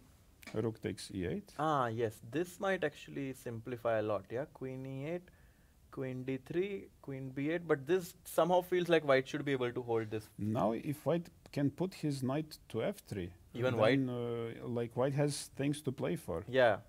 So let's go back a bit and try to play better for black.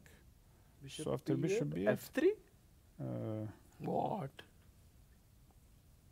Is it possible? Wow. It's a nice intermezzo. Because if No, queen no, it's g5, too there much, yeah. is... I mean, if I take... What was your plan, by the way? I thought the queen could come in, but Yeah, it's yeah, me not too. yet on Me too, b8. yeah. I thought, and if Yes. queen b8 now, there might be rook takes f3, I suppose, or Ah, rook f3. rook f. Oh, I see it. Rook f3, bf3, rook e8, queen e8, and f6. Because And the both knight the is covered squares very are nicely. covered. It looks like white king is very weak, but But exactly. Wow, has enough beautiful. time. Nice. Great calculation there, Harshit bhai. So, Bishop e4, bishop e8. What other intermediate up? We have queen c5 check. I don't know if that does anything. Because our rook on e8 will be hanging. then, yeah, behind. queen f2. Exactly. So queen c5 is ruled out. so how about just taking it back? Ah, And then, you know, we have some threats. keeping the options are open. Yeah. F3 is a threat. I like this idea. Just take back. Yeah, very nice suggestion. And if rook d4 F3, now, yeah. then we have this lights out move Lights out. with queen f3, queen g3. Oh, Oh, he so- made a move actually. He played rook d4.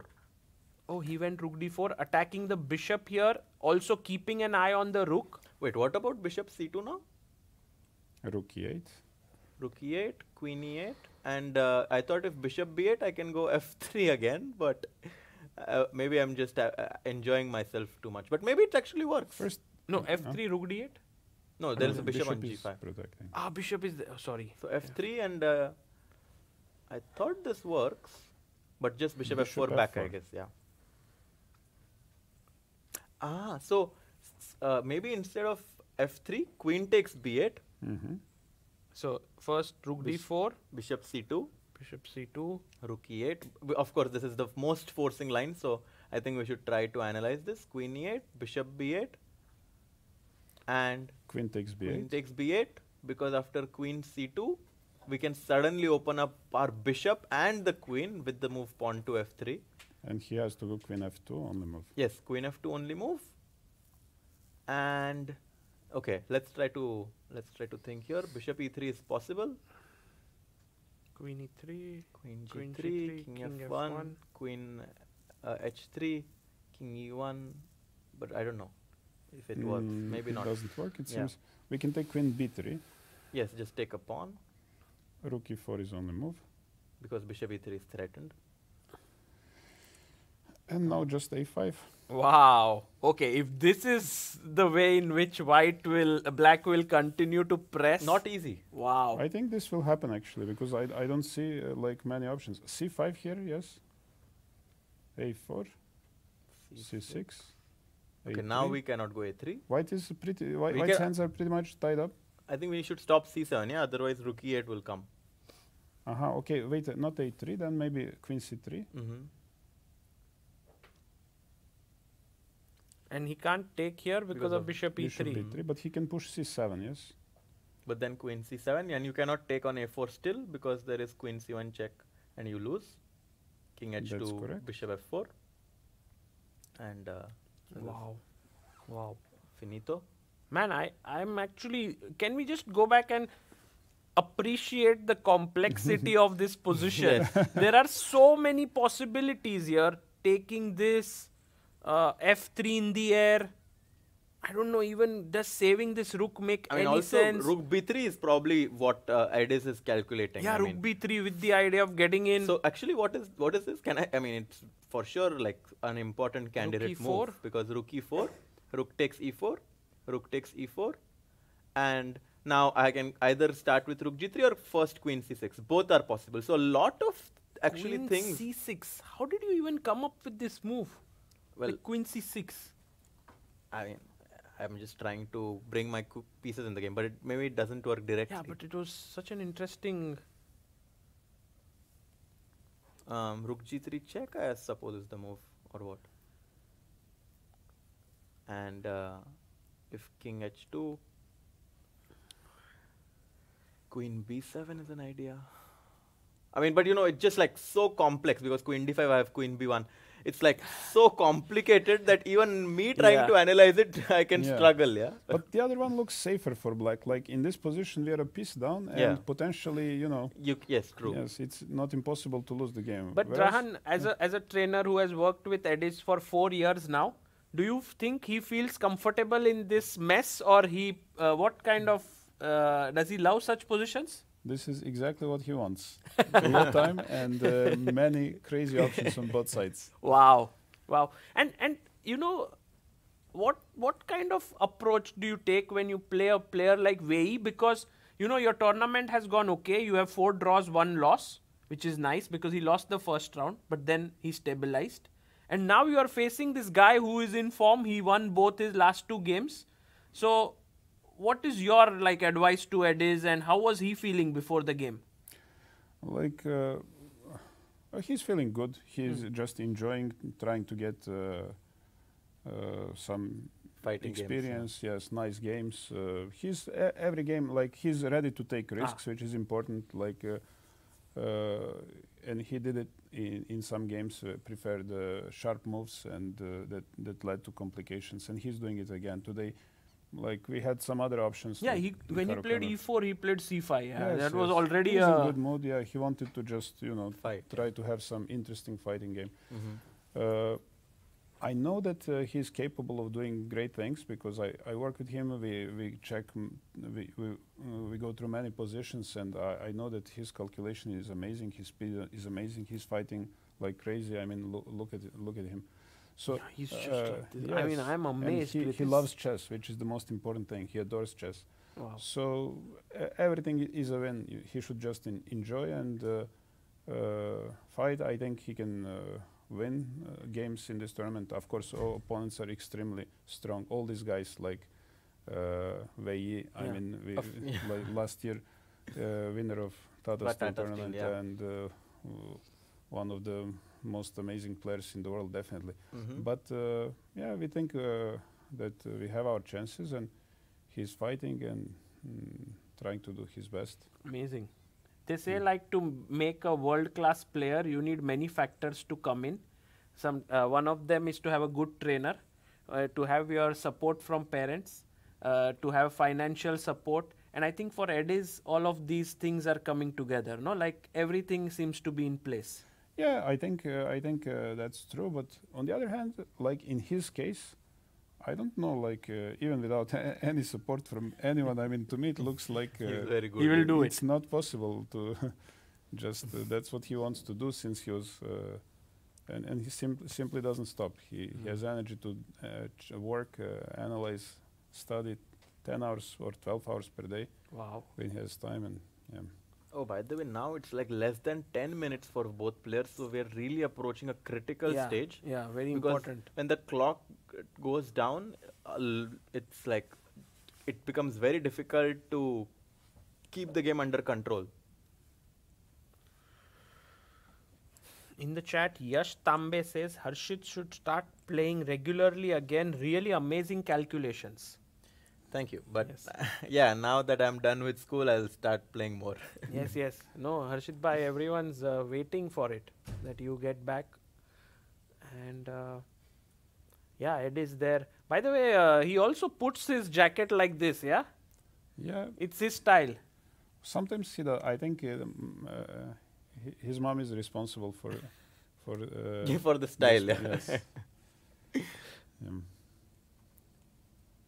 Okay, now actually he's taking more than 7-8 minutes. He's Yeah. Yeah, so really he's calculating having his. some interesting ideas probably because I mean, yeah. I mean, I think even if you have 1 hour, you can still enjoy yourself. Yeah, Rook B3 is like such a crazy line that we were looking at. Piece sacrifice.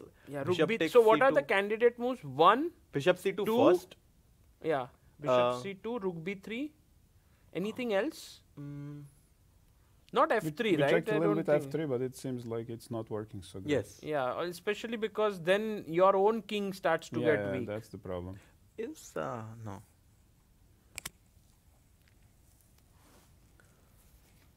I think those are the only 2 moves that come to my mind, to be honest. Yeah, for me, it is same.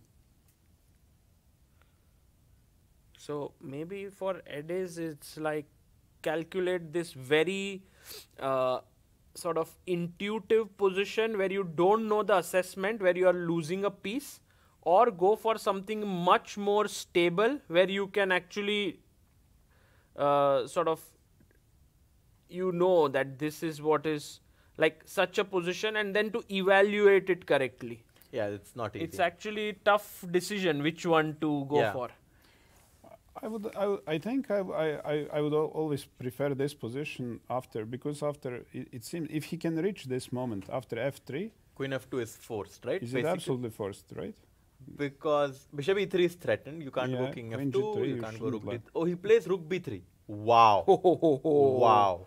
Wow. You know what? I support this decision because I feel like to beat a player like Wei, you just need to do something absolutely insane, yeah? Because very hard to beat Wei in a simple, and I love this. You are He a is big fighting. fan, but I'm not sure Drahan likes it so much. Yeah, what Yeah, about you? Well, if the other position, let's say I calculate and I understand the other position is a draw, then I would support this decision. But to me, it looks like in other position, Black has great winning chances Right.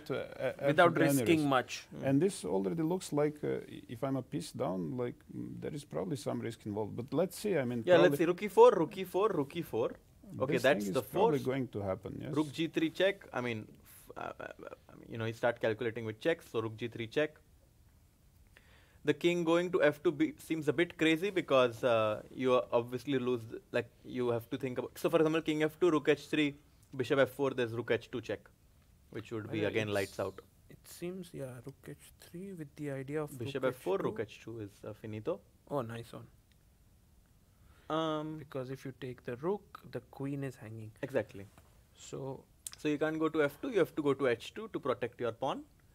And now Queen B7, attacking the rook, and at the same time threatening Queen B1. also Queen B3, Queen Possibly B1. Queen B3, Queen B1. By the yes. way, Rook E1 runs into F3, which is a very cute tactic. At least that's what I thought. Oh no, not F. What is? 1 second. Can you go back? Yeah, what was the idea? I What- thought what that there is happens, Rook G to F2, yeah. but there is Rook E8 Queen H5. But okay, can you can Oh, you wait, take wait, rook H3? Wait, he did take? Sorry? What did he do? Did he take? Yeah, he or- took on E4 Okay, with the okay. other rook, but that's, I think that It will will just transpose. Yeah. Okay, so we Okay. stick to this variation like Rook E4. Black should take, right? I think, yeah. Yeah. Take. Rook G3 check makes sense. Do you have any other move here, by the way, after Rook E4? I would be surprised. Yeah, not much. Maybe Queen. You can start with Queen B7. I guess that could be a diff. I don't know. But then a check, no?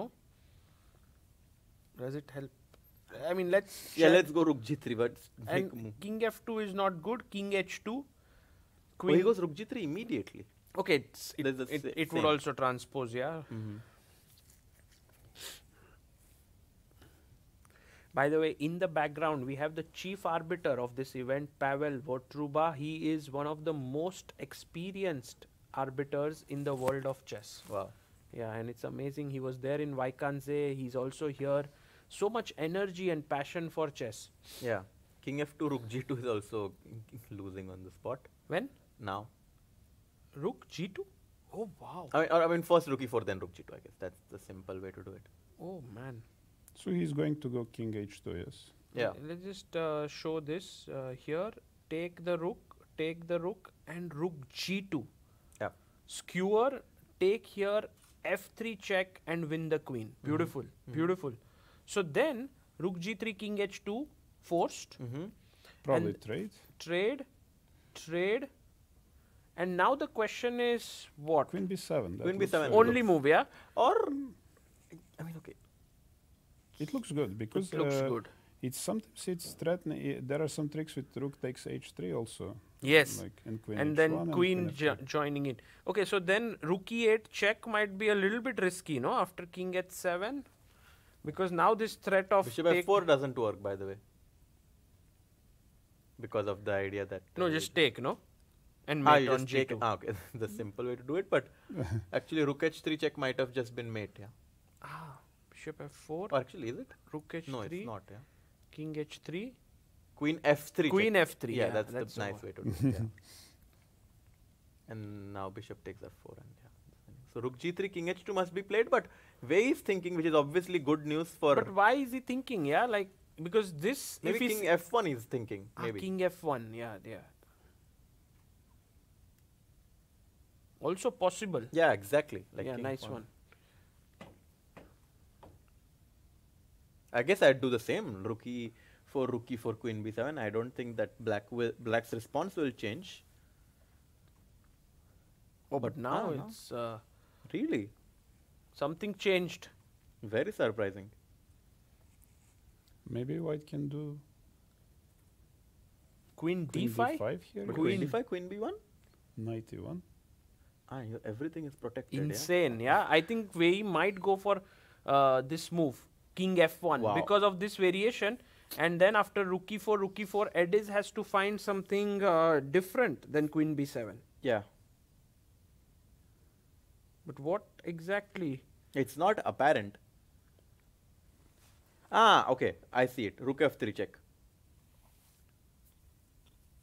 And asking you a question. Where do you go? So if king g1 you draw, yeah? Exactly. And if you go to e2, I will be probably happy because you're taking like now rook h3. Oh, we have.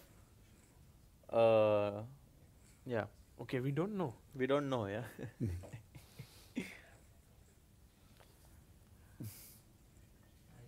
You'll have to wait, yeah? Well, would be happy if this happens.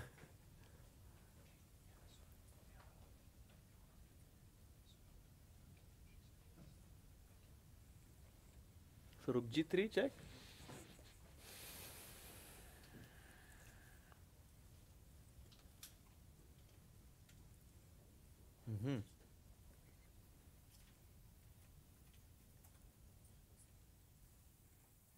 Where will he play his king is a big question. King h2, king f1 are the two options. Yeah.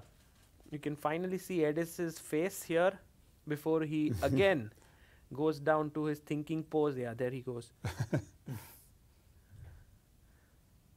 And Wei down to 2 minutes. Yeah, it's the time that like it's very difficult to calculate this position with white with 2 minutes on the clock because black is the one attacking and one mistake by either side will cost them the game. So the price of a move is very high right now. I think king h2 makes Yeah, it's it feels natural, except that Wei uses his left hand, which means he's going to move this side. oh King interesting f1. interesting way to deduce. Because I think Wei is one of those rare players who plays with both hands. Yeah. Well, I don't know in if a it's game. allowed, but No, I mean, in a game you can change hands, but you have to press your okay, clock okay. with the same hand. Okay. But he plays some moves with left hand, some moves with right hand. So now rook f3, there is possibly a move repetition, right? Yes. That's what you think. But first After- take on e4, right? Or you take, can do yes. directly you can as do well. directly or not. yes, because it looks more scary to go to e2 with the queen, like with the rook on e8. So I think maybe rook f3 But check rook immediately. f3, king e2, what do you want? I just take the pawn on h3 and Acha. are you willing to like put your king on e2 and take such a big risk? Because always bishop f4 runs into this rook h2 trick, yeah? Yeah. If not other things. So rook f3, he goes king. Now this time he goes g2. And now, oh, this could end in a draw. Yeah, this could end in a draw. Oh, they're repeating it, yeah? Then maybe this rook takes b3 idea was perhaps there was an option, right? The other move which Drahan was mentioning could have been more But okay, interesting. Bishop c2, but it was also, I think, more or less equal. It's kind of a gamble. I think maybe it is some very interesting options after king h2 and after take queen b7 and rook h3 sacrifice. Yeah. He was hoping for some good things, and you don't have time to understand, obviously. Yeah, with Yeah. this would have been crazy if this happened. Yeah, and he took, although he had only 5 minutes or so, he took time there to understand the position. Yeah, king f1 was, by the way, practically very good by Yeah, Wei. probably like much to better than just, king h2 looks scary actually. Although it's maybe also leading to a draw finally, but doesn't look easy to make the right moves. Here, black now, if black wants to play on, he needs to take a serious risk. Yes, and the trying to question take is, the do pawn you on want h3 to... without actually threatening You something mean serious on the next move? take and this, yeah? Yeah, something like that. Yeah, that's possible. But now we don't have rook h2 winning threat, and white has a move to consolidate. So it's a serious risk. I would at this Yeah, point. I guess bishop f4 is, you can just take or no. Mhm. But yeah, it's I like, mean, it's just, regardless of the move, it's just like such Yeah. a big risk to do it, Yeah. yeah? After yeah. f4, there is maybe queen c6. Maybe I can queen c6. Huh?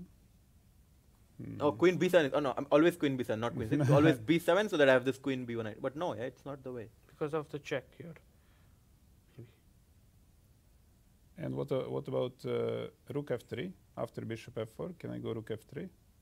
And just rook takes f4? Yeah, I want to go rook f4 and then pin. And if you go Rook f4 and then just h3. No, I Yes. mean, where you put the king depends, but... Maybe even just queen just b8. pin the Yeah, rook just somewhere. queen b8.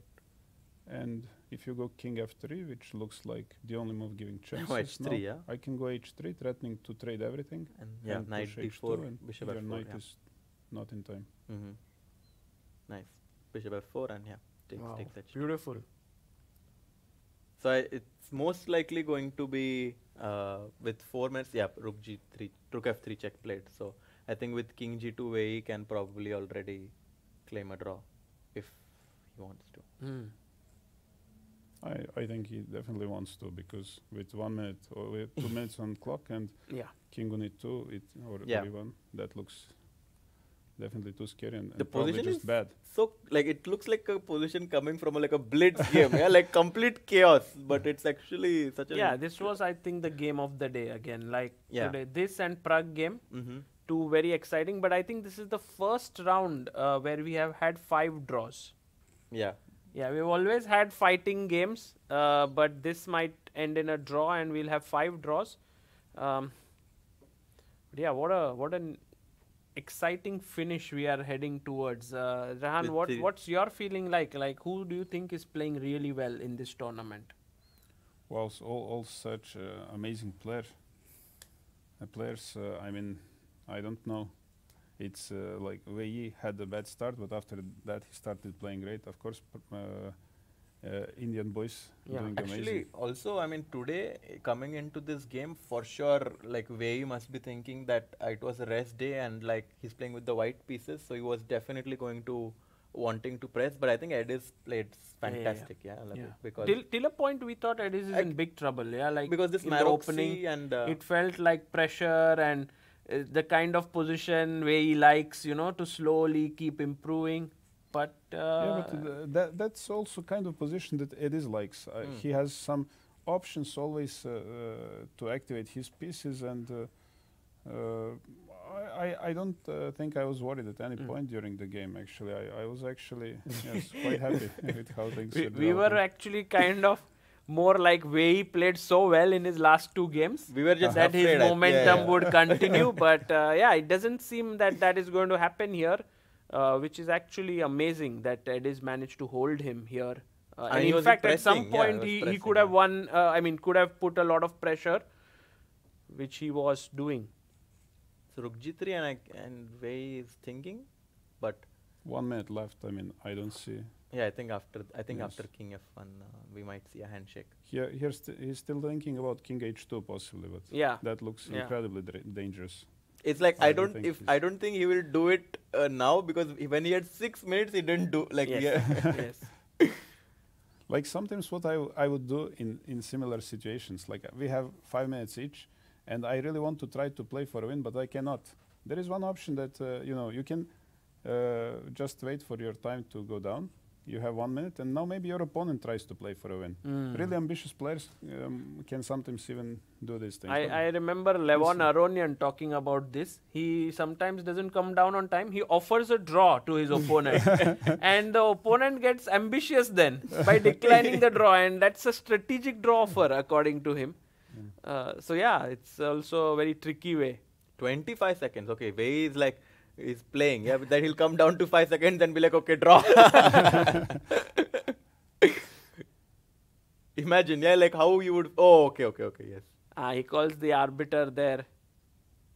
And arbiter asks Edis, do you agree Yes, for and a Edis is draw? like, yes, And let's yeah, do it there and you draw. have it, a draw. Very nice game, actually, very complex, filled with rich possibilities, and I think, the players are very interested to know each other's Yeah, thoughts. maybe some abracadabra. Maybe we can get to know some players' thoughts. Yeah, that would be amazing if we could have Edis joining us, but we will take a very quick break, and on the other side, we can get him for his thoughts on this game, which was just very, very interesting and intense. Thank you so much, Drahan, for joining us. It But was if you want, maybe we can have the trainer and the. yeah, we yes. could also do that, but it was great to analyze live with you. Yes. Thanks.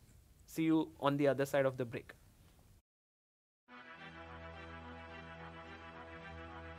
Chess is a battle of minds, a game where every move shapes destiny. For centuries, it has endured wars, revolutions, and the test of time. But in today's world of instant insights, one challenge remains. What if one game could change a tournament, but no one saw it coming? At the Chess Olympia, teams fought for medals, yet the Swiss format and tiebreak system left everyone in the dark. Fans, players, even commentators. Other sports thrive on real-time stats. Chess? Not yet.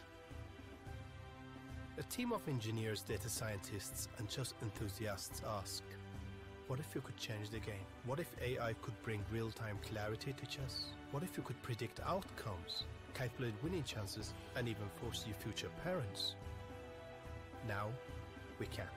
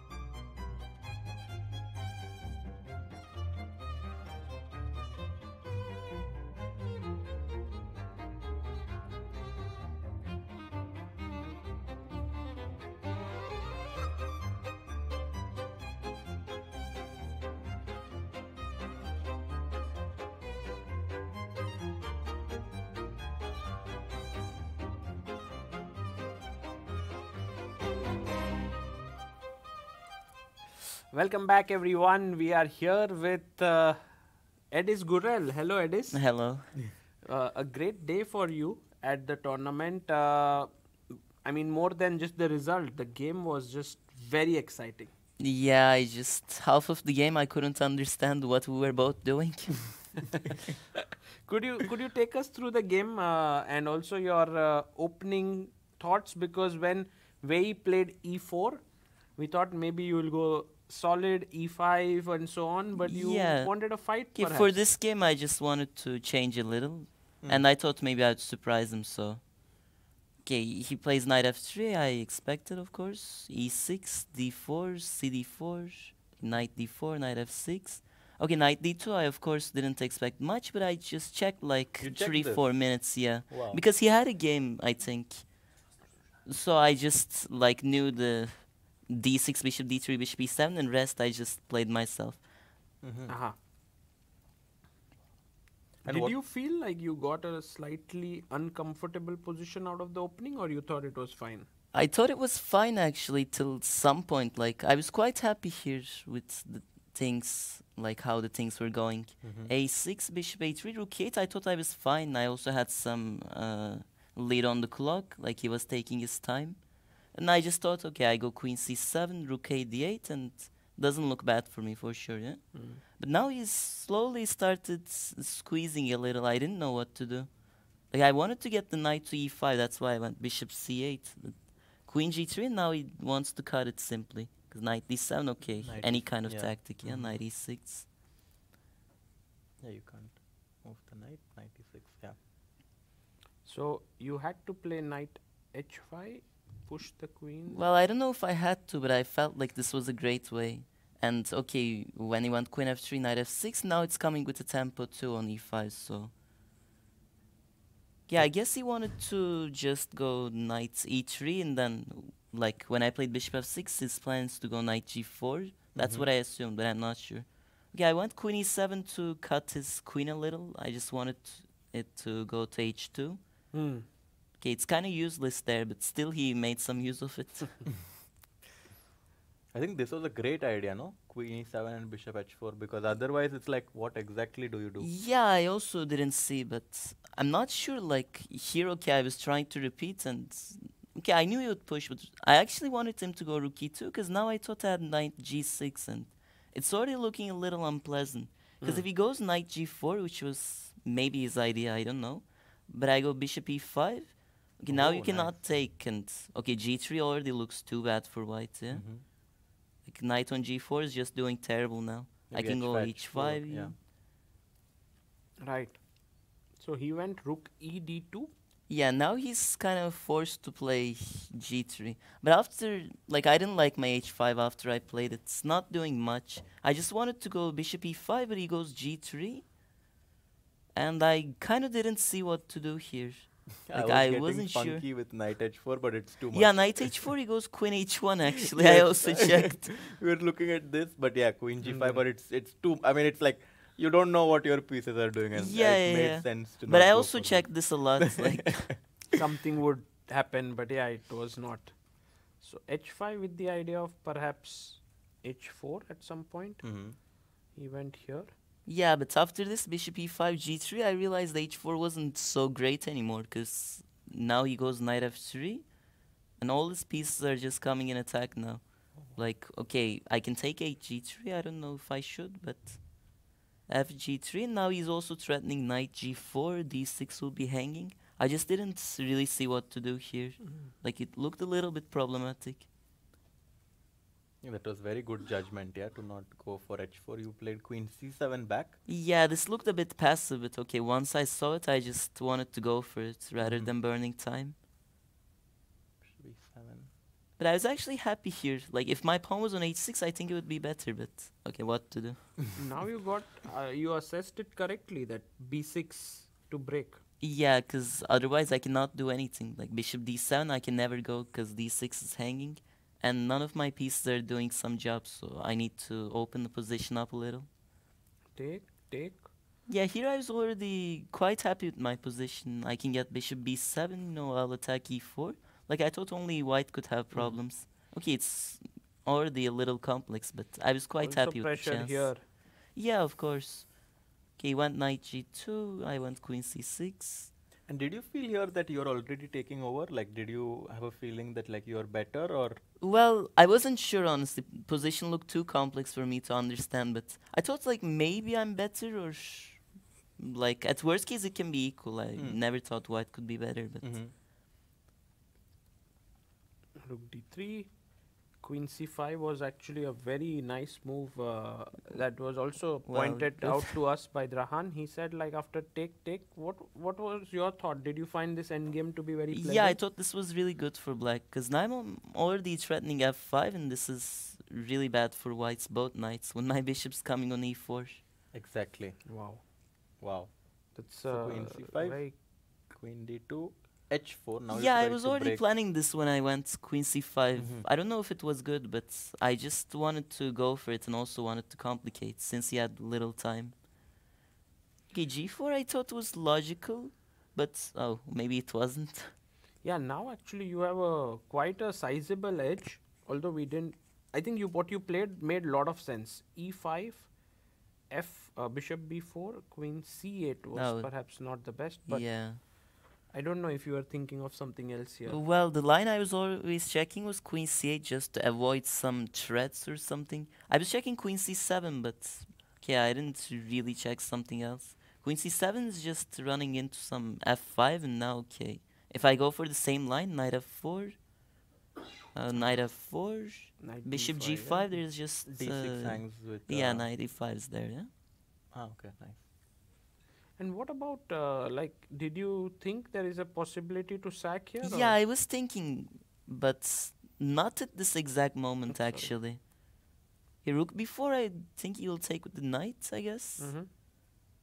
Okay, I don't know what I take with, but I guess I'll go f4, yeah? e4, Yeah, knight d5. knight. Okay, I assume bishop g5. Mhm. Yeah, this looks playable. For some reason, I just didn't want this. Like, I thought what I was doing was really good. Mhm. So queen c8 and then f5, and I think you played your knight here and bishop g5. You must have been very excited at this point. Yeah, no? yeah, for sure. No, I thought I was like doing really good here. Like I was much better, but okay, bishop d6, and now I started struggling for some reason. But you found the best move, it seems, bishop e4. Well, that's great, but I wasn't so sure about that. What else were you thinking? Like, I was thinking rook e4 just to give the exchange. I mean, still looks really dangerous for white. Okay, I guess he'll take bishop b8. I take queen b8. Okay, rook e1 is also very possible. I'm not sure. But this simply didn't look enough for me. And the thing is, of course, there is also the thing that if white is able to stabilize after sacrificing an exchange, you're just like down an exchange, yeah? Yeah, I mean, for this particular position, I think it doesn't matter. Like, even if I'm down in exchange, I should have a draw. It's worst case, but... Okay, rook d4, I took rook b3, which was probably wrong, but I just couldn't understand the position. I think... you were discussing with Yeah. Drahan bishop c2 here, and you saw like quite a lot in this direction. Okay. Take. And this is like, what did you expect me to do? Of course I saw a lot, yeah, I was thinking there. No, I mean, like queen f2, I think you saw this entire line, but couldn't assess it, yeah? Yeah, I just didn't understand. Okay, machine says equal, but yeah, it's very playable. Black still has good winning chances. No, what I did, I simply kind of forgot about him taking rook e takes e4. Rook. But what was the difference? Actually, I'm very curious. If d takes e4, what was the Rook d point? takes e4, I thought I'd check rook g3. Okay. Okay. And now he cannot go to f2 because of rook g2. Yeah, it's same thing also on that, but king And f1, I even- was thinking, what was I checking here? Wow, I really forgot. I think I was checking rook e4, But then it's absolutely the same thing, yeah? Yeah. Because rook d4, was there any line you thought that is different with rook e4? Or? Yeah, I thought it was quite different. But Oh, somehow it's not, yeah. Maybe. Maybe king f1 and... No, rook e4 I thought was like maybe good for me because now he's not threatening anything. Like even if he takes okay. 28, I'm fine. But Were you very like positive about this position? yeah, I really wanted him to play that. But And then queen b7? yeah, queen b7 is the second idea I had. I also thought queen c6 was great. This looked very interesting. He goes queen d5, I think. Now I go queen a4. Now I already didn't see some great way for white to play, because if he goes back queen d2, there's some f3. It's already hurting white a lot. Yeah. And okay, he has like 2 minutes on his clock, so it's also hard to find some way. But when he played king f1, I think you couldn't continue this game, yeah? Like after take, there is no easy way to play on. Yeah, I guess so. Because then the Yeah, knight can come back and defend, yeah? Like Yeah, I can still try to sneak in like queen b7, yeah, queen b7, queen d5, queen b1, knight e1. And yeah, I just didn't see anything here. He's Yeah. also threatening rook e8 and then queen f7, and I'm getting mated, yeah? It's risky, yeah.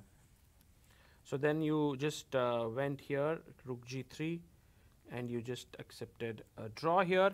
A very fighting game. Yeah. Would you call this your most interesting game here until now? Well, could be, yes. Also, it's Lekwang. I had quite an interesting game, but this is for sure one of them. And one thing we have noticed, Ed, is your ability to just be focused at the board. Like you are sitting like this all the time. How come like so What's the much of secret? stability? I mean, it's not my secret. Dragon helped me to do this. I was not doing this often, but last 2 tournaments, okay, at Tara still I started just focusing a lot in the middle of the tournament. Before that, I was not doing so bad, but it wasn't like what I wanted it to go. So I just decided to not check any other games and just focus on my game and give my absolute best. But sometimes, like, don't you feel tired or bored or anything? Yeah, of I that do, sort? but chess is already tiring. Like, Yeah. I cannot do much about this. If I don't feel tired, then I should just sacrifice a point. Wow. And also after you play such long games, you still go and train, yeah? Yeah, Every of day. course.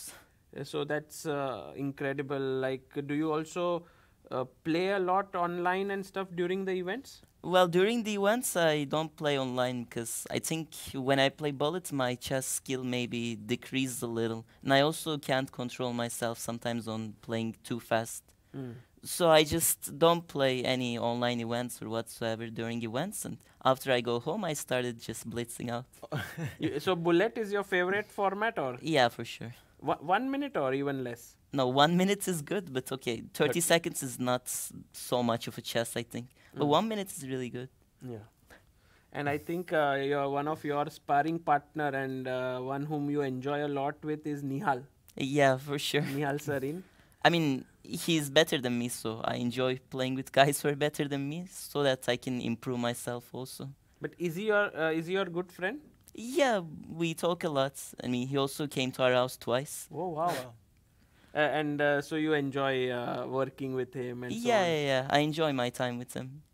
Wonderful. That's so nice to know. And 3 more rounds to go. Are you enjoying yourself in Prague? Yesterday was a rest day. You guys went out. How was it? Well, I think it was great. We went to some place called Playground and we did some, I don't know, it's called virtual reality, but we were shooting some zombies and so on. Wow. But it was really fun. Like, I'm enjoying my time here for sure. Amazing. Well, it is you are slowly and steadily entering into the big league through your play. Harshit bhai, any final questions? No, I think I'm also very impressed that you've been playing very fighting chess and Thanks like a not lot. backing down to a fight with very strong players. So yeah, last 3 rounds. Hope you finish well and thanks for joining us. Hopefully. Thanks a lot Thank to you. you too. And guys, I think that should end the day. Maybe Harshit bhai, we will come back to make a final, just what happened, the standings, challengers and so on. But we'll let Edis go. So Yes. see you all Thank you, in a Edis. bit. Thank you too. Stay still, still by my side. So pretty and so kind. I love your leather eyes, reflecting my clothes bright. You've got to be under your skin. I'm flying in a dream. I love your leather look, reflecting my life's good.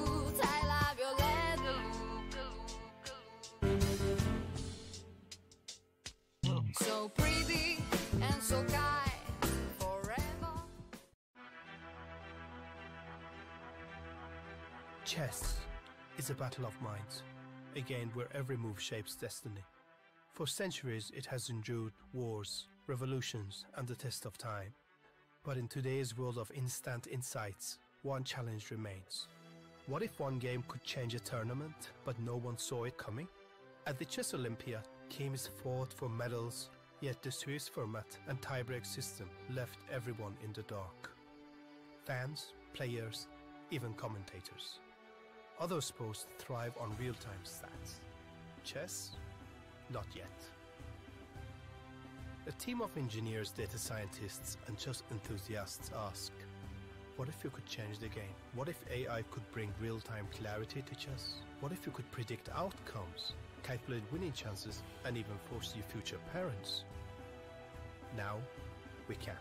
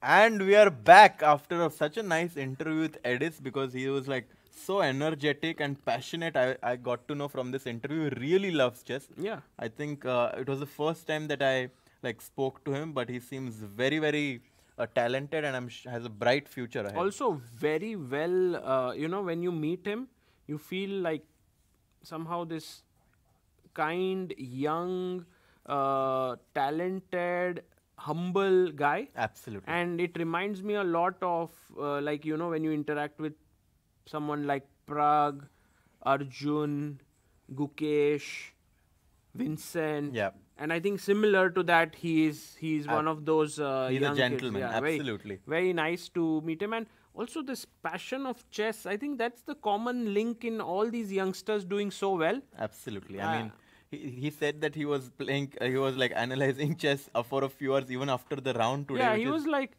something he said which really stuck me. He was like, otherwise I should be ready to lose. Like, I like should if give up my point if I'm not ready to sit there and calculate and work hard. Absolutely amazing. Yeah. If you guys haven't seen it, do check out that interview with Gurel. It was unbelievable.